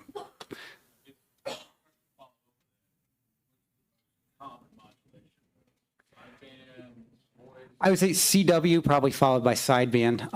When rain scatter's good, people will go to FM. There are lots of times when there's a storm kind of over Niagara Falls, there's a big repeater in the sky. Everybody's on FM working each other on 10, 368, 100, kind of like you heard.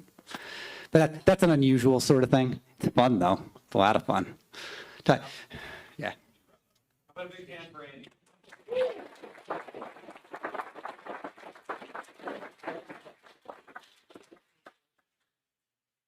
All right. How many of you are inspired to do 10 gig now? All right, that's a lot of hands. That's great. It is really fun. The first time that you find that repeater in the sky by accident, you're hooked for life, especially if you're using borrowed gear and now you're like, oh my gosh, I have to go buy this stuff now and get on. Right, Mike? Yeah, okay. All right, so I'm up next. And what I'm going to talk about is modern approach to roving. So I've been roving in VHF, UHF contests since, I guess since the 90s, the early 90s. But, I was off the air for a long time. Rona was raising my kids and got back on the air in 2017 after kind of an extended absence from the VHF, UHF bands. And a little bit of a color for this. Some of you already know this because I'm one of those people who doesn't really hold back with my thoughts on things. I don't care for FT8. And so I don't operate from home on the VHF, UHF bands because you kind of are forced to do that. So I decided to get back and build a rover again, and because I don't have to do that, right? I can just do CW and sideband and be very busy in VHF, UHF contests. And so really I just focused on, well, what would I need to do to build a really effective rover? And where I live, the region I live in happens to have so many people in it that it really pays to have a pretty, you're busy all the time, right? So I'm going to get into a few aspects of this: rover design, preparing the vehicle, the operator, creature comforts, and then some results. So a little background. That's the same dish that you just saw. And this is a 1994 Saturn SL2. Jim, are you still in the room? 84 EB. So Jim worked on Saturns back in the day, worked for Saturn. And my wife and I both had these cars. These were great cars. Probably never saw one built as a rover before, but this was just a third-party roof rack, piece of plywood up there with a piece of Roan 6 top section, and pretty crudely outfitted. A little bit of an arm there on the front to help me raise that. It would ride back in the horizontal position with the antennas behind the kind of over the trunk lid. And a real conglomeration of stuff in the passenger seat. The back seat was full of gear. And I used to joke that, we call this wireless. I mean, there were so many wires in that vehicle. It took hours and hours to set this up. But it was a real simple setup. Ran the dishes back to back. That's the 10 gig dish with the penny feed that Andy runs now. How many grids have you worked on 10 gig with that? 38? Very impressive. So from the driveway, yeah. So there's more photos of this whole setup on K5TR's website. He decided to archive these if anybody's interested in more. I still use, there's a little blue Yagi above the dishes there for 900 megs, which I still use on the Rover. But that's what it looked like back in the late 90s. So my design approach was I wanted to be effective and competitive for the bottom 10 or 11 bands. So 6 meters through 10 gig and 24. Minimal complexity. I wanted low box count, high reliability, fast and easy to set up, minimal troubleshooting, simplify and improve the antenna system, design it to build and test everything indoors, so minimize outdoor setup time. I live in Western New York in the Finger Lakes. It's very cold in January. I wanted to rove in January. And I wanted to automate band switching so that, really simple, quick band changes. Take a two-step approach to remoting the gear to the roof because I wanted all the gear on the roof, real short feed lines. For the antenna system, I decided on a receiver-mounted step with a rotator attachment. That's just a G800 and a Green Heron RT21 controller with the DC powered because I didn't want to have AC power in the car. No inverter, no noise, right? The upper mast support is just a pressure-treated 2x6 with U-bolts. Feed line management, you'll see in a second. I use an H-frame for a 902 to 3400. And I bought quick release boom to mast plates from Directive Systems, so I can just take it. You just pull a pin and then rotate the booms off the mast, and you can just take the antennas right off the mast. It's very quick. I leave the feed lines attached to the antennas all the time, and this is what it looks like. So that mast step that you see there, Amazon.com, it's very heavy duty. I think it holds like 500 pounds or something. It's got internal webbing underneath made out of steel that happens to have the right spacing so that I could drill the 4 holes for the rotator. I have the clearance for the bolt heads. That goes right into the receiver. The G800's bolted to it, stays there all the time. And then the rotator cable just comes out through the tailgate, right underneath the tailgate. And then you can see how the antennas are mounted on the mast there. Feel like Vanna White. I'm either waving this way or that way. And the lower antennas there are 3 of the antennas have the Directive Systems quick release plates on them. You can't really see that level of detail from here, but what you can see is that 2x6 that runs kind of the length of the roof rack. It's got 2 big square U-bolts that come up. They wrap around the roof rack. That's a factory roof rack on the Pilot. And come up through and just hold that in place. And then there's a piece of aluminum that extends behind the 2x6, which has a single U-bolt, and that provides an upper support and kind of thrust bearing for the mast so it can turn inside of it. And then the feed lines just sort of wrap easily around. They're all LMR 240 or LMR 400 UF, the Ultraflex, the low temperature stuff. And that just takes one easy wrap around the mast. The feed lines stay attached to the antennas all the time, so they stow quickly. The H-frame there that has the higher frequency antennas, that whole thing stays assembled all the time. So that just goes on with a single U-bolt and a saddle onto the mast. So it's pretty quick to deploy. It's really cold, though, so I'm still working on that. Now, I mentioned the 2-step deployment. You'll see equipment in the car in a second here, but the equipment is going up onto that 2x6 in a box. It's going to get bolted up there, so I'll be able to shorten up all those feed lines. So typical Western New York January. Yeah. How many people live in a climate like this? So yeah, so you can understand why I want to minimize my deployment time, right?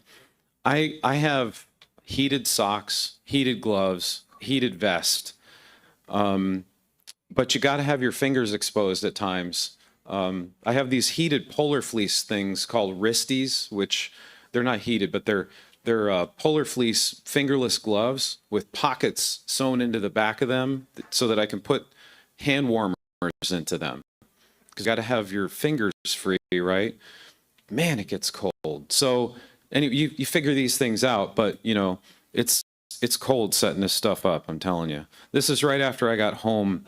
Actually, I think it was a Sunday morning of the January contest last year. So this is what it looks like the January contest this year. There's a little bit more detail here. You can see some sort of orange in the in-gig horn, which is what I used this year. You can also see the IC9, there's an IC905 in the mix now. I was trying that out in January this year. Felt a little weaker, so I'm not keeping that. That's over here, actually.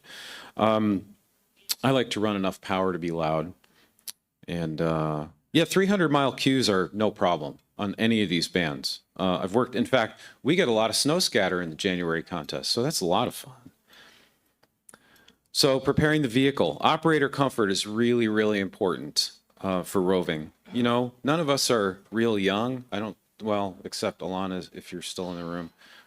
But none of us are real young. So, you know, I can't sit in an angle for an extended period of time anymore. That's really uncomfortable. So I have to face forward.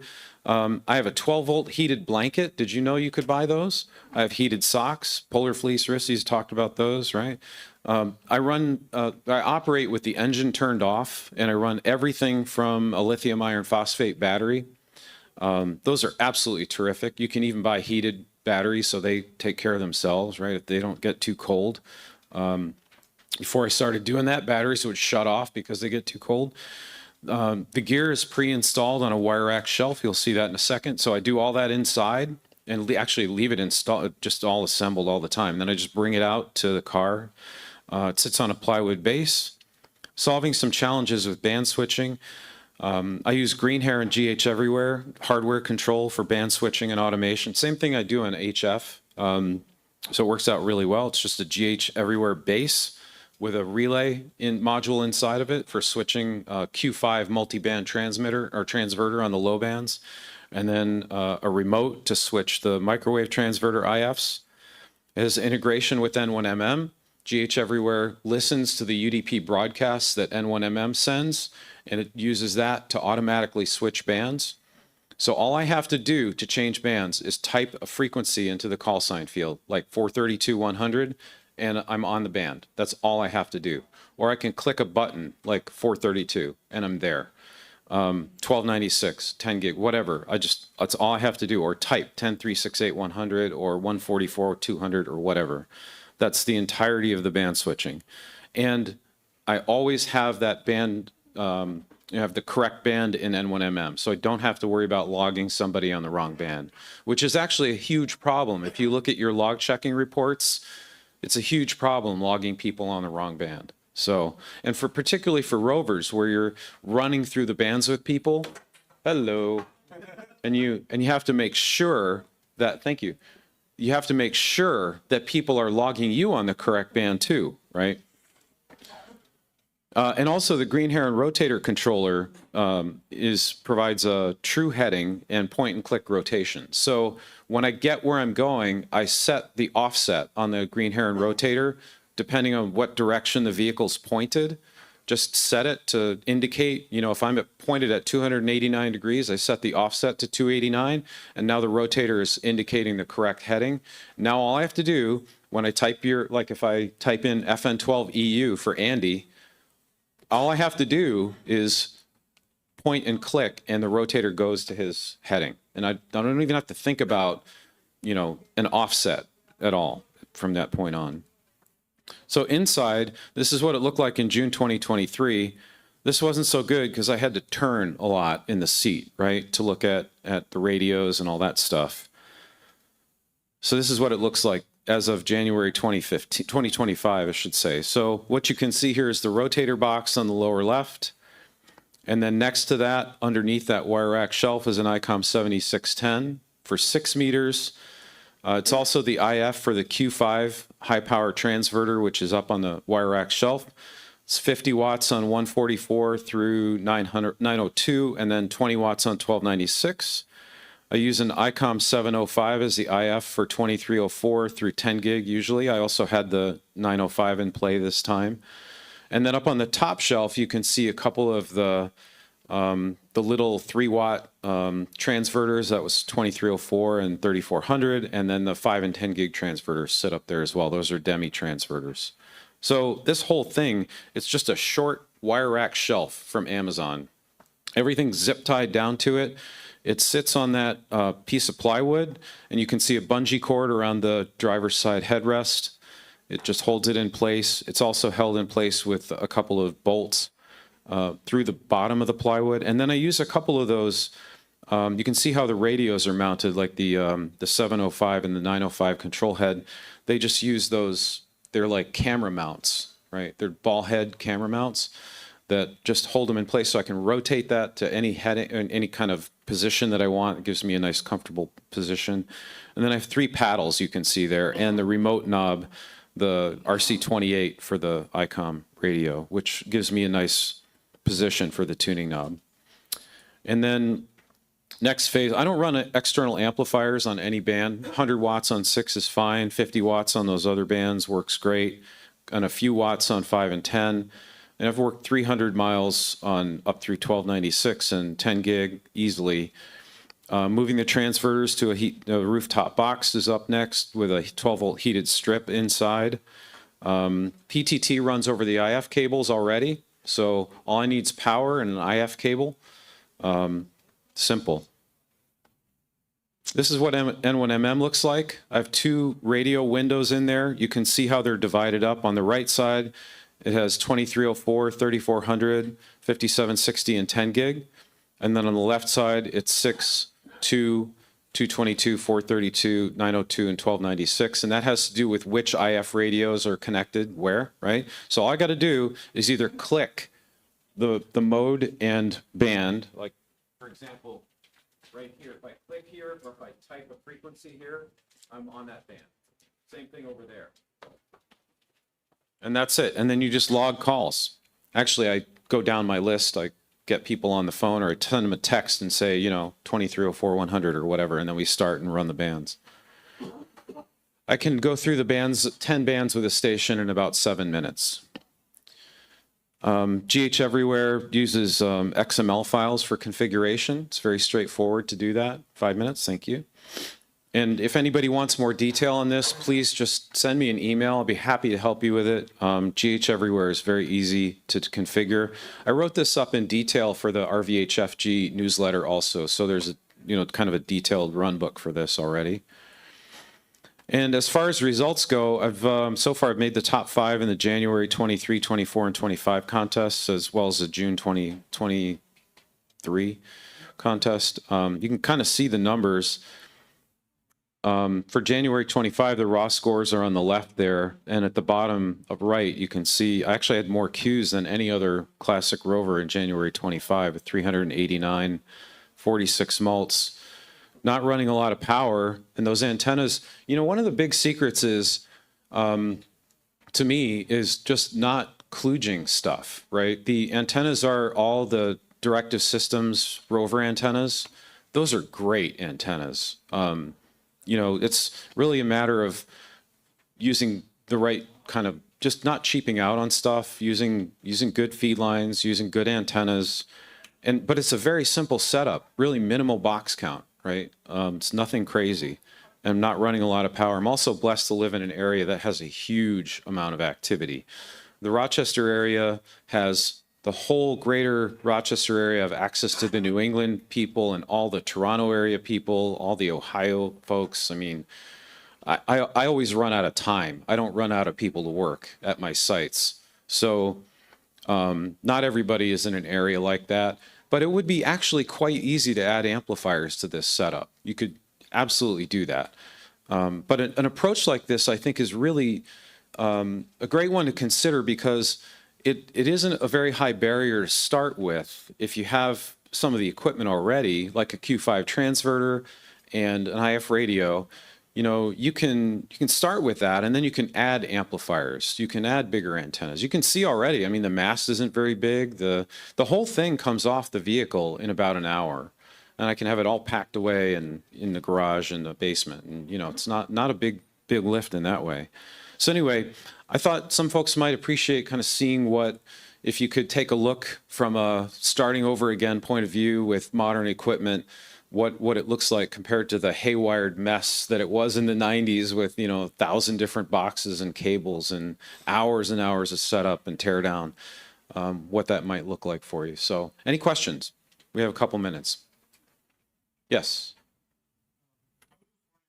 How did you connect to the floorboard of your car? Did you just thread bolts down to the floorboard?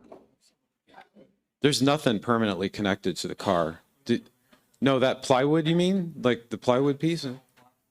The plywood just sits on, I folded the seat down and the plywood sits on that. Yeah. I mean, it's just really very basic and yeah. Yep. It could pretty much work in any vehicle. Yes. It's just I run a single 100 amp hour. Actually, I probably ran a 200 amp hour LFP. I have a bunch of them, but the whole setup will run easily for the whole weekend from a 100 amp hour LFP. If you're running power, you'd want to run it from a 200 amp hour LFP. Yeah. Or charge it overnight. Yep. There's one in the back, I think. Any other questions? 900 is it's a 12 or 14 element Yagi and 50 watts. Yep. Oh, it's a Q5 5BVUX, the 5-band multi-band 50 watt version. Yep. That is a great transverter, by the way. How many of you have those? Okay, got a couple. Yeah, those are terrific. Yeah. You can really do this with a very low box count. So, all right. Well, hey, thank you everybody who attended the forum today. We have a great turnout, and I really appreciate you coming. And thank you.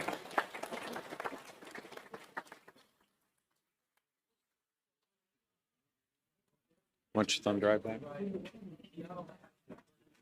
Yeah.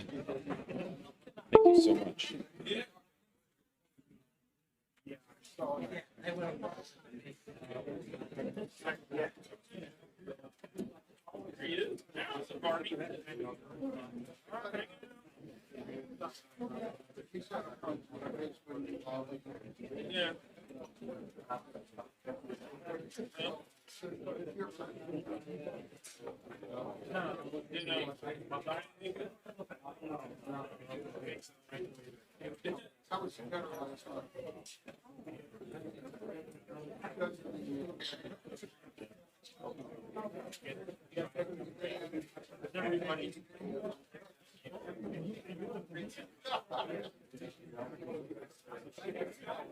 Just gotta get the knees to work. I ran against this morning, so they're sore.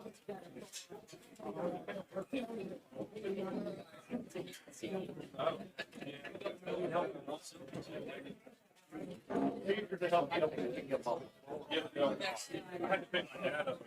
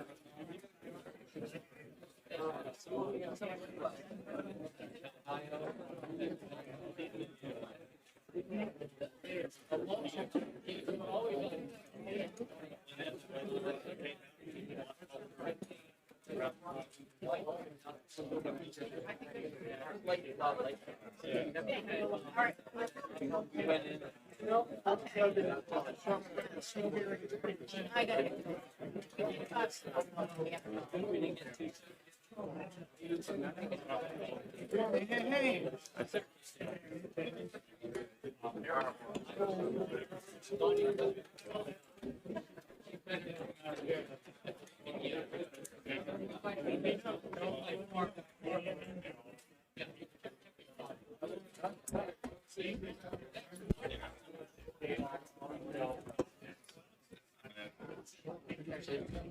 It's a little more like 9.5. You got an HDR? Yes, right up there.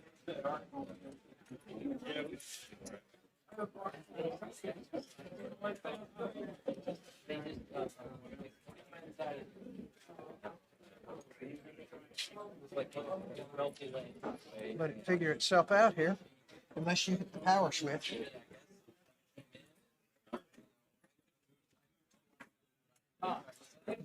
You might have hit the power switch.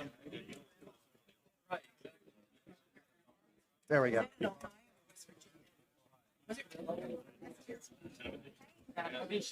They pulled over and stopped. Not right away, then the next section. So we stayed. Yeah. No, no. Maybe they can pop it out.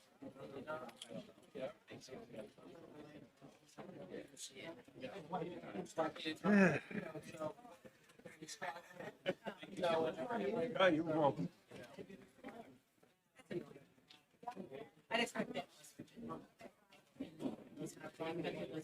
Now I get to empty my pockets of all the stuff I've acquired during the day. First time I've slowed down since I've gotten here. Yeah, I'm super old. It's so easy. I live 50 miles.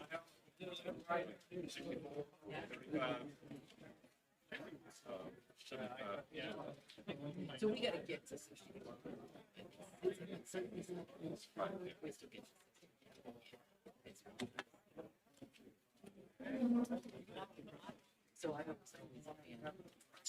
Y'all are actually staying for this?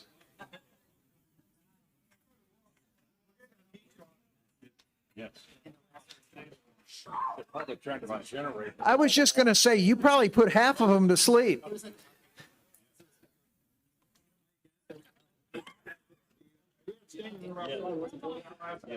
That still constantly amazes me. It really does. And I appreciate it. Thank you all. I'm really enjoying this. This is always a lot of fun for me.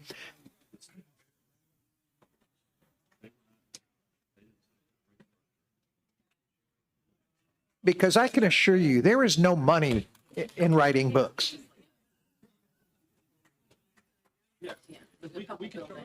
There is no fame and fortune in writing books unless you are Stephen King. I am not Stephen King. I may be in one of his books, but I am not Stephen King. But this is, and I was telling my editor earlier today, this is one of the reasons I do this. I enjoy this. I love meeting my readers, my fans, and I love sharing. And so this is one of the reasons I'm here. And thank you all. I mean, you're the reason I'm here. So thank you. We'll just wait a few more minutes for the doors to close when we run out of seats. But that has been surprising. It seems like every year this forum does manage to fill up. So just shows how many people are coming here to get their geek on. How many of you have been through one of my forums before? My God, gluttons for punishment. Yeah, that's the fun part. You know what's coming. They don't. And I'll give you a little hint. I have been a ham since 1973. I've been to infinite number of forums. Personally, the ones that start quoting formulas and math and that dry material, I don't do. So when I put together a forum, I try to think, what do I want to see? Why am I going to sit here through this?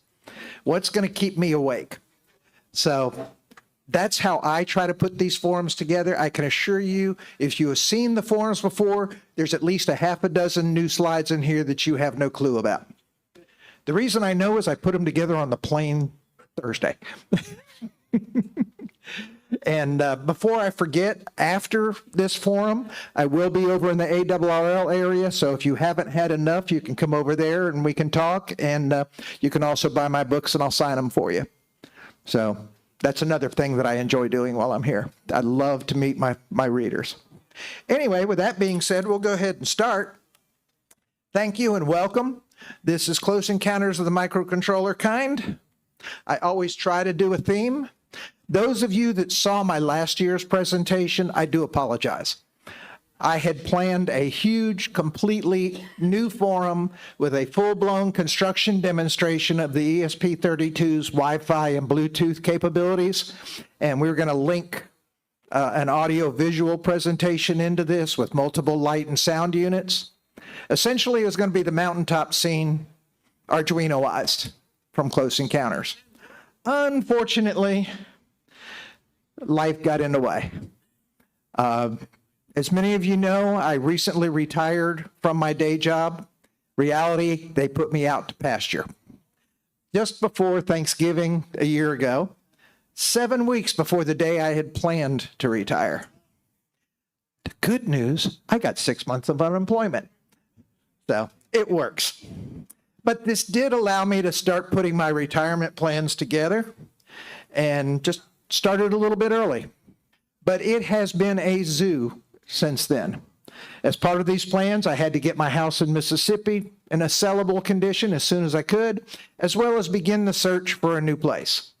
Many of you know I've been looking at Eastern Tennessee to retire to for a number of years, but the cost of housing there just went through the roof. And then the hurricane came through.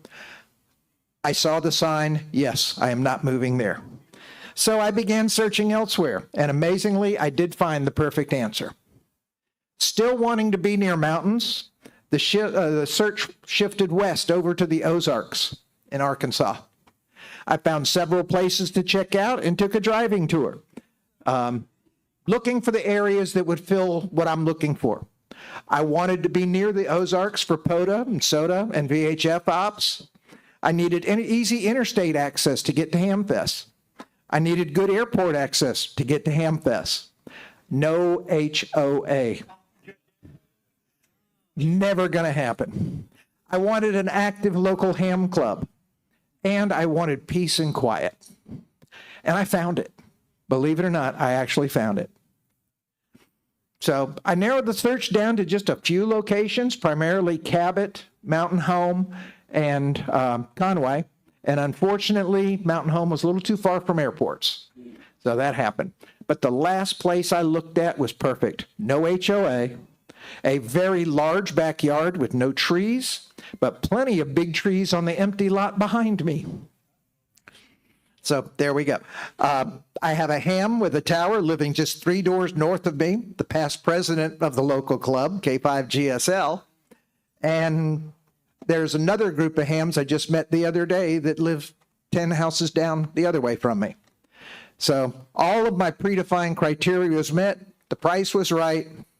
Now we moved. How many of you are familiar with the Three Stooges? Do you know what they did after they retired from movies?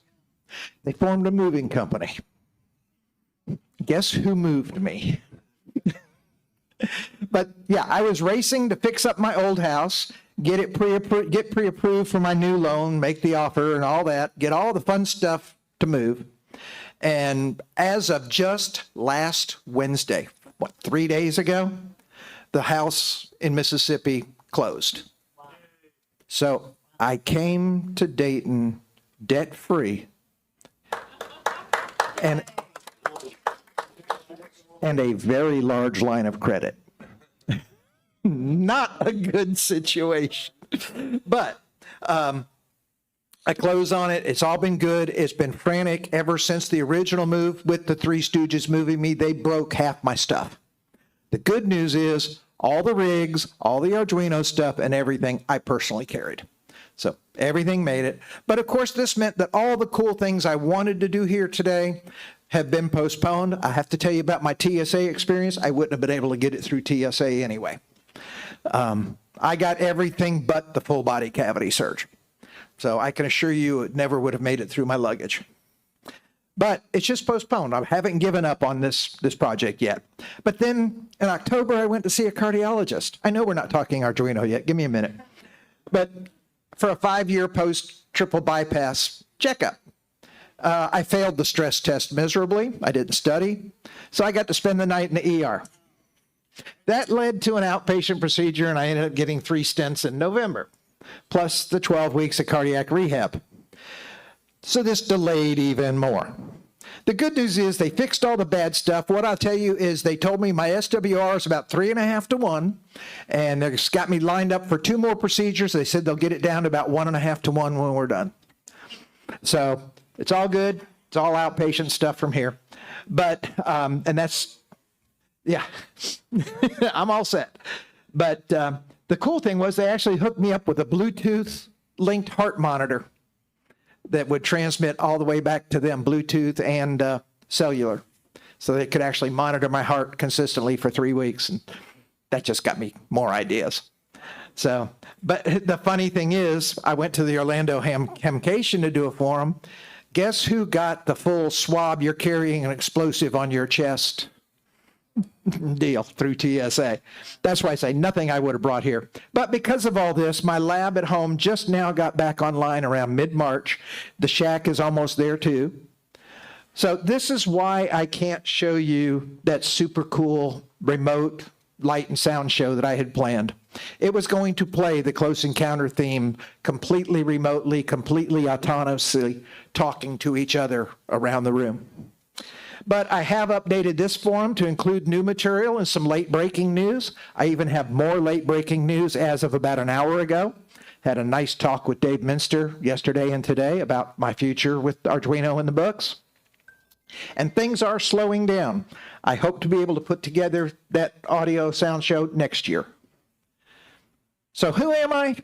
I am now a retired network engineer and technology consultant.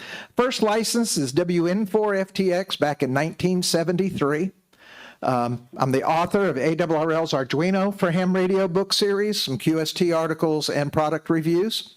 And many of you know I also show world champion Maine Coon cats. These were ARRL's calendar girls back in 2022. We have Godzilla on the left and Rodan on the right.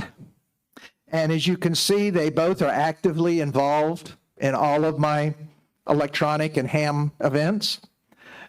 Believe it or not, Shadow, the one on the right, lays between my soldering iron and the project I'm working on. She has never been burned, but whenever there's a shiny part on the desk, that paw comes out. I have to carry treats in my pocket, and it's trade, and she will actually push the part back to you and pull the treat in. And she pushes the part first. And this is the ongoing fun of owning a Maine Coon. Think of them as 3-year-old children that never grow up, and they're in the terrible 2s and 3s. That's these two. Godzilla's right at 22 pounds. Shadow, she's about 15, 18. But there's a new guy on the block. He's called Sasquatch. He's a 5-year-old boy. We can't tell him, but he is adopted. I had a friend that had to place their Maine Coons, and I took him in and helped her find a home for the other one. He's bigger than the girls, by far. And now, how big do these guys get? She's 3 feet 4 inches long. The one on the right, I call her Rodan, her name's Shadow. I call her the little one. She's got a 5 foot 9 inch vertical leap. How do I know this? The ceiling fan poles of my old house were 5 feet 9 inches off the ground. How do I know this? She did a volleyball smash on one in the middle of the night at 2 a.m. There was nothing to leap from, straight up from the floor. So these are the two. And remember, she's the little one. Did I say these guys are huge? That's a 42-inch TV in that picture. He is 3 feet 8 inches from tip of nose to tip of tail. 44 inches. And he's got another year of growing to go. And as you can see, he loves to be in the middle of things too. But today, I am finally going to answer that one big question we've all had in life. No, the answer is not 42. I've got a microcontroller. Now what do I do? How many times have you asked that? I've been asked that 1,000 times. My simple answer to this point is think up what you want to do and go do it. And it really is that easy.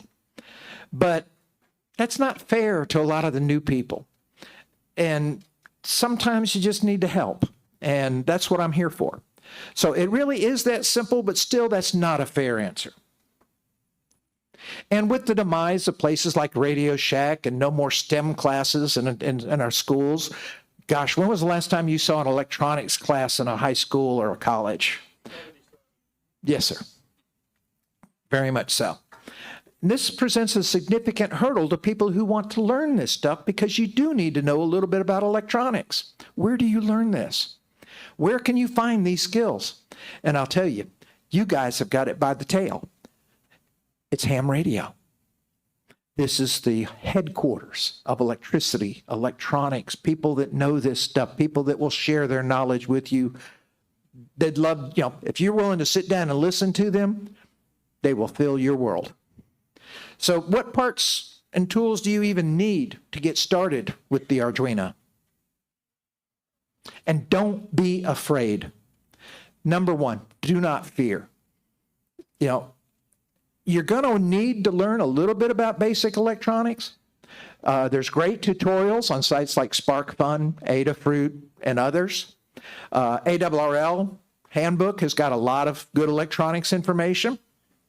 They also have a new book, Understanding Basic Electronics, that can help you there. And once you understand the basic roles of the various components, then you can learn how to combine them and create your own microcontroller projects. And don't be afraid of wiring something wrong. The worst that can happen, you just burned up a $5 microcontroller. Don't get Starbucks tomorrow. You're good. It's that much of a sacrifice. The reality, these parts are generally very forgiving. You're dealing with 3 and 5 volts mainly, sometimes 12. They're very forgiving. And if you do let the smoke out, it happens. Enjoy it. One thing you're going to need to do is learn how to solder. Again, a lot of your fellow hams and local clubs will do programs on learning how to solder and basic kit building. A lot of ham fests, Orlando in particular, offers areas that teach soldering and kit building skills. Joe Eisenberg's got a wonderful kit building forum that he did here yesterday, but he does it at a lot of ham fests. And whatever you do, do not hold the soldering iron the way she is. If it smells like chicken, you are doing something wrong. But you will need some basic tools and test equipment. And as with any hobby, you can spend a little or spend a lot. You can buy a little $5 rig, or you can buy a $5,000 rig. What do you want to do? I'm cheap. I'm getting the $5 one. But you don't need the best of everything to build microcontroller projects. In fact, you don't need everything. As your skills progress, naturally, you're going to be in acquisition mode and grabbing test equipment and cool stuff and as you go. So you're going to pick your tools and test equipment that suit your particular needs and wants. But in addition to a simple standard voltmeter that you can pretty much get given to you by Harbor Freight, there's a few tools that you're really going to want to have. A soldering and rework station. This one here is simply $50 from AliExpress. This one has a hot air gun, and that is great if you ever want to move up to surface mount equipment. If you do, do not ask me to follow you. I will be doing through-hole components for the rest of my life. But some people have the skills and ability to do surface mount. With that hot air gun, you can do surface mount and do it correctly. But it's also great if you want to do heat shrink tubing. That's what I use mine for. Get yourself a little component tester. How many of us are from that 4-band resistor color code era? The bright colors that we can see, the wide bands. Whenever they went to those little 5 narrow, pale, icky color on that whatever background they use, I can't read them anymore. I have to grab a meter. Or I get one of these component testers. And same with the capacitor codes. What is a 103 capacitor? I don't know. I can't do the zeros in my head like that. 0.01 or whatever. That's what I came from. The 1977 and prior eras. So it's easier for me to stick those in the component tester and let it tell me. Or I got a part sitting in my parts bin. Is this an NPN or a PNP transistor? I don't know. Stick it in and let it test and tell you, and it'll even give you the pinout. And these are about $10. And as you can see with mine came with a security option. I dare you to take it away. You also probably at some point you're going to want an oscilloscope to build and troubleshoot these projects. They do make life easier at times, and eventually you'll probably want one, but you do not have to have one. And they're actually not that expensive. Amazon sells a 2-channel digital storage scope for about $180. That's a long shot down from the $1,000+ that we used to pay for those old big Tektronix ones. But you can still get an older analog scope in a Hamfest flea market. There's half a dozen out here for $50, $75. Another thing you're probably going to want is a logic analyzer. Think of this as an oscilloscope for digital signals. It lets you see the signals and the timing relationships between these signals. So it's real easy to see, do I have a timing problem with why things are not working? A typical logic analyzer has up to 16 simultaneous channels that you can look at. Connects to a PC with a USB cable, and so you got the full display on your PC. These things start like at about $45. And this is what we're talking about. You can now see the signal relationships between your entire project. So you can see I need to do this clock timing and act it when the signals are at this level across the board. You're going to want a development system. Something simple. A lot of people start out with just a breadboard and jumpers, and this is a great way to start out. Again, start out cheap. But as your projects grow and become more complex, you're going to want a more stable development environment. The one shown here is the phase dock workbench. I call it a breadboarding system on steroids. It uses a system of interchangeable platforms that you can put components and things on and customize them to suit your prototyping needs. I reviewed this in the April 2020 issue of QST. Something new that they now have a starter kit.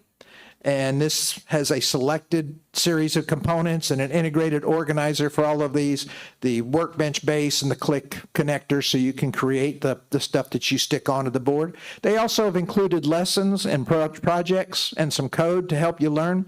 That's probably one of the biggest things about the Arduino is finding places to learn, to have people help you learn how to do all this stuff. And this is one way to go. You're going to need to learn how to read schematics. And not all people do. And that's something, if you're going to be building things, you're going to want to learn schematics. It's nothing more than symbolic representation of the components and the connections needed to create a project. It's just a common way of transferring this information to others. And a quick search will take you to websites that can help you learn how to read them and understand them. And again, the ARRL handbook is a great place to start. Grow as you go. You don't need 1 million parts.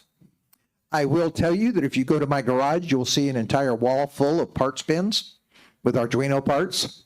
If you're going to rob a house and be the Arduino guy, my place is the place to hit. But get you some basic components. Don't go overboard. But you're going to find you're going to use the same parts over and over in your projects. A 1K resistor, that kind of thing, just all the way through. And they're very inexpensive. And the best thing to remember, parts are parts. Today's day and age, they're pretty much all coming from China. It doesn't matter where you buy them. The component values are the same. Their reliability is the same. Save yourself some money. I've been buying from the cheaper places like AliExpress and Banggood and even Amazon for years. I haven't had any problems with parts. So save yourself some money. Don't need to spend the big bucks on your parts. But you're going to want to have a bunch of basic components on hand so you don't have to be singing that Mr. Postman song while you're waiting for those parts to be delivered. And I do have a printed list of recommended parts. I managed to leave that at home too. So send me an email at kwgp@arrl.net and I'll be glad to send you a copy. As for displays, I prefer to use the color thin film displays, typically the 1.8 inch and the 2.2 inch. Most of them are designed for 3.3 volts. The Arduino is typically 5 volts, although the later generation is going to 3 volts. So you're going to need a voltage shifter, a level shifter to go between the two. They have a module for that. It's the TXB0108. So you're going to want to get a handful of those to convert between 5 and 3.5, 3.3. And those are bidirectional. So you use that and you can easily talk with your TFT displays and other devices. But there are some really cool things you can do with these TFTs. The cool thing about the Arduino is everybody is sharing their code and their drivers, which in the Arduino world are called libraries. For example, this is Dwayne KV4QB's version of an SI5351 direct digital synthesis VFO, designed by TJ Uebo, JF38CB. The code and libraries are all available online, but as you can see, that's actually one of those old planetary drive displays like you used to see on the old Swan rigs and everything. So now you can create your own analog and digital displays for your projects. You've got some other displays. I like to use the organic LED, mainly because they're bright and can be read in daylight. They're small, very low power. And you've got the Nokia 5110. How many of us had an old Nokia cell phone? You had that display. If you hate it, don't buy it. If you love it, these things are very cool and very low power and can do some basic graphics. For the time being, I prefer to avoid the e-ink displays. They're wonderful. They're gorgeous. But per Adafruit and SparkFun, you can only update them once every 3 minutes or you risk damaging them physically and they will never work again. Until they work that out, I would recommend staying away from the e-ink unless you have a static or very limited changing display. And while these things do produce it, this is those limitations I was talking about, they're also very slow to refresh. It takes a second or so to refresh the screen. And so for this reason, be careful if you're going to use them. They are cool though. For modules, you're going to want something like the AD9850 direct digital synthesis module if you're going to do any RF, transceiver, receiver, transmitter. This will generate a perfectly clean sine wave from 0 to 40 megahertz with an accuracy of 0.0291 hertz, no drift, no chirp, no nothing. So there's how accurate. Now, how many of us had like an HW16 that chirped like a bird? Yes, sir. You don't have to worry about that with these. Then you've also got the SI5351 that we mentioned earlier. This is a signal generator that can generate a signal from 8 kilohertz to 150 megahertz with 3 outputs, and they're totally independent from each other. But the output's a square wave. What happens when you feed a square wave into a transmitter? You get distortion and noise and harmonics. So you're going to need to filter and smooth that square wave into a sine wave before you get it on the air. That's the only real thing about the SI5351. But that alone makes you a little transmitter right there. You've got receiver modules, the SI4700 series of radio receivers. These can be used to create complete AM, FM, sideband, and remote radio data system receivers with just a single chip. So now you can literally do a 2-chip transceiver. Some of the cool things coming up, voice modules. DF Robot has a voice speech synthesis module that is great for text-to-speech. It's got a built-in onboard speaker, and it connects using the standard TTL serial interface or the I2C bus on the Arduino. You've got the ISD 1820. This is a voice recording and playback module. Can sample 8 to 20 seconds of audio at 3.2K per second, so reasonably good quality. It's got an onboard microphone, an on-chip speaker driver. Think about this when you're contesting. How long does your voice hold out? Usually maybe an hour, 2, maybe 3, if you're really lucky. What if you could record your voice for the contest exchange or for the calling CQ?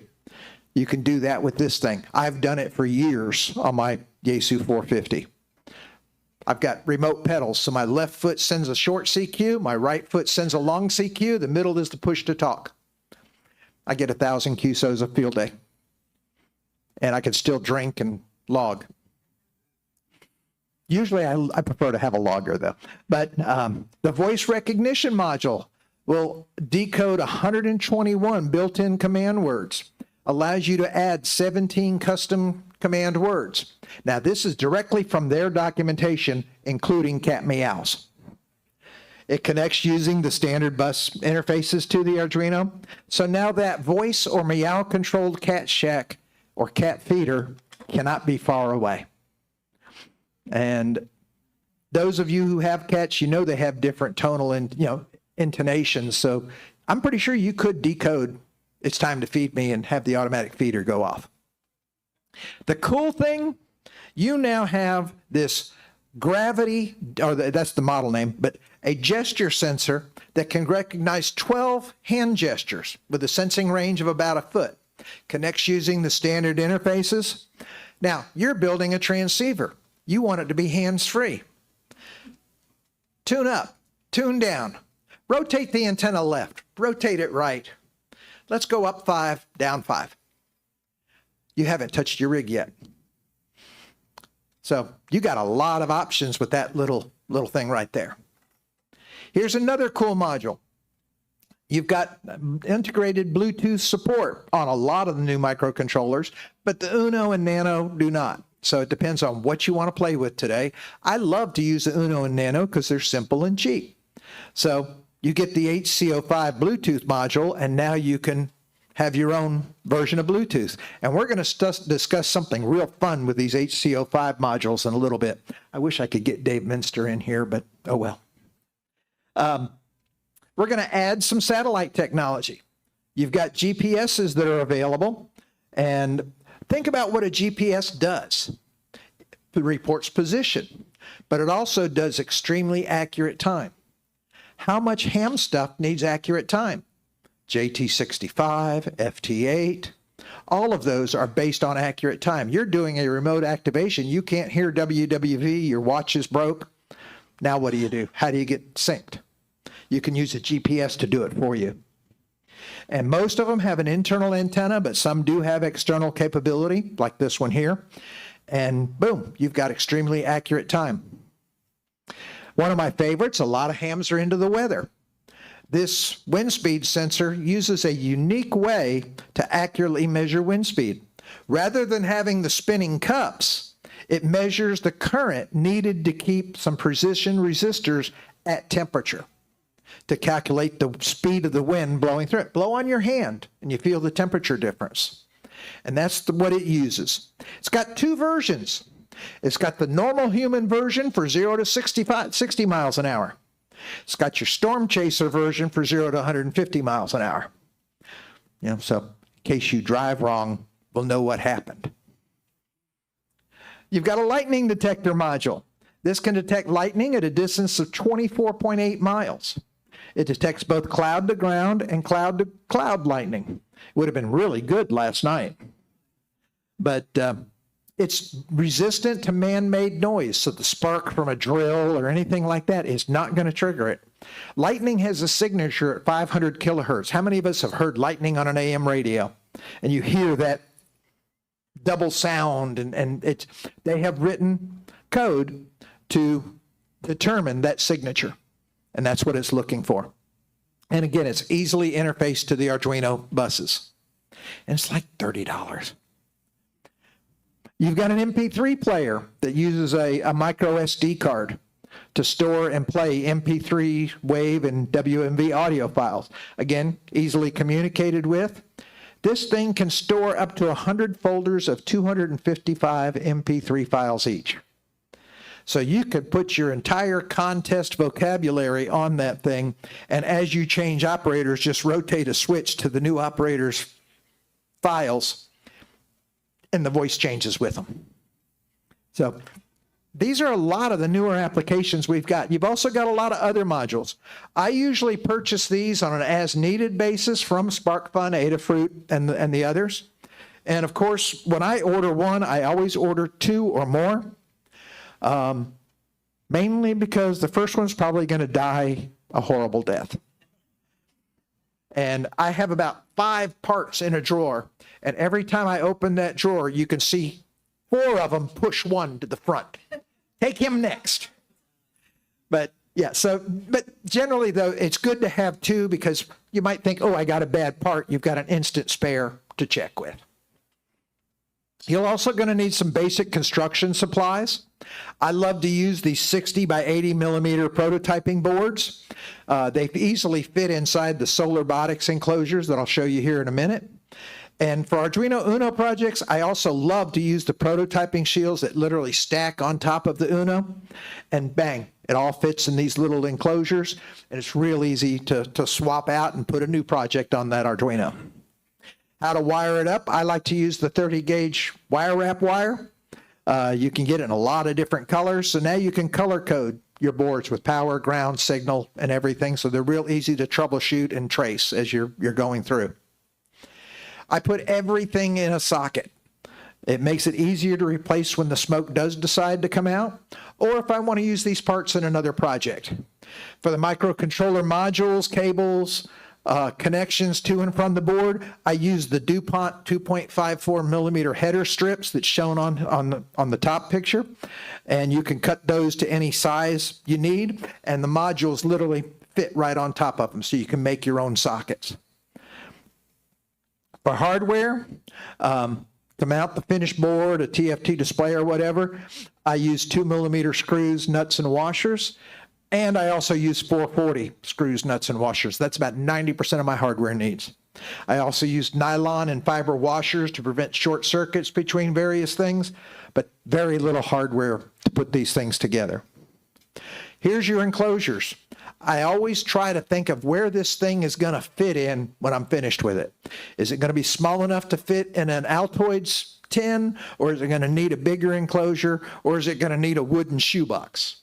You know, and so as you're building, think about how big of an enclosure you're going to need and plan accordingly. My personal preference is these Solar Botics laser cut Mega safes. They fit an Arduino. They're designed for an Arduino Mega, but an Uno fits in them wonderfully, and you got extra space for battery and everything inside. But you can turn just about anything into a microcontroller project enclosure. On Thingiverse, there are a whole bunch of 3D enclosure printing files that you can download. If you've got a 3D printer or access to one, you can download and do your own enclosures. For finishing touches, I found this when I was cruising through the local hobby store, Hobby Lobby. You can create your own labels using those using water-soluble decal. They come in sheets. They work in inkjet or laser, depending on which ones you get. How many of us built those little plastic models as kids and had those decals to slide on? Now you can print your own graphics and color and everything. Just print the labels on the paper.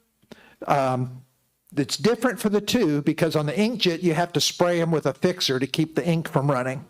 The laser doesn't have that.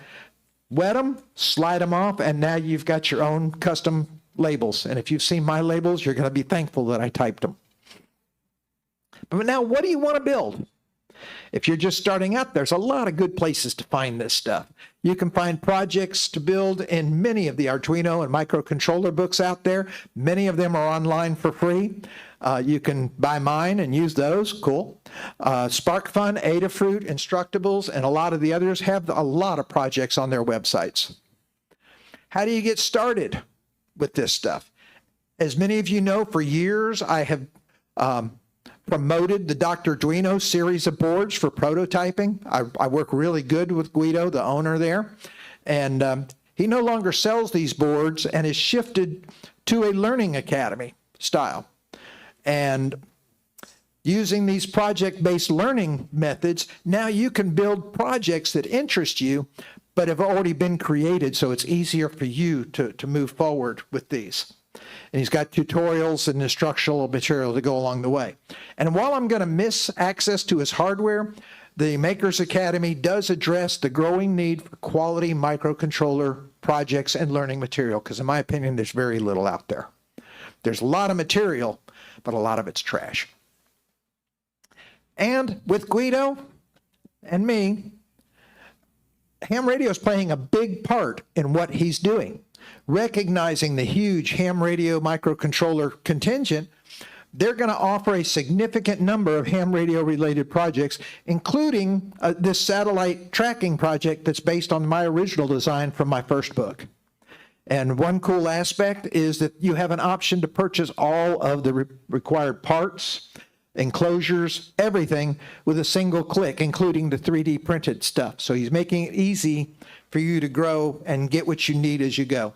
And he's extended a special price to all of you. If you use my name, Glenn, with one N, at drduino.com, he'll give you a discount on the Learning Academy.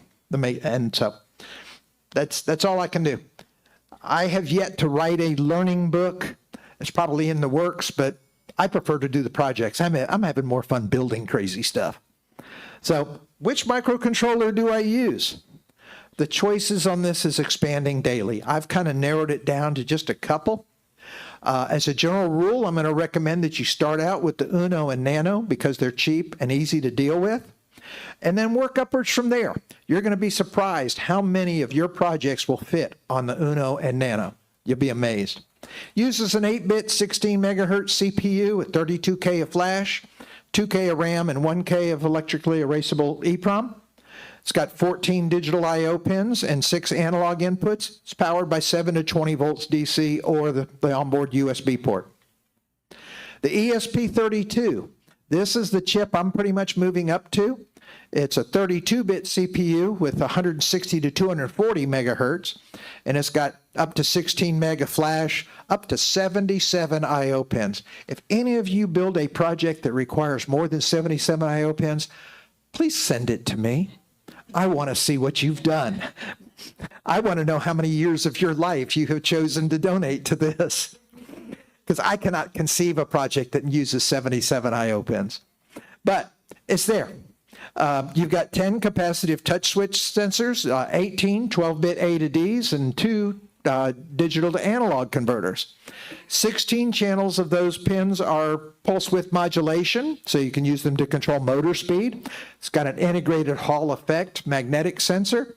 It's got onboard Wi-Fi and Bluetooth support, and it costs all of $3. It's cheaper than a Nano.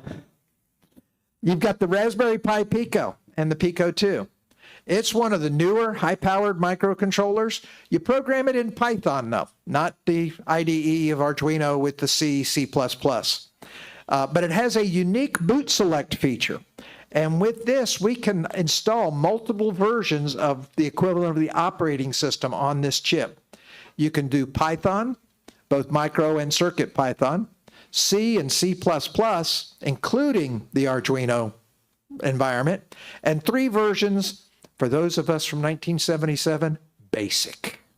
3 different versions. I'm in heaven. But it's dual core, 133 megahertz CPU. The Pico 2 has taken that to 150 megahertz. This just came out recently. It's got 2 meg of flash and 256K of RAM. The Pico 2's got 520K of RAM. It's 26 digital I/O pins, a lot more manageable than the 77. It's got 16 of them for PWM and 3 12-bit analog to digital. It's got all the buses, 2 SPI, 2 I2C, 2 serials. And it can be a USB host, and it has the ability for 8 of those pins to be programmable into state machines. And I'm not going to go into state machine discussion other than you can create custom sequences with the when you turn a pin on, it will actually do a sequence rather than a single on-off. Yes, sir. You can program it with the Arduino IDE. That's correct. That's why I mentioned up here, the C++, including the Arduino IDE. Yes, that's what led me to the Pico. I was avoiding it because I don't want to do Python. No, I want the IDE. Thank you very much. But the cool thing about that is I can develop for an Uno and take it to the Pico if I want it to. Click of a tab on the IDE. It's that simple. You've got an accurate on-chip real-time clock and temperature sensor. And it's cheaper than Starbucks, $6. So now you can design your own projects. You're going to want to share your work with others. So now you're going to have to learn how to document what you're doing. How do you do this? Well, there are a lot of free schematic creation tools that we can use. Up to this point, I have used the free version of the Autodesk Eagle. However, they're transitioning to a new product in 2026. It's still going to be free for personal use, but what if you want to sell? What if you've created the next best thing and you want to sell it? Autodesk is going to want their cut. So I'm transitioning over to the KI CAD. It's free, open source, and pretty much everybody's heading that way. The cool thing is you can take your finished schematics and send them to a PC board company, and they will actually etch your boards for you, and some of them will actually populate them for you. And they're not very expensive. They're amazingly cheap. So that's really where I'm heading, is to the KI CAD route. There are also several microcontroller simulators. If you want to practice with the Arduino without buying one, there are several online sites. You've got Arduino Simulator, open source, and it's written in JavaScript that will run code directly in your web browser with no other hardware required. So you can actually play online and learn, and without spending a dime. Supports the Arduino R3, the standard Uno, the Mega 1280 and 2560, and the Nano V3. And these are the most common Arduinos. WowKey is another browser-based simulator that supports the ESP32, a lot of the Arduinos, and the Raspberry Pi Pico. So now we've got some new technology coming up. How many of you heard about Meshtastic? This is where it's going. This uses inexpensive LoRa, industrial, scientific, and medical band technology to create a long-range off-grid network. The world record on that right now is 254 kilometers from mountaintop to mountaintop. It automatically forms a mesh network with all other nodes, so it can retransmit these messages and give you a wider area of communication. It's supported on the ESP32, the NRF52, and the Pi Pico processors. But now it's time to take a giant leap. You've often heard me say that when it comes to microcontrollers, you're only limited by your imagination, and I still believe nothing to be more true than that. From my books to this point, I have focused primarily on the Uno and the Nano, mainly because of their low cost, simplicity, and ease of use. My current book, More Arduino for Ham Radio, is still available from ARRL, and it includes a group of completely new and unique ham radio projects. They also have released my latest book, The Best of Arduino for Ham Radio, and that's the first 3 books. The first 2 are no longer in print. And it's taken those projects from those first 3 books, upgraded them, thrown in all the bells and whistles and gold plating, and now you've got what I would have finished those projects as, rather than leaving them for you to finish. ARRL and I have worked out plans for future books on ham radio applications for the Internet of Things and Raspberry Pi Pico. ARRL President, CEO Dave Minster's QST column for February 2025 mentions my wireless Bluetooth wireless CW keyer. Memorize those words. Wireless Bluetooth wireless CW keyer. Wireless is there twice. This has been in operation at W1AW for the last year and a half or so. How many have been operating W1AW? How many of you done CW at W1AW? Okay, you probably played with it. Yes, this is a wireless Bluetooth wireless CW keyer. It uses a pair of Arduino Nanos and those Bluetooth modules to wireless remotely connect a CW key or keyer to the rig, and it's capable of speeds up to 60 words a minute. The keyer itself plugs into the remote unit, which then wirelessly transmits the key closure information to the main unit. That main unit plugs into the key jack on the rig, in this case the Flex at W1AW, and as far as the rig is concerned, the key is physically plugged in. This has been on the Flex rig at W1AW for over a year, so if you have done it, you have used this. It's been tested, it speeds up to 35 words a minute with nobody knowing they were using the wireless keyer. The fun part, Dave Minster and I had a talk yesterday about it, they would let people operate it, and they'd make their contacts and have all this fun. And at the end of their QSO, their ARRL person there with them would say, "What'd you do? Who'd you talk to?" "No, I talked to Spain. I talked to England. I did this."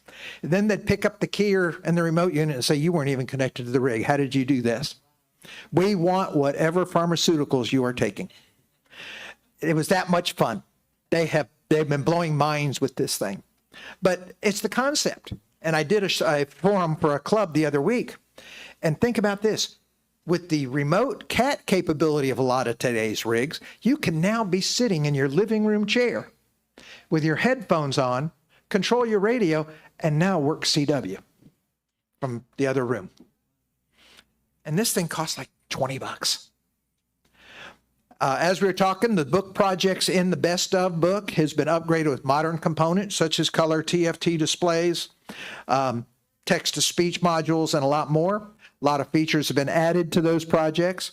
But wait, there's still another one. I recently finished a book for Elector over in Europe for amateur radio applications for Arduino, and it's available from them. It includes 10 other new projects for your ham shack. Unfortunately, I was told with the VAT taxes and everything else, it's not really a book you want to spend money on. It ends up costing you $60. I would wait. But some of the projects is the CW Beacon and Fox Hunt keyer. It does have that Bluetooth CW keyer and a couple of other things. But for me now, I'm done. I'm retired from my day job. I am not going back, which means more time for these fun projects. And of course, more books. As of yesterday, we are talking at least 3 more Arduino books. And they're in the way. And we're probably going to get some cat shows for that new kid. But why I do what I do, and I talked about it in the beginning, I'm a ham. I love working with this stuff. I love writing the books. I love presenting these forums, and I hope you do too. I enjoy all the wonderful aspects of the ham radio community. It's the personal challenge to research, to discover, continue to learn. You wouldn't have put up with me for an hour if you weren't wanting to continue to learn too. So thank you. But this is what I'm here for as a ham. But nothing ever stays the same. In the world of ham radio, kit and project building, electronics, technology in general, nothing ever stays the same. Things are constantly changing. When it comes to the world of microcontrollers, you're really only limited by your imagination. Think crazy and you'll find out that it can be done. Rules are meant to be broken, of course, as long as they don't violate the laws of physics. I'm not going to go advocating that stuff. But there are cases where if it does appear to violate the laws of physics, before you give up on that project, think about a bigger hammer, some more voltage, give it a shot. Now, for me, have I chosen wisely between ARRL, Elector? We have plans for other books beyond the current books, focusing on the Raspberry Pi Pico and the ESP32 and others. These books are going to contain a new bunch. I just handed a list of over 60 new Arduino ham radio projects to Dave Minster today. And a lot of them are remote control, remote antenna tuner, remote rotator controllers, things of that nature. Remote audio, of course, the remote CW, etc. These are the projects, and he wants this next book to be a lot of remote activity. So that's where those are going to go. We're going to do all of the controllers in the Arduino ecosystem, particularly the Pi Pico. I'm going to get into Python a little bit, God forbid. I'll also be writing an update to my ARRL mesh book that I wrote about 10 years ago. That is in process, and I should have it turned in by September. And I've got a couple product reviews and articles for QST and On the Air you should be seeing soon. But I also have other plans to develop and release non-ham microcontroller projects, because kids aren't always into ham. But do they love model railroading? Absolutely. Do they love some of the fun things you can do with an Arduino? Absolutely. Do they love drones? Sure. So a lot of the projects I'm heading for are going to be aiming at the kids to bring them into this. But for you, your builders, your creators, your thinkers, your inventors, you would not have put up with me for an hour if you weren't. How many of you have got up and walked out that door? None. Maybe one. But he had a phone call. But still, You're here for a reason. You want to learn. You want to do this stuff. You're a perfect match for this Arduino, the microcontrollers, and that world. So now go imagine the projects. I hope I've given all of you some really crazy idea to go build. I want to know what you come up with. I want to see how you do it because I'm learning too. I love to see this happen. So imagine what you can build with these things and then go make them happen. It's really not that hard. Now, will I see you next year? Probably not. You probably will say, I've had enough of this guy. But that promised forum from last year, I am hoping to have it by September. Probably August if I can do it in Huntsville. The working title for that is still up in the air, but it's going to contain more new updated material. And I'm already thinking and designing those new projects. Like I say, there's a list of about 60 of them. So at the same time, I'm going to give you the same words I gave you last year. Who says you can't hear a picture? Think light, sound, controller, everything you can possibly imagine. And now, come and visit. I'm going to be at the ARRL area right after this forum. Please come up, talk, tell me what you like, tell me what you didn't like, beat me up if you want to. You know, let's have fun. But I'd love to talk to you one-on-one and hear what you want to do and how I can help. And I'll be signing copies of my books there as well. They did bring a stack. So there's going to be plenty for us. And with that, thank you for putting up with me. I appreciate it. Yes, sir. What does your shirt say? What do you have? Oh, I am retired, rebuilt, Maybe after. body contains aftermarket parts. Thank you.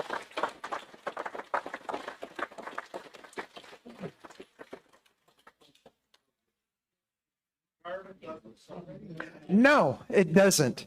The problem with retirement, though, the first year is a transition. I am as stressed and crazy as I've been, but now you see that edge.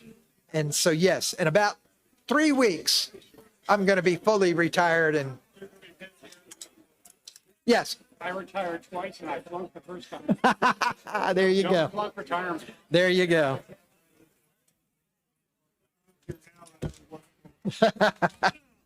Oh, I'm going to be writing books. Yes, sir. No, I have not. Cool. I will. No, I'm all about learning and sharing. I don't believe in the competitor stuff. They're over in, I think, Portugal.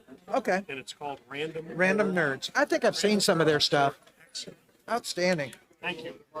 That LoRa stuff, it's really fun to play with. Isn't it? Yeah. We've done some experimenting in the Syracuse, New York area, and we've been more recently doing some APRS LoRa stuff. I've done something before, and I can't remember what I did with it. But I have a LoRa project that I built and played with. I love it. A little more expensive. The help tech, or especially with the tariffs that were coming up, it was $20 for a microcontroller, Bluetooth, Wi-Fi, and LoRa. And the Adafruit's got a whole line of the Feather with LoRa on it. Yeah.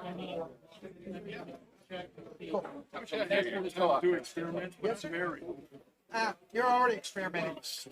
How clumsy are your cats? How clumsy? Yeah, they're kids and they're notorious for that. I have a couple team mixes and they like to fall off. The problem is on hardwood floors, they slide. Yeah. And sometimes they don't get the calculation right. And yeah, they've About broken a walk few into things. The biggest one is a girl that loves the desk is walking across the desk.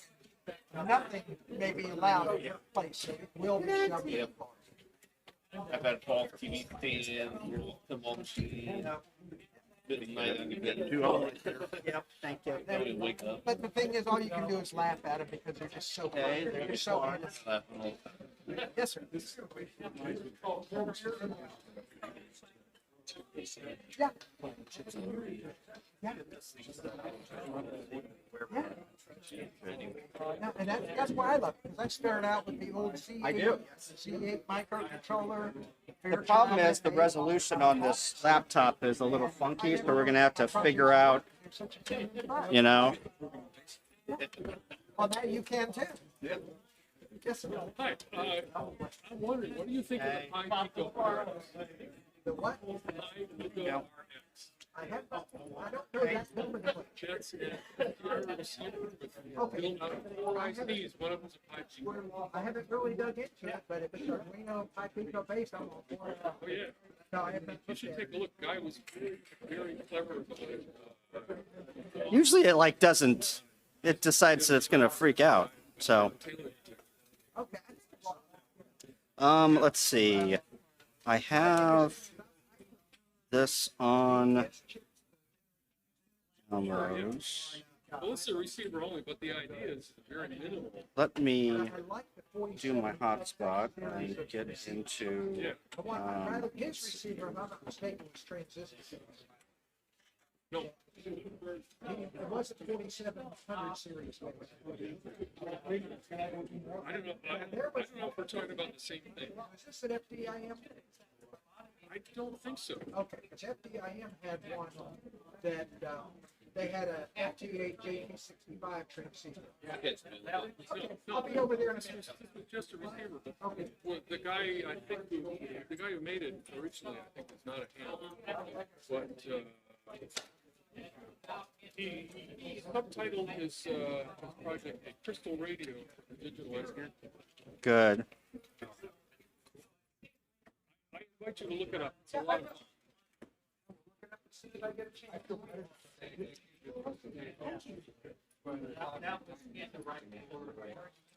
fun. It's fine. It's stressful, but this handfest marks the last thing I have on my calendar. I've got a question for this morning. Sure. Let me get over there and sign it. Ran this. It says I have an A, but it says A buffer. You're at 10 milliseconds, 24. You're good. Okay, You're don't worry. good. Don't worry. Okay. You're good. You passed the test.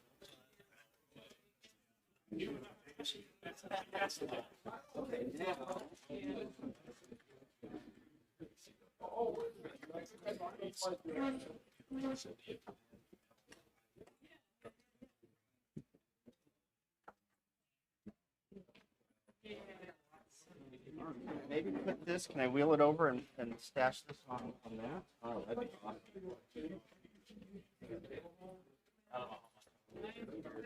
Actually, we lean it up.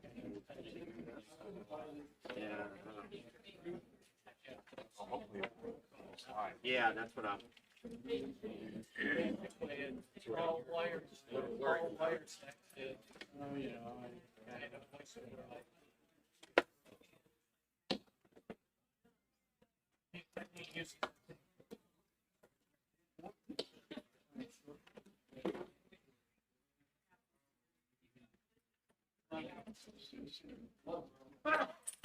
You might want to lock the wheels.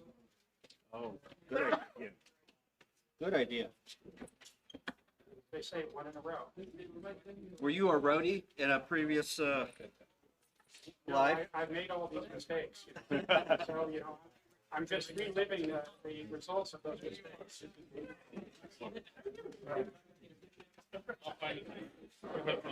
Don't ask any hard questions.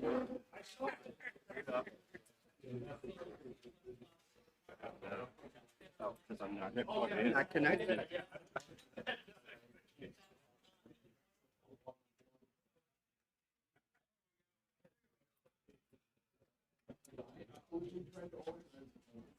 Okay, that's good.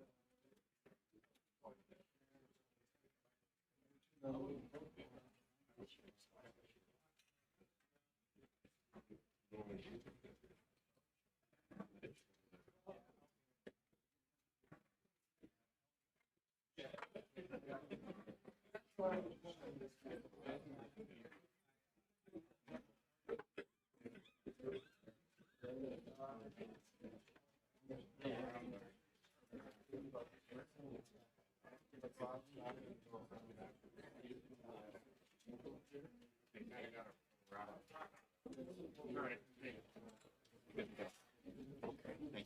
welcome.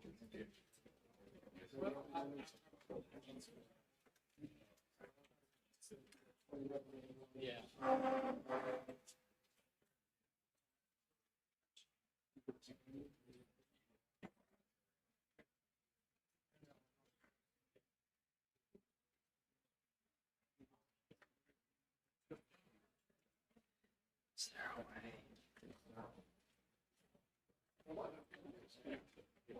Hey, there's one right here. There's actually go out that door and right there.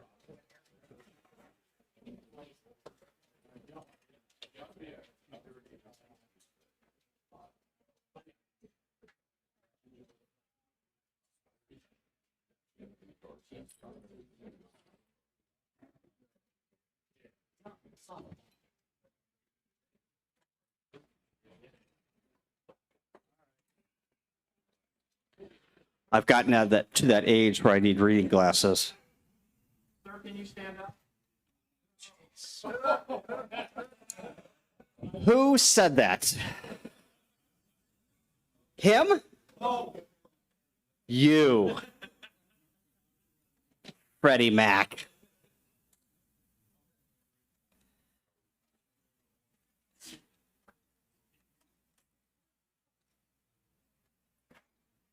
I've tried and tried to get my eye doctor to not prescribe me reading glasses forever.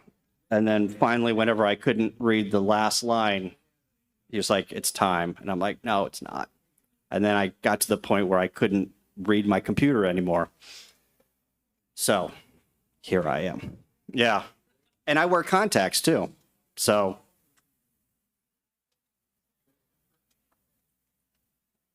Who runs Node-RED today? Good. Obviously, you guys are here to learn about Node. This is the Node-RED forum.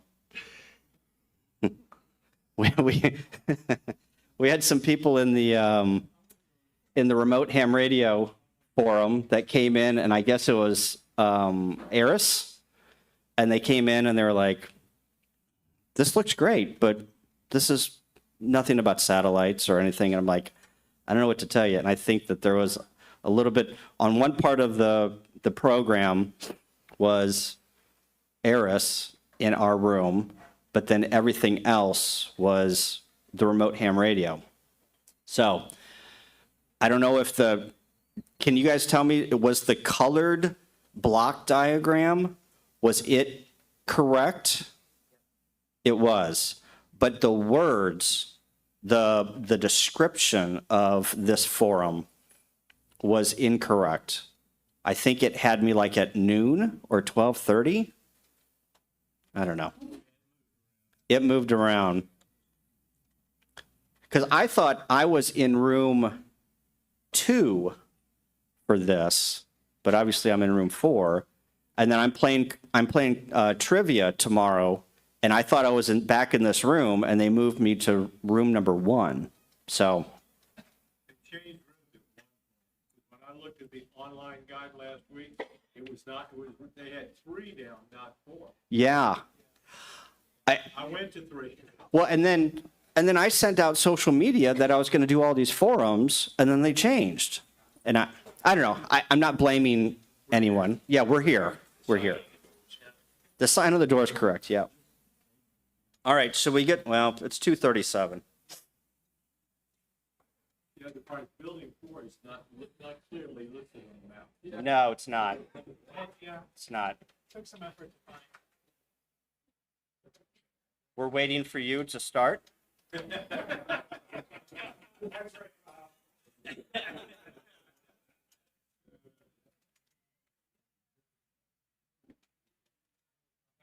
Yes. Thank you. Thank you, Brian. Appreciate it. What? Oh, they're Walmart special. Yeah. They're, yes. Yes. Yeah. I'm going to try and make it not about Flex Radio. But we have the programmer of all of the Flex nodes somewhere around in the middle of the room. His name is Stephen Hauser, N1SH. He just raised his hand there. He designed all of the Flex nodes in Node-RED. So, oh, WSJTX2, yeah. Those are the ones that really save you a lot of effort and time if you want to pull information out of the contact and send it anywhere else. You'll get the common theme here. You want Node-RED to be the central hub for everything. I think we got a hearing aid issue going on here. Sorry. You want Node-RED to be the central thing for everything. So everything connects into Node-RED. You'll see that in a couple of slides. Node-RED connects into everything, and then Node-RED sends out to everything. So I don't know you'll have to school me on what would be a central thing. Maybe your computer. Your computer would be the central thing where all your programs reside.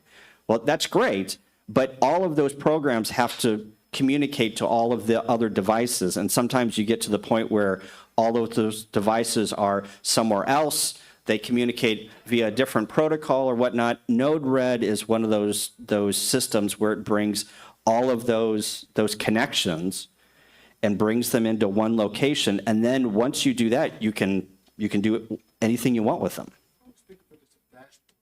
It is a dashboard. It's two things. It's a dashboard for you to do command and control. You're stealing my slides here. To do command and control, and also to be clean up on aisle 2. Thank you, George. That one is yours. And also to be a central location where all of your devices plug into. And that is more of the back end of it. So hopefully this will make some sense here. So we'll get started. Hi, I'm Kyle, A0Z.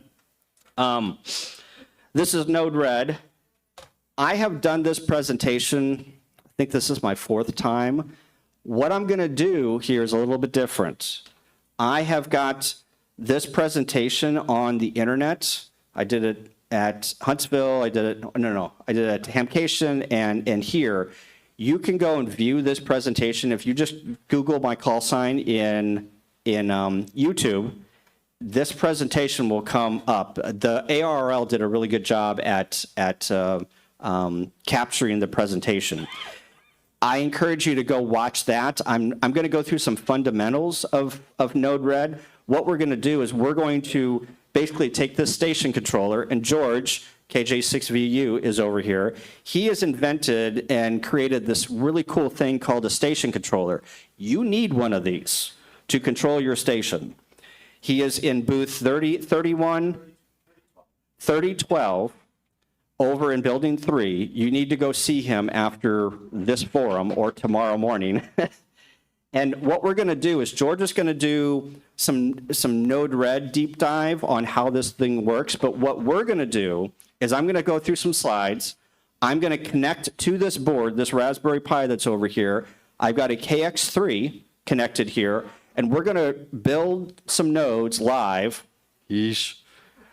on the screen here. And I'm going to show you how to connect to the KX3 and pull frequency and mode data and get a radio connected. Now, are you going to do this? You might do this if you're an advanced programmer, but what I'm going to show you is anybody can do this with a little bit of knowledge, and then also we're going to build a dashboard live, and I'm going to show you how to manipulate it and all the things that go along with it. So I might screw some things up. If you're a Node-RED person and you see something wrong or got a question, just raise your hand and be like, wait a minute, what did you do here? Because I've been doing this for a while, so I might skip over a step that you guys might have to catch me or pull me back, bring me back in and be like, Kyle, well, how did you do that?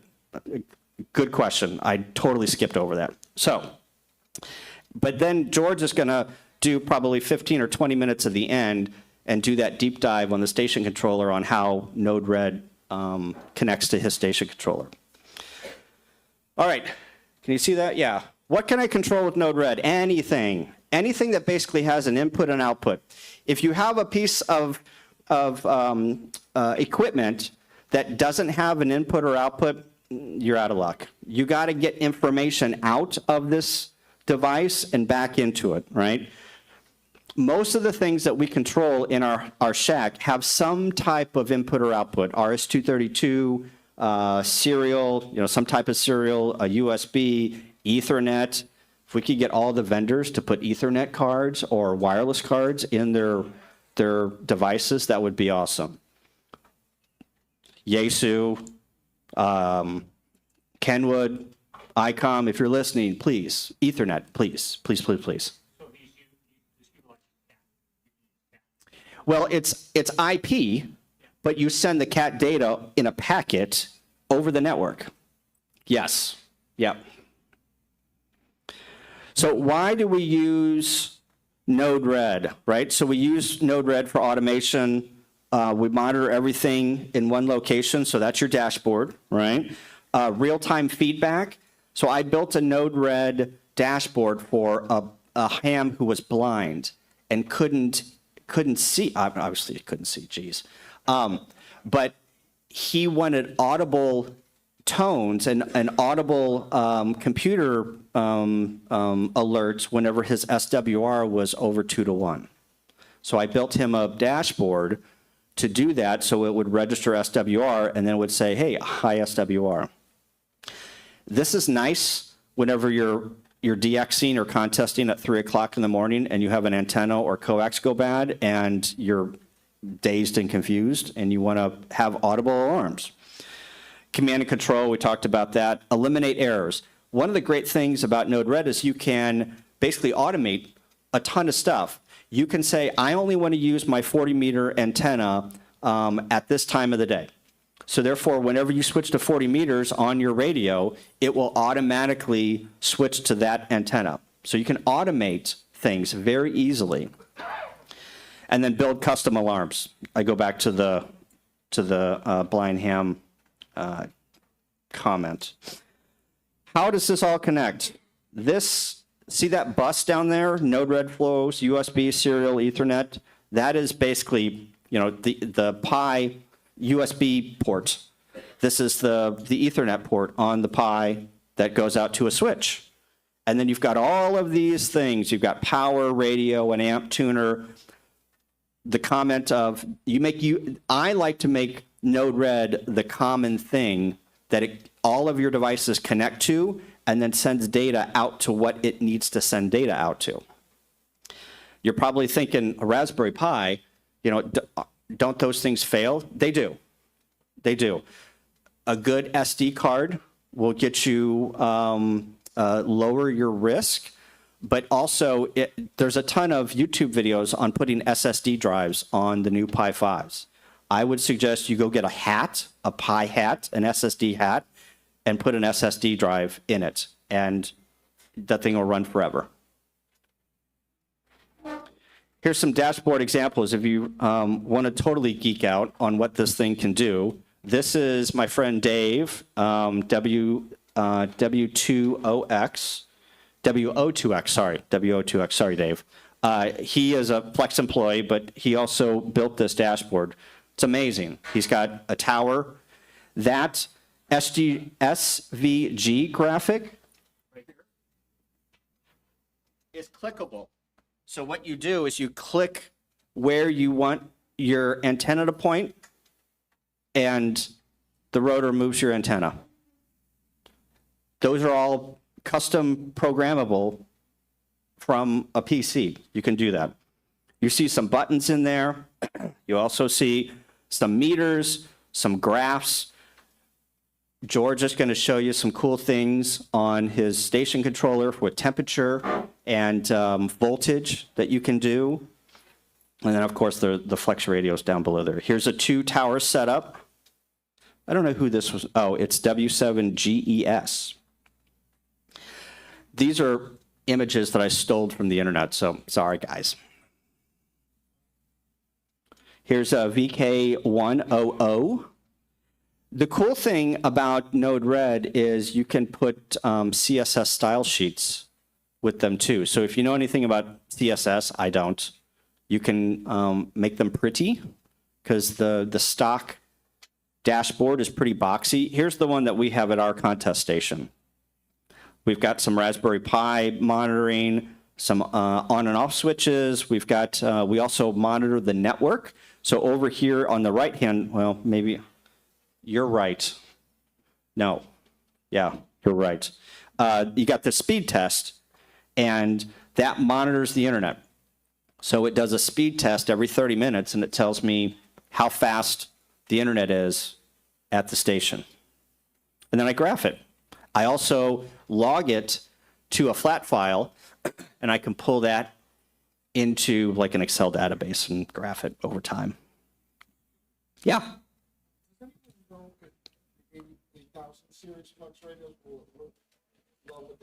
Yes. Yeah. His question was, does the 8600 work with the Flex nodes? They do. The API is the same. That's what they told us. That's what they told Steven. I don't know. Pre-distortion's coming out soon, so I don't know. We'll see. I know. Don't get me started. All right. Here's another dashboard. I think this is by Mick. Is this Mick's dashboard, Steven? Can't remember. Anyway, this is a really cool dashboard. He runs a club, and this was a club station that he built his dashboard for. Here is another station, 3 towers, pulls in all of the frequency control for all of the Flex or all of the VFOs. It's really cool. He also has a spotting service. See down here. He's spotting DX. So you can connect to a Telnet spotter and pull all that information in and pull it into a chart, see it in real time. All right, what's a node? These are the nodes. Whenever we get to the dashboard part of it, I will show you, where they're at on the palette, but this is a node. And then you'll see these junctions at the bottom. This is where you wire the nodes together for them to make a flow in order for the information to flow from one node to another, okay? And there's a whole bunch of different nodes. An inject node, we'll get into that. A debug node. The top 2 are your friend. Those are the 2 that you're probably going to use the most. And then you've got a function node that is like just pure programming language. I'll tell you a little cheat sheet here. ChatGPT is your friend. If you don't know how to code, stick all of your parameters into ChatGPT and tell it that you want it to spit out Node-RED code, it will. You don't have to do any work anymore. It's all in ChatGPT. Connor is back there. He's my main programmer, and he's just like, how did you come up with this? And I'm like, I just Googled it on the internet. Now my secret is out. So ChatGPT will be your friend and write a lot of code for you. Now, you have to test it, right? It might not give you the exact output that you want, but it gets you to the point where you can follow the code and you can say, oh, I understand now what's happening here, and then you can manipulate it. So again, here are some nodes that we'll see whenever we do the live demo. Here's how you. This was a slide that I had to put together because a guy came up and said, I don't understand how the flows work. So here's how the flows work. You have an inject node. You can customize that inject node. Then you wire them together, and then you've got let's say a debug node or another node that you can push information to and keep going down the line. The flows can be complex. The flows can be hundreds of nodes because you're gathering a lot of information. Could you write one function node and output all of the stuff that you want? You could. Probably not the best code and probably not the best way to troubleshoot. Now, if you're a programmer, that might be okay, but I can't do that. I'm not that smart. So I have to have nodes that call out specific things. Nodes have configurations too. If you double click on each one of these nodes, it has a configuration screen. This is where you configure the parameters. Let's just take an example here. Let's go with the switch node. The switch node is basically, I think of it as a big if then else statement. So information comes into the switch node. You say, hey, is the text file equal to the string CW? If it is, you're going to send it out one of the nodes, the junction nodes. So let's just take the first ones. If you can't read it, it's the CW, FT8, FT4, SSB, and PSK31. Let's just take the top one. So it's going to, the payload is going to come into the node. It's going to figure out which one it equals, and then if it equals CW, that's a string, it's going to send that payload out this top node. So it's very, very logical. You can see that, you know, if you want to filter stuff, you can use this as a filter for filtering, let's say, you know, frequency or mode. Yeah, good. Sure. No. Nodes come from? Is there a standard set or something? There is. So whenever you install, it's a great question. He asked, where do nodes come from? Nodes there are standard nodes that are installed with Node-RED, okay? Then whenever you go into the hamburger menu, and I can show you this, whenever you go to the hamburger menu and you want to load different nodes that are not a part of a standard package, you can go and search for them on the internet, and it has a searchable thing in Node-RED in the programming interface, and it will go out and search for those nodes. Does that answer your question? Yeah. Yep, I'll show you that. Remind me and I'll show you that, okay? Dashboard nodes. You drag over dashboard nodes to your palettes, or from your palette onto the workspace, and then they have configuration parameters. Then whenever you go into the dashboard, they show up, and they have the parameters that you called out on the dashboard. We'll get into that. I've got a Webtronics relay here that turns the antenna switch on and off. We're going to show you how to load that. All right, programming. This is how you get started. There's one script to rule them all. You go to Node-RED on the internet, nodered.com, and you type in, or basically you go to Google and say, install Google or install Node-RED on a Raspberry Pi, and this shows up. And this is the script to run Node-RED on a Raspberry Pi. It will install everything for you. I recommend using a Raspberry Pi. I don't recommend installing it on Windows because you have to have it up and running all the time. A DOS screen, remember DOS? A DOS screen, or let's say a terminal screen, pops up. And if you close that terminal screen, Node-RED closes and it shuts down. So you want to spend the $50 and get a Raspberry Pi 4 or a Raspberry Pi 5 with 4 gig of RAM and just put it in your shack, put it on your network, and dedicate it to Node-RED. Simplest thing. This is how you install it.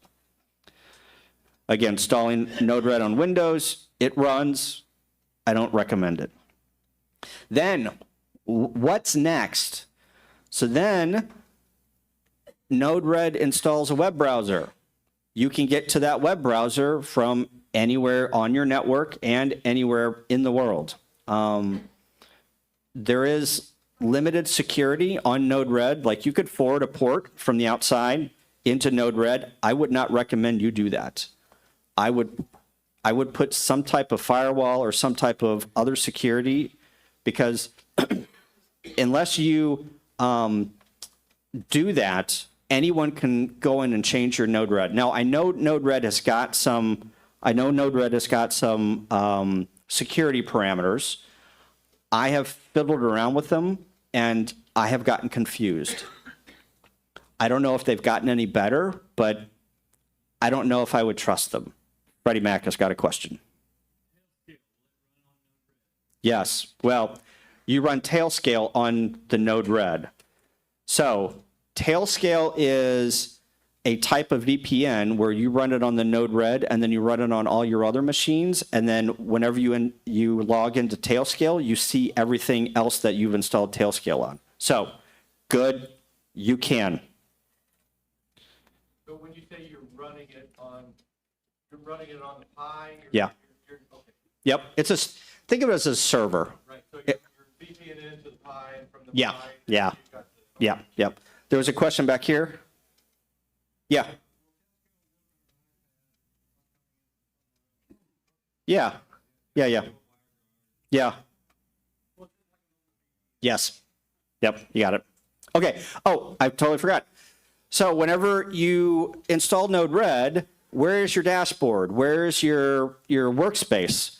It's at these locations. So it's going to be the IP address of your Node-RED server, :1880 is going to be the workspace, and /UI is going to be the default dashboard. That is very critical in your Node-RED life, because I've gotten emails, okay, I installed Node-RED, what's next? Well, you got to go to the website and do your stuff. Yeah, I mean, it all depends on how, we're getting into the weeds here, but it all depends on how your VPN is connected. I would assume that it sees that your local network, and then you would just IP in it just like you were sitting at your house. Yes. Yes. Yeah, yeah. You can't customize the port. There is a Connor settings.json file. Yes, he's giving me the thumbs up, and you can customize the port. And then what you need to do is restart Node-RED for it to, yeah. The slide that you're showing, are these available online? They're streaming. Yeah. So on my YouTube page, there is a deeper dive of this presentation than I'm giving. And also there's a stream of this. I don't know how they're streaming it, but anyway, there's a stream. Hello, internet. Of this presentation. If you go to DARA Hamvention on YouTube and search on Saturday Forum 4, you probably have to go to the end of the live stream, and we're live. So say hello to your mother. Okay, this is the programming interface. We're going to get into that. There's a whole bunch of stuff. There's tabs. There's node palettes. There's the deploy button. The deploy button is your compile button. So after you get done configuring, you compile the program. Sidebar menus, and then the sidebar information gives information about the nodes or different parameters. Dashboard configuration. I'm going to go over this real fast. It's going to not take a lot of time, but you need to know this. Basically, in the dashboard, things get grouped into tabs, and then they get dashboard nodes get put into groups, and then groups get put into tabs. And we'll show you an example of how things are grouped. Remember let's go back here. On my dashboard, every single one of those columns is a group, and dashboard nodes goes into that group. And then the tab is in that upper left-hand corner. See where it says E-layer command and control? That is the name of my tab. And then you've got different drop-downs. If you create different tabs, they have different drop-downs on that hamburger menu, and you can customize that and put things you can segment things. So let's say you've got all your antenna control on a tab. You have all of your station control on a tab. You have all of your power on a tab. You can do that.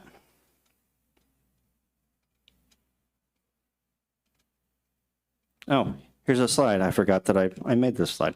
So you can see the different tabs. I've got an E-layer command and control tab, an antenna switch rotor, a W0 ECC SHAC control, and that shows up in the tabs. And that's in the upper left-hand corner. Then Node-RED has made this easy for you. You can resize your different dashboard nodes through this GUI. Now, I'm going to tell you there's a few bugs in this GUI. Hopefully Dashboard 2.0 will solve this, but you might get to a point where you can't resize anything or move things around to where you want them to be in the GUI, what I do is I restart Node-RED. Sometimes that helps, sometimes that doesn't. I think that it runs out of memory or I don't know what happens, but it goes wonky. So keep that in mind if you can't resize things. And I'll show you, hopefully my Node or my Pi won't go wonky. So yeah, and sometimes they magically move themselves too, and you have to go in and rearrange them. But typically after you rearrange them, they stick. But yes, there's some rearrangement going on when, especially if you rearrange like one node and you make it like a shorter, you make it, you know, if it was like a 1x6 node block and you made it a 1x5, then it kind of screws up the whole thing, and then you got to go in and rearrange it. So just keep that in mind. And this is how dashboard nodes show up. So you see that CPU temperature is a gauge, and then memory use a gauge, and then you've got CPU temperature, see that graph down there, and then you've got the buttons. That's what it looks like in the dashboard GUI. And you can see that I've got a dashboard node, and that's somewhere on the palette that I've put into the groups, and now they show up on the GUI, and I'm able to manipulate those dashboard nodes and make, you know, that group look pretty. Here's some help, node-red.org. That's where you want to go to get more information. The documentation on Node-RED is amazing. It's great. Here's some resources, node-red.org. Of course, there's a Node-RED YouTube channel. They get into the deep dive of how they program Node-RED. There's Opta Video, Steve Cope. He's got a bunch of great videos. I've got some videos that you might want to check out. There's Node-RED on Reddit. But the holy grail that you want to join, right, after you get done with this presentation, is you want to go on Groups.io and go to the Node-RED for Ham Radio mailing list. That's where we all hang out. That's where all the files are at. That's where all of the discussion happens. And we've got a huge repository of files where Node-RED flows hang out. Now, George has got another repository for his flows, but his is on a dedicated station controller, Groups.io, and I'm sure that he's got information about that. But if you want, like, you know, a flow for a K4 or an expert amplifier, that's where they're at. Yep. And they're in the files section. You go down to files, and you can search on KX3. You can search on Flex. You can search on, the latest and greatest. And what I would suggest is probably buy, unless you want to do your own programming and you want this to be like a cookbook, go out and buy the devices that people have already got flows for, and then you can manipulate them as you wish. So here's my YouTube page. I've got, 40 or 50 videos about Node-RED, maybe. I don't know. Okay, let's build some flows. This is where everything is going to go to. Okay, let's see. I need to get out of this presentation, and then I need to join the Wi-Fi. And here it is. Please don't hack my Wi-Fi while I'm doing this presentation. How am I doing on time? We're here until 3:07. Jeez, I went through that fast. Sorry, guys. But all of the other information, all the slides that I deleted, it's on my YouTube page. I did this whole presentation, and then I had to literally get kicked out of the forum because there was so much information. And then I took my presentation outside and did another presentation outside. So let's see, 192.168.0.100. Okay, so I'm connected to this Pi right here on the station controller. So this is George's station controller. I've got a power supply. It's connected in here. The great thing about the station controller is it uses 12-volt power, and so you don't have to produce 5-volt power for the power supply for your Raspberry Pi. And then what we're going to do is I've got a KX3 here. I'm going to attempt to take the serial port that comes with the KX3, which is right here. We're going to plug it into the USB port on the Pi, and we're going to go find the device, and we're going to create a serial port in Node-RED and connect it and get it connected, and then we're going to read the frequency information from the KX3. So I'm going to plug. Oh my gosh, that's a tight fit. Oh, that's why I had the thing. So I plugged it, the KX3, into the USB port into the Pi. So just it's an FYI. So let's go over. I think you had the question about where's the nodes. No, you had the question about where's the nodes. So whenever you load Node-RED, you're going to see these are the default nodes that come with the Pi. See them all down here? And then the ones in turquoise are dashboard nodes. So whenever you pull over a button or a drop down or an LED, that's where those nodes exist, okay? And I have some nodes here that are helper nodes, and I think I've already done this. Yeah, I've already done this flow. So that is the dashboard nodes, and then you have these tabs along the top where you can group. See where I've grouped flows together, okay? Then you've got this sidebar, and here is that hierarchy of tabs and groups, okay? So I've got Hamtronic, Sierra Radio Systems, Pi Monitor, KX3. Those are my tabs. And then inside the tabs, I've got a group called KX3 group, and then I've got these dashboard nodes called LSB button, frequency, and mode. Well, if I come over here to flow number 1, let's rename this. So I just double clicked on this, and the properties of the flow, the tab came up. I'm sorry, this tab in the workspace. So then I can come in here and I can say KX3, and I can hit done, and that tab changes to KX3. Then I come over here to deploy, and it's going to give me, you have some unused configuration nodes. That's just a standard. That's okay. And then you can hit OK. So my flow has been deployed here. Now, how did I get that over here?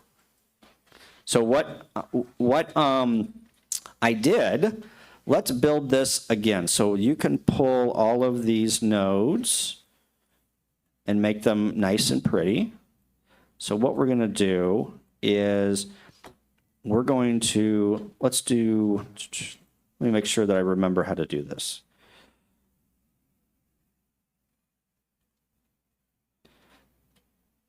.38.4 on the character, semicolon. Okay, so what we're going to do is whenever you plug in your first USB device, it's usually going to be USB 0, okay? I don't think I'm going to go into SSHing into the Pi and actually showing you where that device is. You can go on YouTube and say, how do you find a USB device after I plug it into a Raspberry Pi? It's really easy. There's a directory that says that it's called by ID, and you can go in there and you can see the device actually pop up on a terminal, and you can say, oh, that's USB TTY's USB 0. So we're going to assume that you know how to find the USB. Now I need to connect to.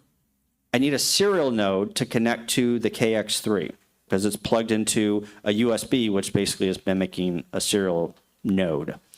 So let's, I'll keep those there. So I'm going to come down here and I'm going to take a look. That's where I need my glasses. And I'm going to look for a serial node. Where is a serial node? Well, I know it's around here somewhere. Screw it. I'll just search for it. So you can come up here to filter nodes, which is up here. So there is a serial in. I'm sorry, a serial out. So we're going to configure that. And that is the node that you need to pull over to connect to a serial device. If I double click on this, I need to configure the parameters of a serial port. So if you click on this pencil here, it's going to bring up a configuration screen where you can configure the serial. I've already configured this serial, so I'm going to basically use the drop down to say, okay, it's TTY USB 0 : and then the speed is 38,400, 8, none, and 1. So whenever I click on that and hit the done button, it's going to basically give it a name, USB 0, and what I can do is I can come back in here and I can give it another name, KX3 input, let's say.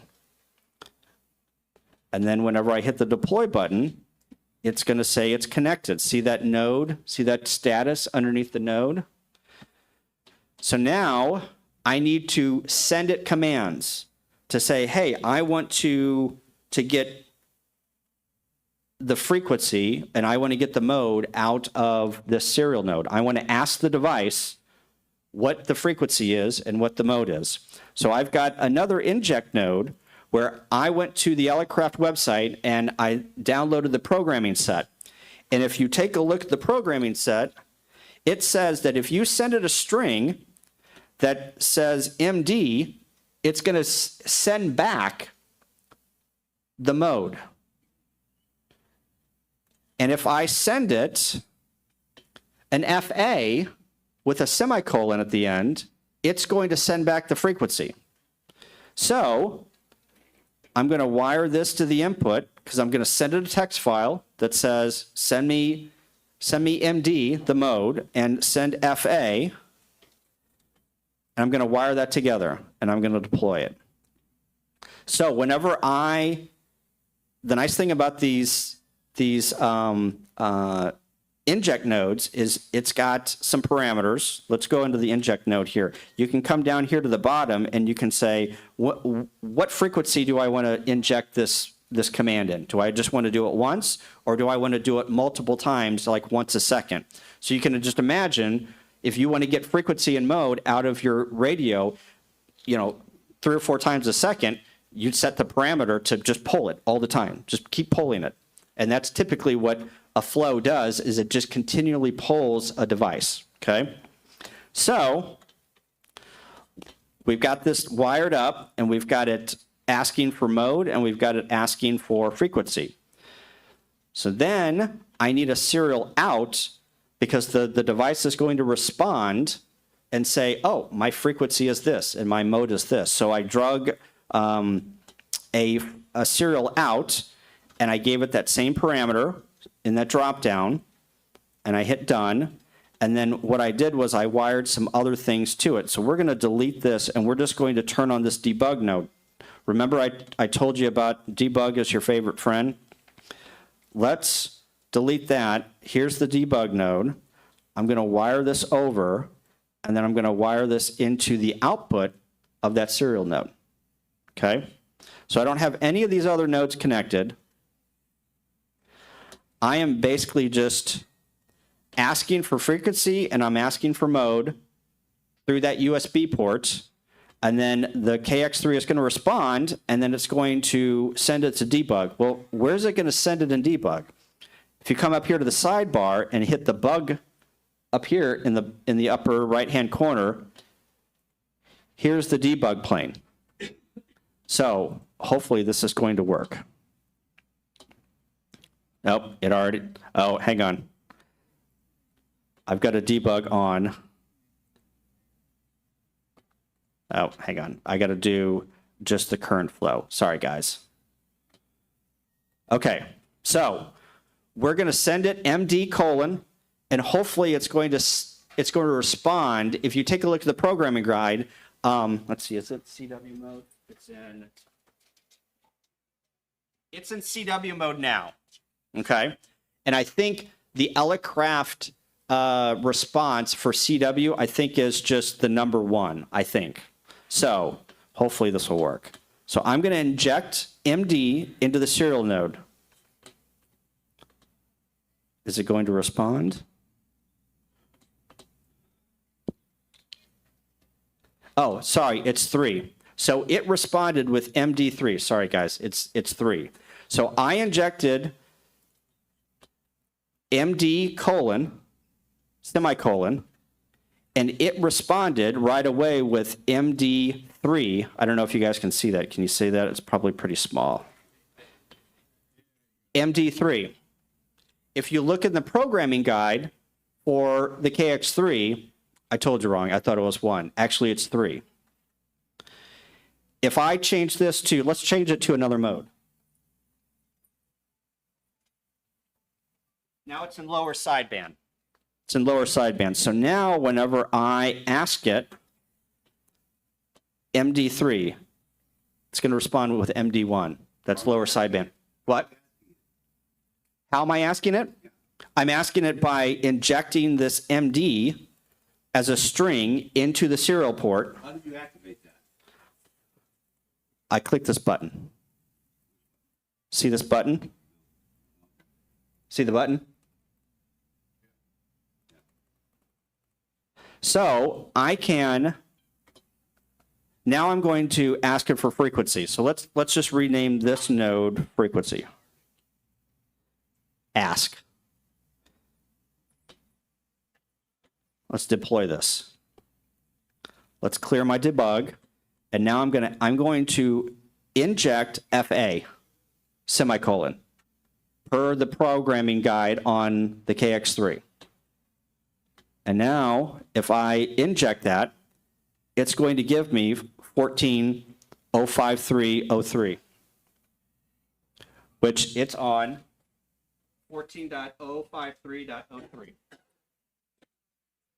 So then what you do is you parse that and pull the frequency information out of that.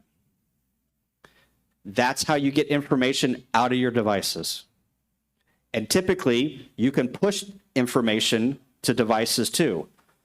So if I wanted to set the frequency on the KX3, I would send, I believe the parameter is FA, and then I would put in 7, or, you know, per the documentation, I think it's like 0007000. So that would put me on 40 meters.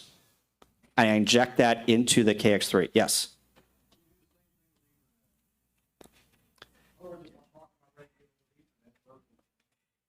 Yeah.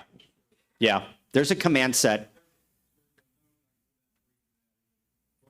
Oh, it's a TCP node. Here, let me show you real quick. TCP in, TCP out. So I would drag this over, and then I would do an inject node, and I'd wire those together. Oops, sorry. Wire these together, and then here connect to at port, you know, let's say 80 at 192.168.0.10. Hit done. Deploy. There you go. You just hit. Right. Right. That's how you shoot information to a Flex. Yeah. Well, Steven already has it done for you. You can just download his nodes. Yeah, but I mean that's how you would do it. Yep. So, in the world of you don't want to constantly be pressing the button on node red. So what I did was I created a new inject node, and I inject FA and MD, and I say repeat at every 3 seconds, and I hit done. So what I can do is now I can connect that up here, and I can deploy that. So hopefully I'll clear my debug. Every 3 seconds, it's going to respond with frequency and mode. Now, yep. See how it's responding? So let's change the frequency.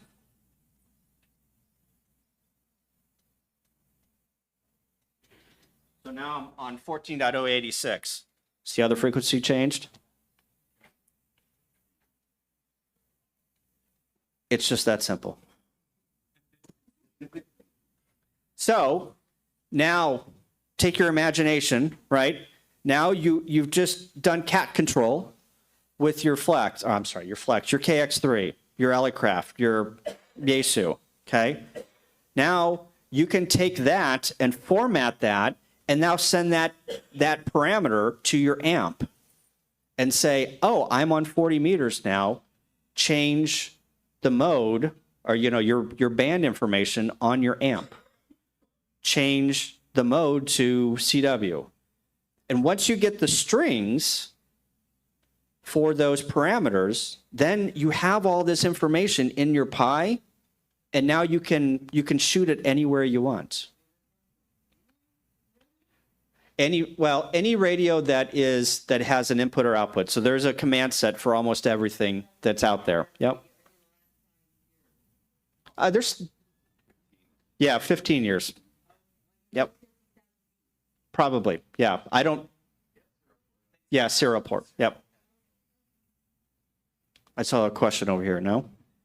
So anyway, that is how you get information in and out of your radio. The same thing applies to an amp. The same thing applies to a rotor. The same thing applies to, basically anything that you can get input and output for.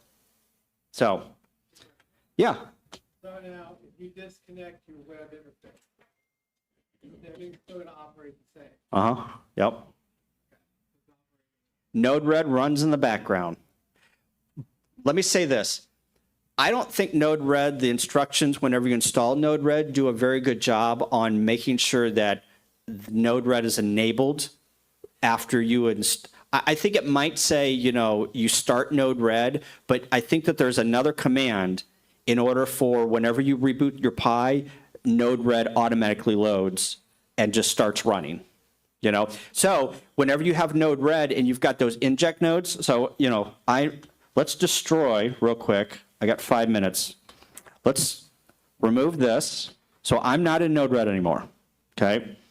So now let's connect to the Node-RED server.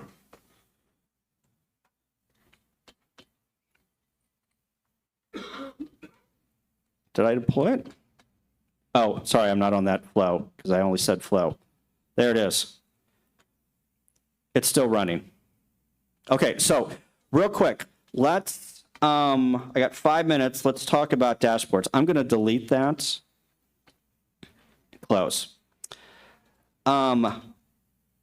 Let's bring over a text file and let's display that on the dashboard. So let's go down to the, let's bring over a text. So I just brought over a dashboard node and I'm going to configure it. So I'm going to put it in, let's create a new group. So let's go back over to the dashboard. So if you look at this bar graph thing, that's how you get to the dashboard information. And let's create a new tab, and let's call it, let's edit that tab, and let's call it Node-RED, or Hamvention. Click Update. So now I've just created a new tab, and let's put a new group out there. So it just created this new group, and let's edit that, and let's call it Forum 4. And we got to deploy that. Yeah, we know that. That's an error because I haven't configured the parameters on my text file or my text dashboard node. So now I've got these groups out here, KX3 and KX3, I'm sorry, in Hamvention and Forum 4. So now I just got done programming or figuring out how to get all this information out of my radio. So now I want to display it in that dashboard group. So what I can do is I can hit this drop down on the group and I can come down here to Hamvention Forum 4. And then let's just call it mode, KX3 mode. And now I'm done. So now if I wire these two together and hit the deploy button, what's going to happen? And then let's also reconfigure this. So I go to repeat and I'm going to say every 3 seconds. And now I'm going to go up to done. And redeploy. So now this is going to ask the KX3 every 3 seconds, what is your mode? So if I come down here to so it's MD1, because we're in lower sideband, MD1, MD1. So if I go to the dashboard, so let's go back to the dashboard, and if you click on this, I call it the yeet button. I don't know what it's called, but I call it the yeet button. So if I click on the yeet button, I've got some other stuff configured here, but if I go to my menu here, I just created this Hamvention dropdown, and now I'm displaying that mode in that group. The group is 4 and 4, and now I've just displayed MD1, which says lower sideband. Yep, watch. Now I'm in CW mode. It just changed.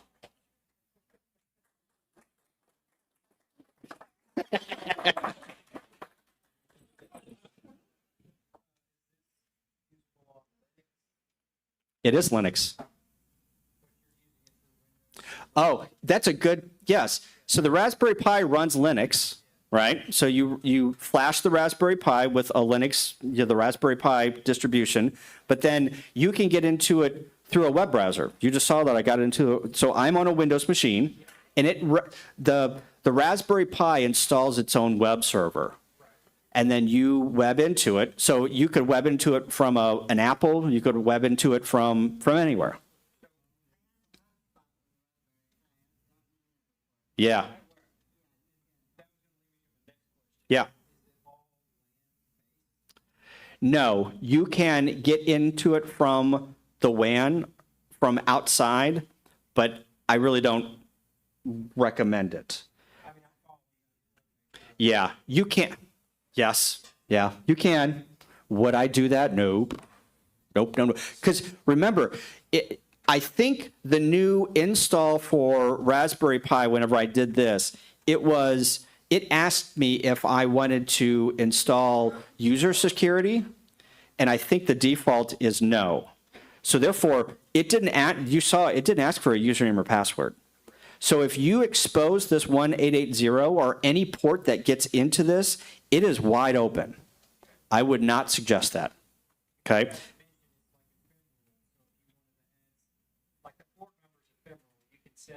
You can set it to whatever you want, but if you want to do security by obscurity?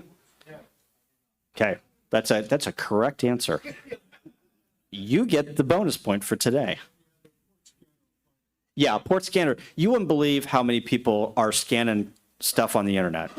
It's, yeah. Yeah, you probably work in IT, you know. Yeah, hang on. So I just heard about Node-RED when you walked up. So for newbies, I hope there's more than me. That radio that you're talking to, is it using a specific protocol to talk to Node-RED? Serial. RS-232. Plain text. You got it. Hang on. Is Node-RED just mainly open source? To just license? Yeah, it's open source. I think that it's open source. Yeah, it's free. Good to know. Well, so it's just free to use for any purpose. Yeah, you can literally. We have taken Node-RED, and it was for the Internet of Things, and we have adopted it to ham radio. Whenever the Node-RED people found out that we were doing it for ham radio, it blew their mind. The guy did an interview, that the main programmer did an interview. He was just like, these ham radio operators are controlling their stuff with it. I didn't program it to do that. So. How do you change that MD3 into lower sideband? Yeah. Another question is, on the one with all the bubbles and all, are those two orange boxes automatically connected, and can I add? You can add more. So I can add, the remote can go other places. Yeah. It can go anywhere you want. All right. Okay, real fast. George is giving me the side eye. Hang on, George. Hang on. Okay, so I don't know if I was going to have enough time, but let me zoom my screen out. So I'm gonna blow your mind again. So I made this flow down here, and let me pull it up, and let me connect this stuff to the output. So if I connect this, so in this switch, I've got contained, so message payload is your default payload. It says if message payload, which is the parameter that we're sending around and it's changing, contains FA, send it out port number 1. If it contains MD, send it out port number 2. And then what I do is say is message payload, set message payload to lower sideband. Do I have that right? Oh, I'm sorry. I totally skipped a switch here. If it contains a 1, send it out port number 1. If it contains a 2, send it out port number 2. And if it contains a 3, send it out port number 3.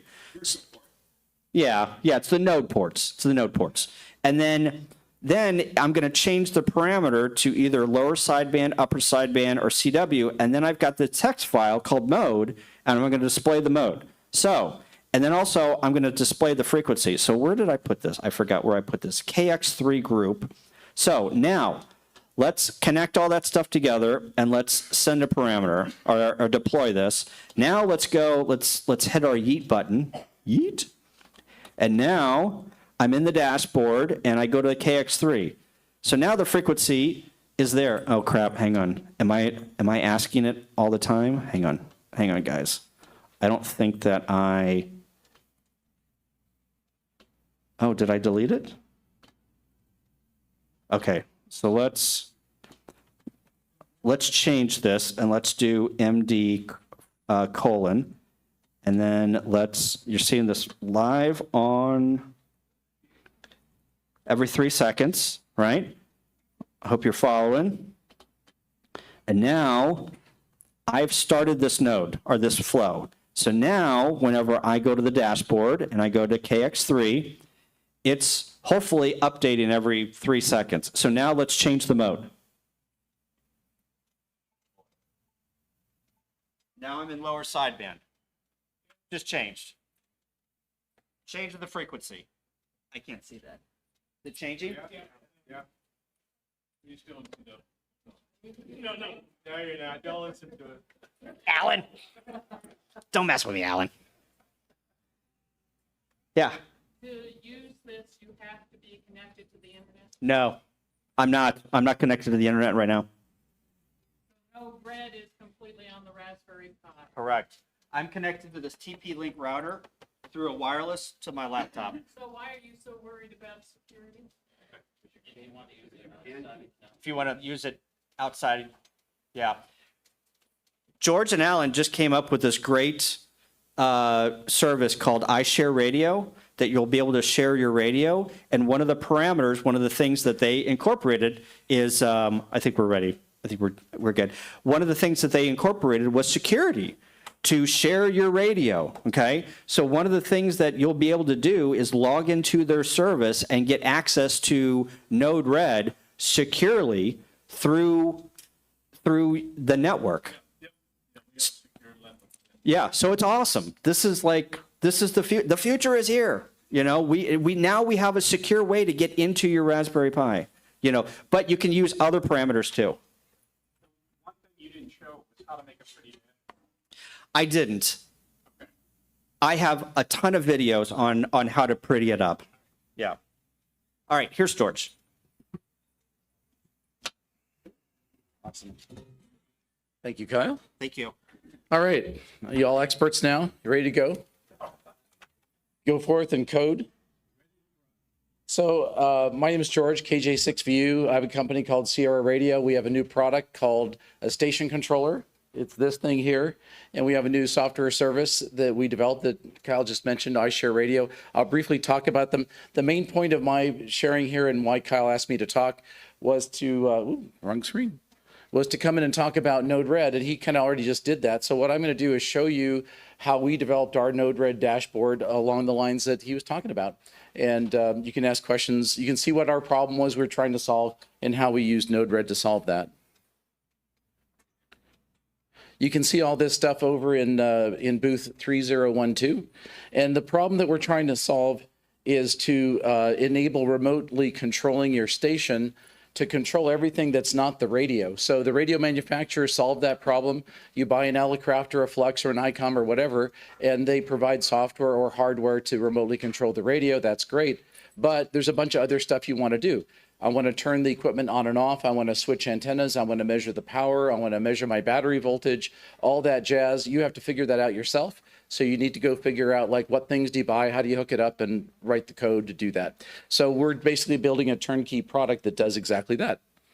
So the system that you wind up with really has multiple components. In the middle is the thing that controls your radio. So like if you're a Flex user, that's going to be Smart SDR or a Maestro. In addition to that, what we're bringing to the party is the station controller, which you see down on the bottom, and then the software that manages multi-user access to that equipment if you have a large station. So this is a picture of what the station controller looks like. The station controller hardware is modular. Depends on what you need. You'd pick and choose different modules.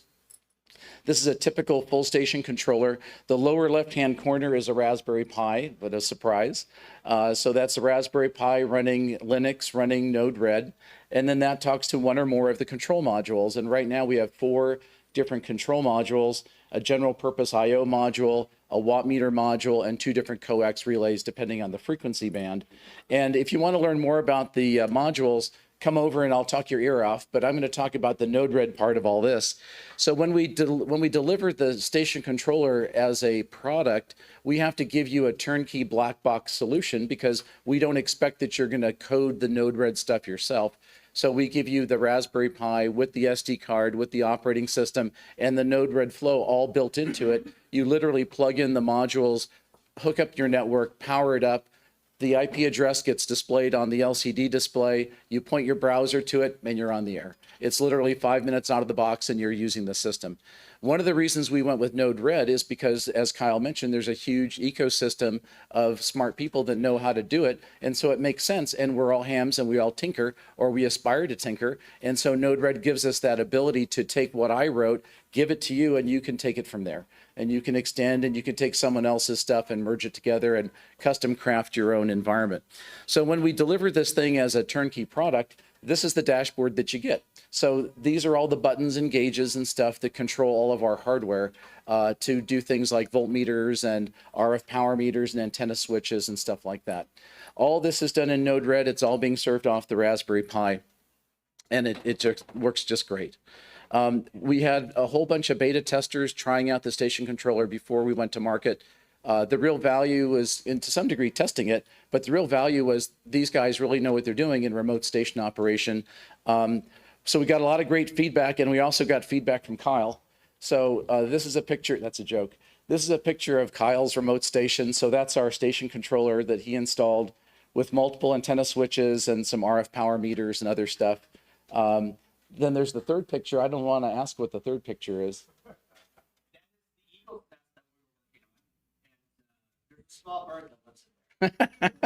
Looks pretty big. So let's talk a little bit about the whole Node-RED software, what the problem was that it had to solve. So before you dive into that, I want to explain the architecture of the station controller and how Node-RED fits in. So you can think about the system as this. You have your dashboard that is being served up by the Raspberry Pi, and that goes through your router. So this is in your local LAN, or you can WAN out to the outside world with the right security like we talked about. Once you're talking to the Raspberry Pi in turn talks to each of the control modules. And it talks to it over a Cat5 cable. It's not Ethernet. It's actually running RS-485. So any of you industrial control guys or guys older than 50 years old know what RS-485 is. And we do it like PoE. So we run 12 volts and we run ground on 4 of the pins and 2 pins for RS-485. RS-485 is basically a multi-drop 2-wire network that allows you to easily add a bunch of modules on the same backplane, very, very simple. And you can scale this to put 1 or as many modules as you want on that network. And of course, we're running Node-RED on the Pi. So why do we pick Node-RED? For all the reasons you probably know. It's an industrial strength, industrial automation environment. That's a plus. We can easily share programs and source with each other. That's a plus.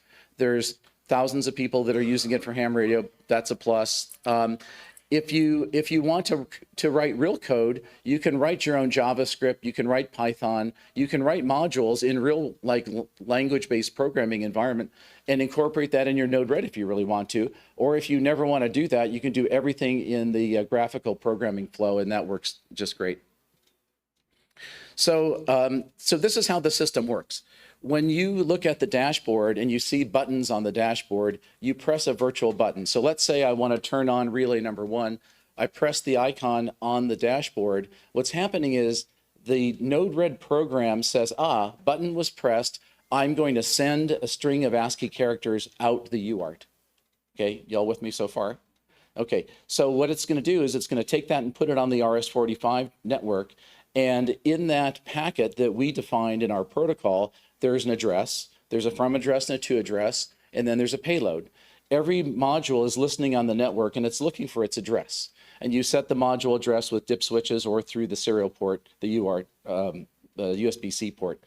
So once the module sees its address, it says, hey, that's for me. It takes the payload, drops it into its little command parser, and looks to see if it can execute that command, and if it can, it does. So in this case here, the fancy command is relay 1 on. So the 1 at the end means on. To turn it off, I would do ry1, relay 1, comma. Excellent, you're tracking. When I send that command, the board gets it, decodes it, executes the command, clicks the relay, and then the GPIO module reads all of the sensor information that's coming into that module, all the voltmeters and everything, packages up all those sensor readings, and sends a message back to the Node-RED dashboard, which is that big old long string at the bottom. So now it's saying from device 1 to 0, which is the Raspberry Pi, here comes an update packet. By the way, this update packet is board type GPIO. What that means is now I know how to parse the rest of the string. And the rest of the strings are all the values, all the sensor inputs on that board. So I've got 8 relays, so I got 8 ones and zeros. I've got 4 digital inputs, so I got 4 bits. I've got 4 voltmeters, so I got 4 floating point numbers after that. I've got 2 temperature probes, so I got 2 integers down, actually 2 floating point numbers at the end. And then a checksum. In this case, it says XX because it's in test mode. So that's all of the sensor data from that one module. All that data gets sucked into Node-RED, and so Node-RED then has to take that, parse that string, and then update all the gauges and lights and all that jazz. And that looks like this. So this is a snapshot of the Node-RED flow. Buttons, are, like Kyle was showing, buttons are really easy because you instantiate that button. If that button gets activated, it just sends an ASCII string to the UART, and off it goes. That's all there is to it. You can make a button send a piece of data like in a second. It's like super quick. The harder part is the bottom part, which is the flow that takes that update packet from the module and then disassembles it and does something with each of those fields in that big long string that came back. So, yeah. I'm connected to your station controller here. I've got, if you want to go back to where the dashboard from. The live dashboard? Yeah. Oh. To turn on relay 1. It's connected to a power source over there. It's going to turn hopefully that light bulb on. Whew, look at that. Let's turn it on from over here. And I'm going to turn it off.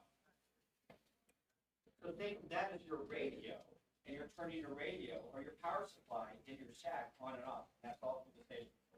And when you press that button, one really important concept in automation is if I tell you to do something, I'm not going to indicate to the user that it was done until the thing tells me it was done. So I have a closed loop control. So when I say turn on the relay, I'm just saying turn on the relay. If I don't get a message back, the thing won't update. The display won't change. When the module says, hey, your relay switched, then I'll update my display. So you want that closed loop behavior to make sure you know it's actually doing what it's supposed to do. Closed loop is because you put that in the code. Correct. For your product. That's correct, because I wrote that in there because that's just good hygiene. You could have written it really badly, and that's even easier, as it turns out. So let me go forward a little bit. So this is a zoom out of that GPIO module. So you can see that the button press in the upper left-hand corner is really simple. It all just goes to the UART and sends the data.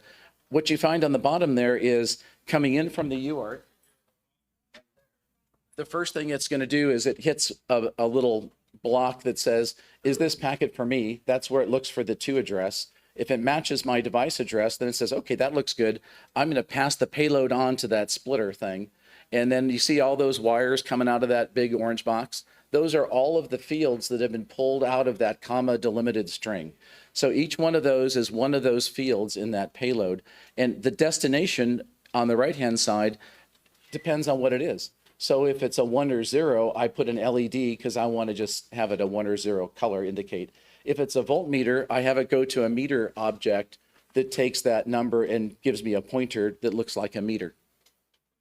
So it's pretty straightforward. And this is like any programming thing. The first thing you do is don't read a book. You steal someone's program, and then you look at it and go, that's how they do it. And then you modify it and go, oh, it's not so bad. And then you iterate until your wife tells you to go to bed. So that's the nature of things. The other thing that's really cool about Node-RED, there's definitely pros and cons, by the way, mostly pros. A really nice pro is, let's say you said, okay, I want 2 antenna switches. So this is the flow for the antenna switch, 4 buttons, 1 of 4 antennas selected. The bottom flow is the updates coming back from the antenna switch. I want 2 antenna switches. What do? All you do is go into the first antenna switch, you lasso all of those objects, copy, you go to another page like Kyle was doing, you just say paste. Now you have a second switch. The only difference is I have to go into that one block and change the address, because now that block needs to look for address number 4, not number 2.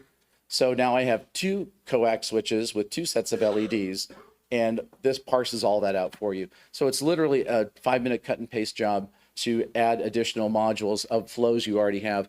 So it's stuff like this that makes, in my mind as a programmer, this stuff very compelling, because that's like super easy to do. Last couple things. This is an example where, like, Kyle popped open the dialog box. So here's in the button press. What we're doing is just, once you know the syntax of what you send, by the way, for our stuff, it's all documented, so you can just do it yourself if you want to. We tell you exactly what to put in the button to actually send to the end object. And like he was showing, you can have that on a regular basis. So in our system, we default it to pull every device about every 10 seconds. So we're checking for the status of everything constantly. Now, the other thing that's important in our system is we want to be able to add as many modules as you could possibly want. So you could either do that through wired connection through the RS-45, or you can use a wireless bridge. So we have little 900 megahertz data radios that hook up to that 2-wire RS-45 that let you bridge to another set of nodes elsewhere. So you might have all this in your station, but you might want an antenna switch at your tower and switch antennas with one gigantic piece of LMR 600 coming back to your station. So you can remote any of this or all of this at the far end, and it all works seamlessly as one network. And it doesn't even know there's a wireless connection in the middle of all that. Yeah.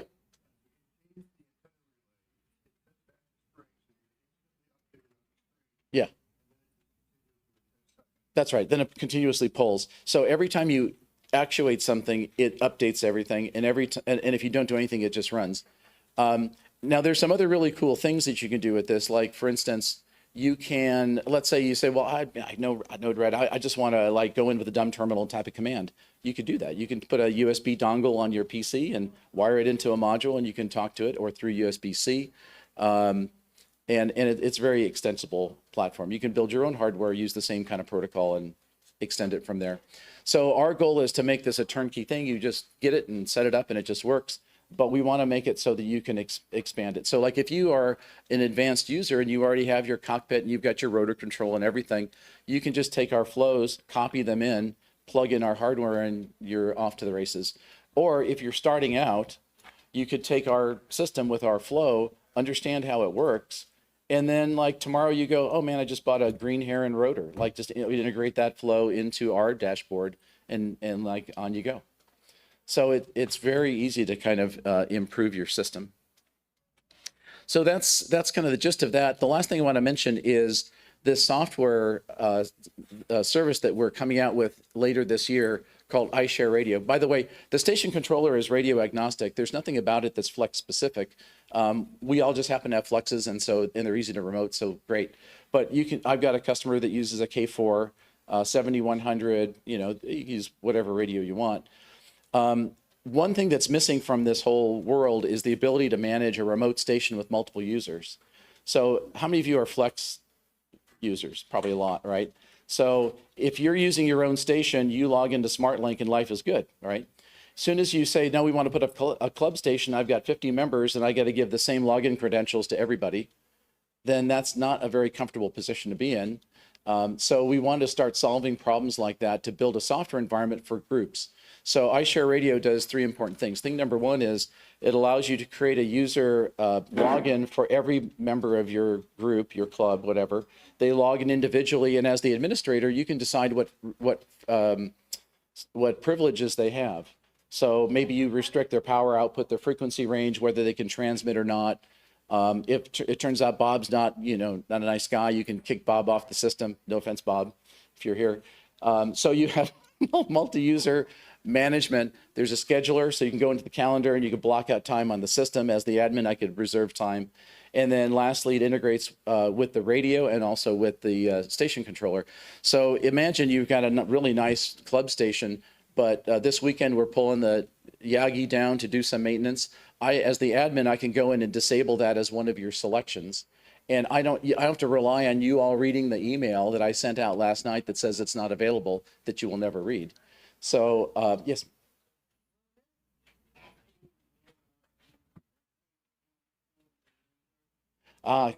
So that's really, it depends on the radio. So, yeah. So the radio part of it's handled by Flex. And what we're really doing here is we're essentially replacing SmartLink with our service as a front end. So you never actually touch SmartLink. We're interfacing and right. And so Alan's leading the development of this whole thing. So ask him any of the good questions. So it's all secure. You don't need a VPN. It's built into this. So you log into us. We then log into SmartLink for you. So you never really see the SmartLink login except for the administrator. That's it. Thank you. Thank you, George. Yeah, thank you.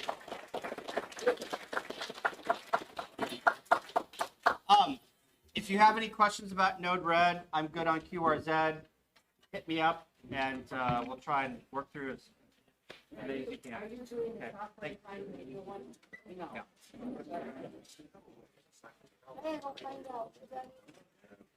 These are the 2 best presentations. Thank you. I'll comment. Good. I'm glad you got something out of it.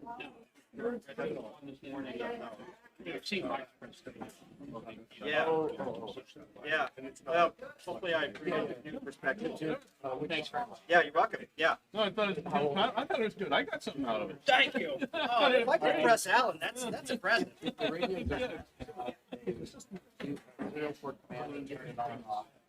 not have a holy ground. Yep, you can set it up. It's a mechanical on-off switch. And if there is a command to basically plug power it's a service. in and it won't come It'll off. start up just like any other. You need a mechanical. So whenever the Node-RED, I don't know whenever the time removes, it starts Node-RED. You know what I would do because is you have those, I would those go inject to the nodes radio where the screws, configured I would just for inject start every 3 seconds. It just automatically starts. Yeah.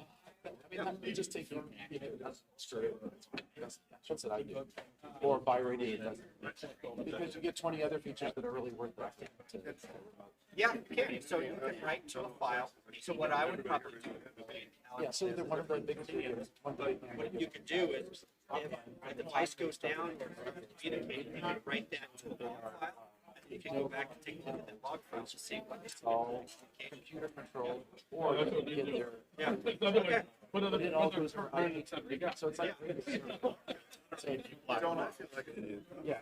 No, you shouldn't at all. So it like you think about a radio, like you turn it on and the side.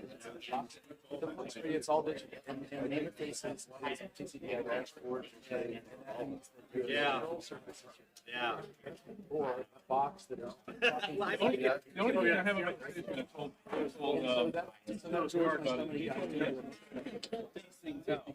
you don't have to have, I have this in my shack, I'm mounted like this.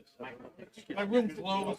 You get up in the middle of the night, you go to the bathroom, sorry. it glows. Sorry, some more stuff you can do. So. Making sense. You did a good job. Thank you. Thank you. You don't have to put on all the time. Yeah. Basically just getting power into the board and creating the yards for it. Yeah, that's right. That's right. You got it. Up there, George. You got it. That's all it's doing. So if you wanted to do other things beyond Ham Radio with that, there's a whole other IoT type module. I got it. Which one did you get? Same. Oh, I got the 84. Or is this company modules? Yeah. You just using? No, this company makes them. If you go to Sierra Radio System or Pactena, you'll find all this stuff. It's each one of those modules that is like $150, something like that. Yeah. So it's a great radio. Okay. Cool. Thank you. Yeah, Appreciate it. thank you. Thank you. Then what I'm gonna do with Node Red is, I'm just thinking is, I bought a Stream Deck. But I want a Stream Deck for when I'm away from my deck. That's me. So I'm gonna create a little Node Red button that mimics my Stream Deck. Cause I've got a button, you know, CW,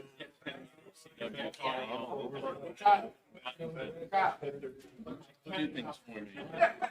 Oh, wow. I worked there now for 10 years. I tried to write it myself. So you come to the right place. Yeah, I've been down that road. Right? You start doing something. Pieces on the parts, and you go, wait, that's never done. Yeah, I already, okay. Oh, there. Yes. So it's like a schematic diagram, you put things together, you parameterize each motor, and you do it like that. It's the thing. In terms of how it looks and feels, as opposed to right on. These are the station controller modules. Right. These are pieces to it. This is Yeah. one of his devices. So, and this is the one I love. This is a great setup. And so I know when this one's got your. No, this is the fact that if you're you're a scientist, this one has all the relays, my station, the radio, the temperature. I tell you, everybody It's the beyond meter selected. I use the relays to flex. Wanted to be able to key down, not have that. Right. You want to write a Scott program. Like almost everything. I was going to write that program show. You need like based language. Okay, we're gonna be in beta. So competent. So. No, Well, that's the first version we're gonna put out. Yeah, put yourself on our mailing list. Yeah, and just go to the website. There's a what we did to Gail is and we'll be getting stuff from everybody. I got it on Monday. Turn it on. The millions of times about it before I left. Yeah. So I left my laptop connected to it. You'd have to have, It must have turned off. right, that's So I have to. what is there? But when you have 10 pages, that'll be good. The collegiate one. Well, first double let's go out here. One operator, one we're gonna start your night shift. See there?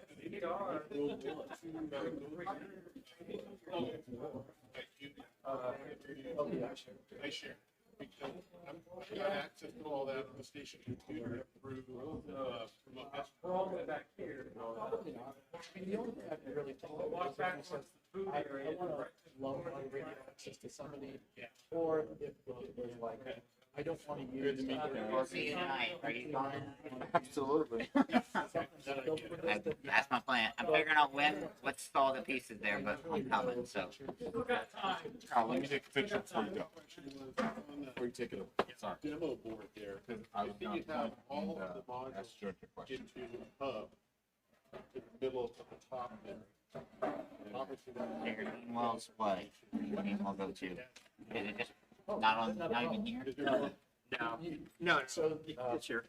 Yeah, should it go here? Should it go here? Or, oh, that was for the wall. Yeah, it was for the wall. Oh, I thought it was going Single in here. user station, one of each module. It's three modules. To start with. But let's say you want a fourth module, you need to talk to it somehow. You can either twist it there from the terminal block over to it, or add the hub board. Another hub. Yeah, if you need more, you can keep adding hubs. It's all passive interconnect. Yeah, no problem. Thanks, George. Yeah. Yeah. George, I think, give me, I've already asked this question. That's good. So here's, oh, I can think sideways. So there's your original antenna. So I have the VHF. It's as simple as going in Node-RED, copying the code, pasting it, and then changing the address from this one to. Yeah. It is? Yeah, pretty much. Okay. Because the commands to switch the relay module. Command buried in that string is select one, SCL1 or SCL2 or SCL3 or SCL4 for 1, 2, 3, 4. Right. On the VHF one, it's SCL1 or SCL2. And thing. No. It's either that or it's relay one on, relay one on. So R1 on, on. So I'm pretty sure I'm actually going to relay one on. So it's not, so. They're coded different. Yeah, tell you what, I have a little snippet of Node-RED code. Kyle said you'd say that, but Kyle said, you're just gonna say that. That. Cool. Exactly what you said. Yeah, so remind me, and then I'll just, because it's. I bet. Yeah. And because I went in and I was looking at the book, because I don't want to just copy the new coding. Yeah. And you know, when it goes back to, because I named things to, I just want that portion of code and then plug it into my. So what that'll do is it'll give you an on-off button, off button, and an LED. And then it'll also have some stuff. And it's not the first thing I'm gonna do, so it's not super priority, but hey, by the way, me, George. Nice to meet you. See you later. Yeah, so you email me and then I'll. I will. Thanks a lot, George. 4 o'clock. Time, right?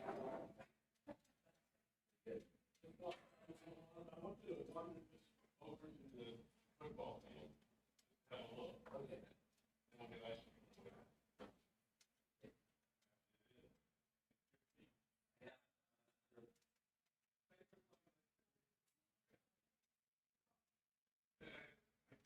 I was taking that.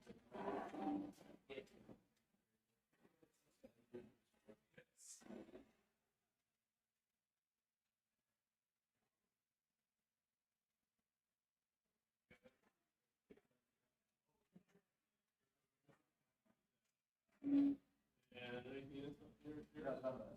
You want any of it?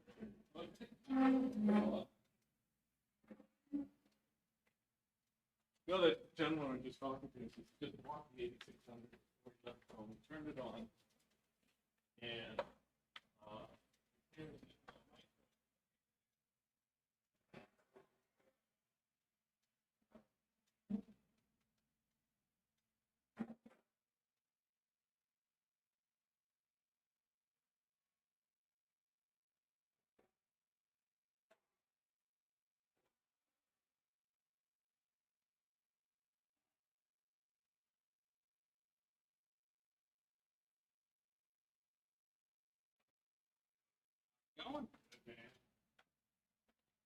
Don't move.